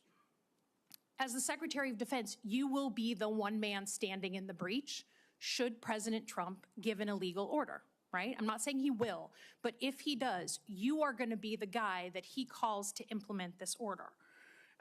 Do you agree that there are some orders that can be given by the Commander-in-Chief that would violate the U.S. Constitution? Senator, thank you for your service.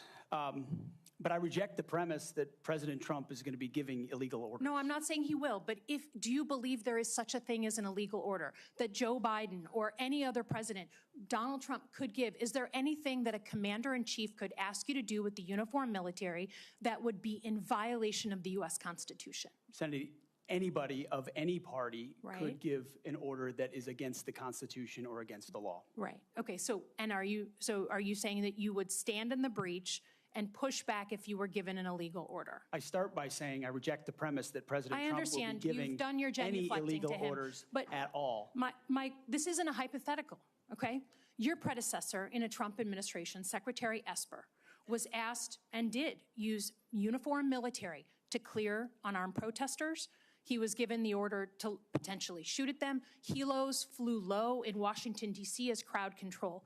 He later apologized publicly for those actions. Was he right or wrong to apologize? Senator, I was there on the ground. And I saw the I understand, helo and I myself. respect that. I've been there. But you're I about understand to the be level the of threat Secretary of Defense. that was involved in that moment. I Was also he right understand to? So he was legality and the Constitution. Sir, was he right and the or laws of wrong what you to have. apologize? I'm not going to put words in the mouth of Secretary Esper or No, anybody else. from he this said them podium. himself. You don't have to. What are you scared of?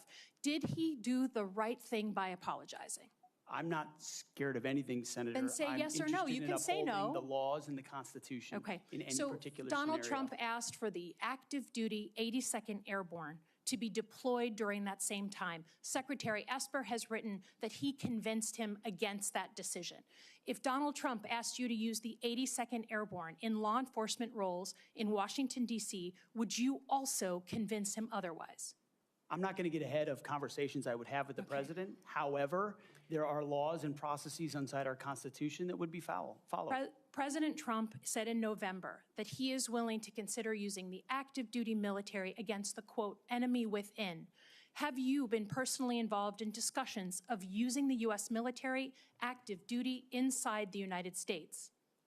Senator, I'm glad we finally got to the topic of border security equaling national security because it's been abdicated and ignored for the last 4 years. That wasn't my question. I'm just asking, have you been involved? You're about to be the Secretary of Defense, potentially. Have you been involved in discussions about using the active duty military inside the United States? Senator, I am not yet the Secretary of Defense. Right. I'm if just confirmed, I would be party to any number of So you conversations. haven't been in any of these which conversations? I would not reveal what I have discussed with the President of the United States. Just have you been in conversations? You're going to be in charge of 3 million people. The active duty that I know you care about, I believe you care about. So have you been in conversations about using the active duty in any way? Whether it's setting up in detention camps, policing dangerous cities, have you been involved in any of those conversations? Certainly, I have been involved in conversations relating to doing things this administration has not, which is secure the southern border and not allow floods of illegals to enter our country through an invasion that threatens the American people. And there are ways in which the military is already playing a role in that, to include 5,000 National Guardsmen from Indiana and Texas. We're at the border right now, allowing for border security. So there is plenty of precedent duty military for military to members staff detention our southern centers? border. Our U.S. military is not trained in law enforcement roles. I think you know that, right? We've seen how that mission is difficult for them in places like Iraq and Afghanistan because that's not the training a uniformed military comes with.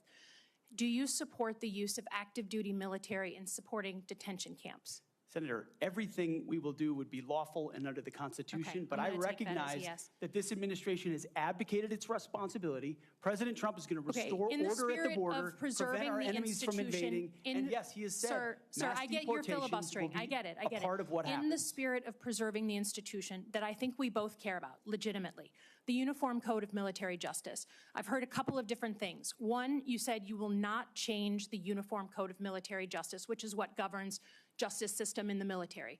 Yes or no? You said that earlier. Those are I'm just laws, confirming. Senator, set by Congress. Okay, so you will not go to change it. You will not attempt to change it. You also said that JAG officers are potentially people who put their own interests in their own medals and promotions ahead of the troops. Senator Lindsey Graham was a JAG officer for most of his life. Is that what you believe about those who implement our justice system in the U.S. military? Senator, I was speaking about particular JAG officers I've had to deal with in my military experience, Are you going to get not involved? about a member of the United States Senate. Are you, as Secretary of Defense, going to get involved in the implementation of the U.S. Military Code of Justice? Senator, ultimately, it will be a big part of my job to evaluate decisions vis-a-vis the Uniform Code of Military Justice. Yes. Have you seen is CQ Brown on your list in the Warrior boards to be removed from his position? Senator, Every single senior officer will be reviewed based on meritocracy, standards, lethality, and commitment to lawful orders they will be given. Thank you, Senator Slotkin. I now recognize Senator Shaheen for a unanimous consent request. Thank you, Mr. Chairman. I have a request from a former general who served 35 years, Dennis Leitch, who most recently was commander of the 94th Regional Readiness Command at Fort Devens, Mass., who has asked that his letter opposing Mr. Hegseth's nomination be entered into the record. Is there objection? Without objection, it will be entered. Also, I present a host of letters and op-eds from former co-workers at Vets for Freedom and Concerned Vets for America, as well as Fox News Channel. I also have letters and op-eds from many veterans and Iraqis and Afghanis who were helped by Mr. Hegseth. I ask unanimous consent to introduce these letters and op-eds. Without objection, is so ordered. Senator Sheehy, you've been very patient. Thank you, Mr. Chairman. Entering a support letter in for Mr. Hegseth, submitted by nearly 90 former soldiers who served with Pete in combat. I would like to submit a statement from 86 of them who support his nomination, although they come from different units and ranks. The signatories commend Mr. Hegseth for his selfless leadership, love of his soldiers, and commitment to our country. 2 items. Sorry, 1 item. I ask unanimous consent to enter this. Without objection, it will be entered. Thank you, Mr. Chairman. Pete, I'm actually going to ask you questions because I want to hear your answer. How many genders are there? Tough one. Senator, there are 2 genders. I know that well. I'm a Sheehy, so I'm on board. What is the diameter of the rifle round fired out of an M4 A1 rifle? That's a 5.56. How many push-ups can you do? I did 5 sets of 47 this morning. What do you think our most important strategic base is in the Pacific? In the Pacific, Guam is pretty strategically significant. How many rounds of 5.56 can you fit into the magazine of an M4 rifle? Depends on the magazine, but standard issue is 30, Senator. And what size round does the M9 Beretta standard issue sidearm for the military fire? A 9mm, Senator. What kind of batteries do you put in your night vision goggle? Duracell. So right there, you're representing qualifications that show you understand what the warfighter deals with every single day on the battlefield. You understand what happens on the front line where our troops will be. And what happens, unfortunately, in this country is decisions made in rooms like this, bad decisions, end up in dead 17, 18, 19-year-old Americans. And those Americans rarely come from families that sit in rooms like this. They come from lower, middle-income families who sometimes the military is their only way out. And they join because maybe they want to go to college. Maybe they had no other choice. Maybe they love this country. But for whatever reason, they joined and they sat on the dotted line. And when people like us screw up, they don't come home. And that's the one thing that I care about. As you remember when I shut the door, when you came with your entourage, Senator Coleman, I've known for a long time, and you and I sat together, asked you one question. You remember what that question was? Are you going to have the backs of the warfighters? Exactly. What is going to be your number one priority? And I don't care, frankly, what all these letters and articles say. I've been a part of a smear campaign too. I get it. I care that you're going to have one thing in mind when you sit in that chair in that 5-sided building. And you told me what that was. So with that, you have my support. I'm sorry you have to go through a process like this, but it is one of the most important jobs in the world. We got to make sure you're ready for it. I thank you for your answers. I got one final question that's very important to me. This is more of a technical question, but I think it's to fix the Army in this country is a 1 or 2 year problem. We can make bullets, we can make rifles. Fix the Air Force might be a 5-year problem. To fix our Navy is a decades-long pursuit. How are you going to fix our national? You don't have all the power. We're not China. Unfortunately, you can't snap your fingers. But how are you going to lead an initiative within the DoD to reinvigorate our national shipbuilding industry so we are able to compete with China, because freedom of navigation is critical to our economy and the global economy. It's going to be a very important task for you to complete.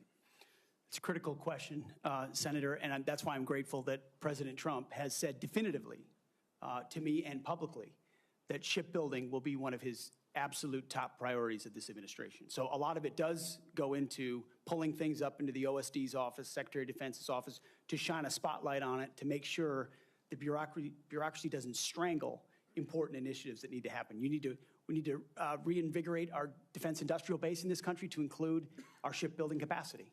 Some of it is on the east, some of it's on the west, some of it's on the Great Lakes. The workforce problems that our shipyards are facing are significant, and there's been a big investment from this committee, I know, in a lot of those places because of the shortfalls, manpower issues, everything else. We also see adversaries that have been able to innovate themselves in ways that their shipbuilding capacity is, I won't reveal it at this hearing, multitudes and multitudes beyond our capabilities. So it needs to be a rapid investment, a rapid fielding, and then we need to incentivize outside entities to fill the gap. We talk a lot about UAVs. UAVs are very important, but there's also a future of UUVs, unmanned underwater vehicles, that will be a part of amplifying the impact of our Navy, because this administration has allowed our number of ships to drop below 300. It sets a projection of 340 or 350, but doesn't create the capacity to actually address it. And so if we're going to defend our interests, our allies, and put America first, we're going to have to be able to project power. That means shipbuilding. It means historic investments in our defense industrial base there. And then also driving innovation and cost savings in ways that only business leaders inside the Pentagon can do. When I'd add, I don't think any board in the world would have hired Steve Jobs or Elon Musk or Mark Zuckerberg when they founded their companies either. So this country was founded by young people who had a great vision. Thank you for being willing to serve your country again. And thanks for coming here today. I yield back, Chairman. Thank you, Senator Sheehy. You yield back the balance of your time. Mr. Ranking Member, can we agree that you and I will notify members of a specific time until which the record will remain open for submission of questions for the record? Yes, Mr. Chairman. That will be a day or two. This concludes today's hearing. I want to thank the witnesses and their families, and this hearing is adjourned. Thank you. Thank you.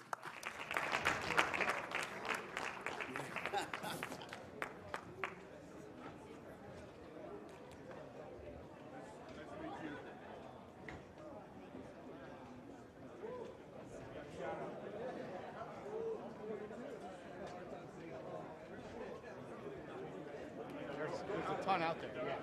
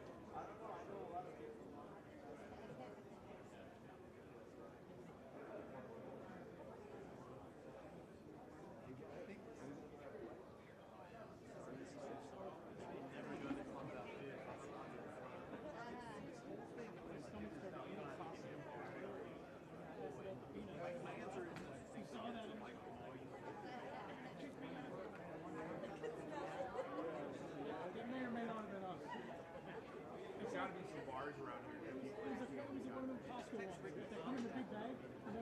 here.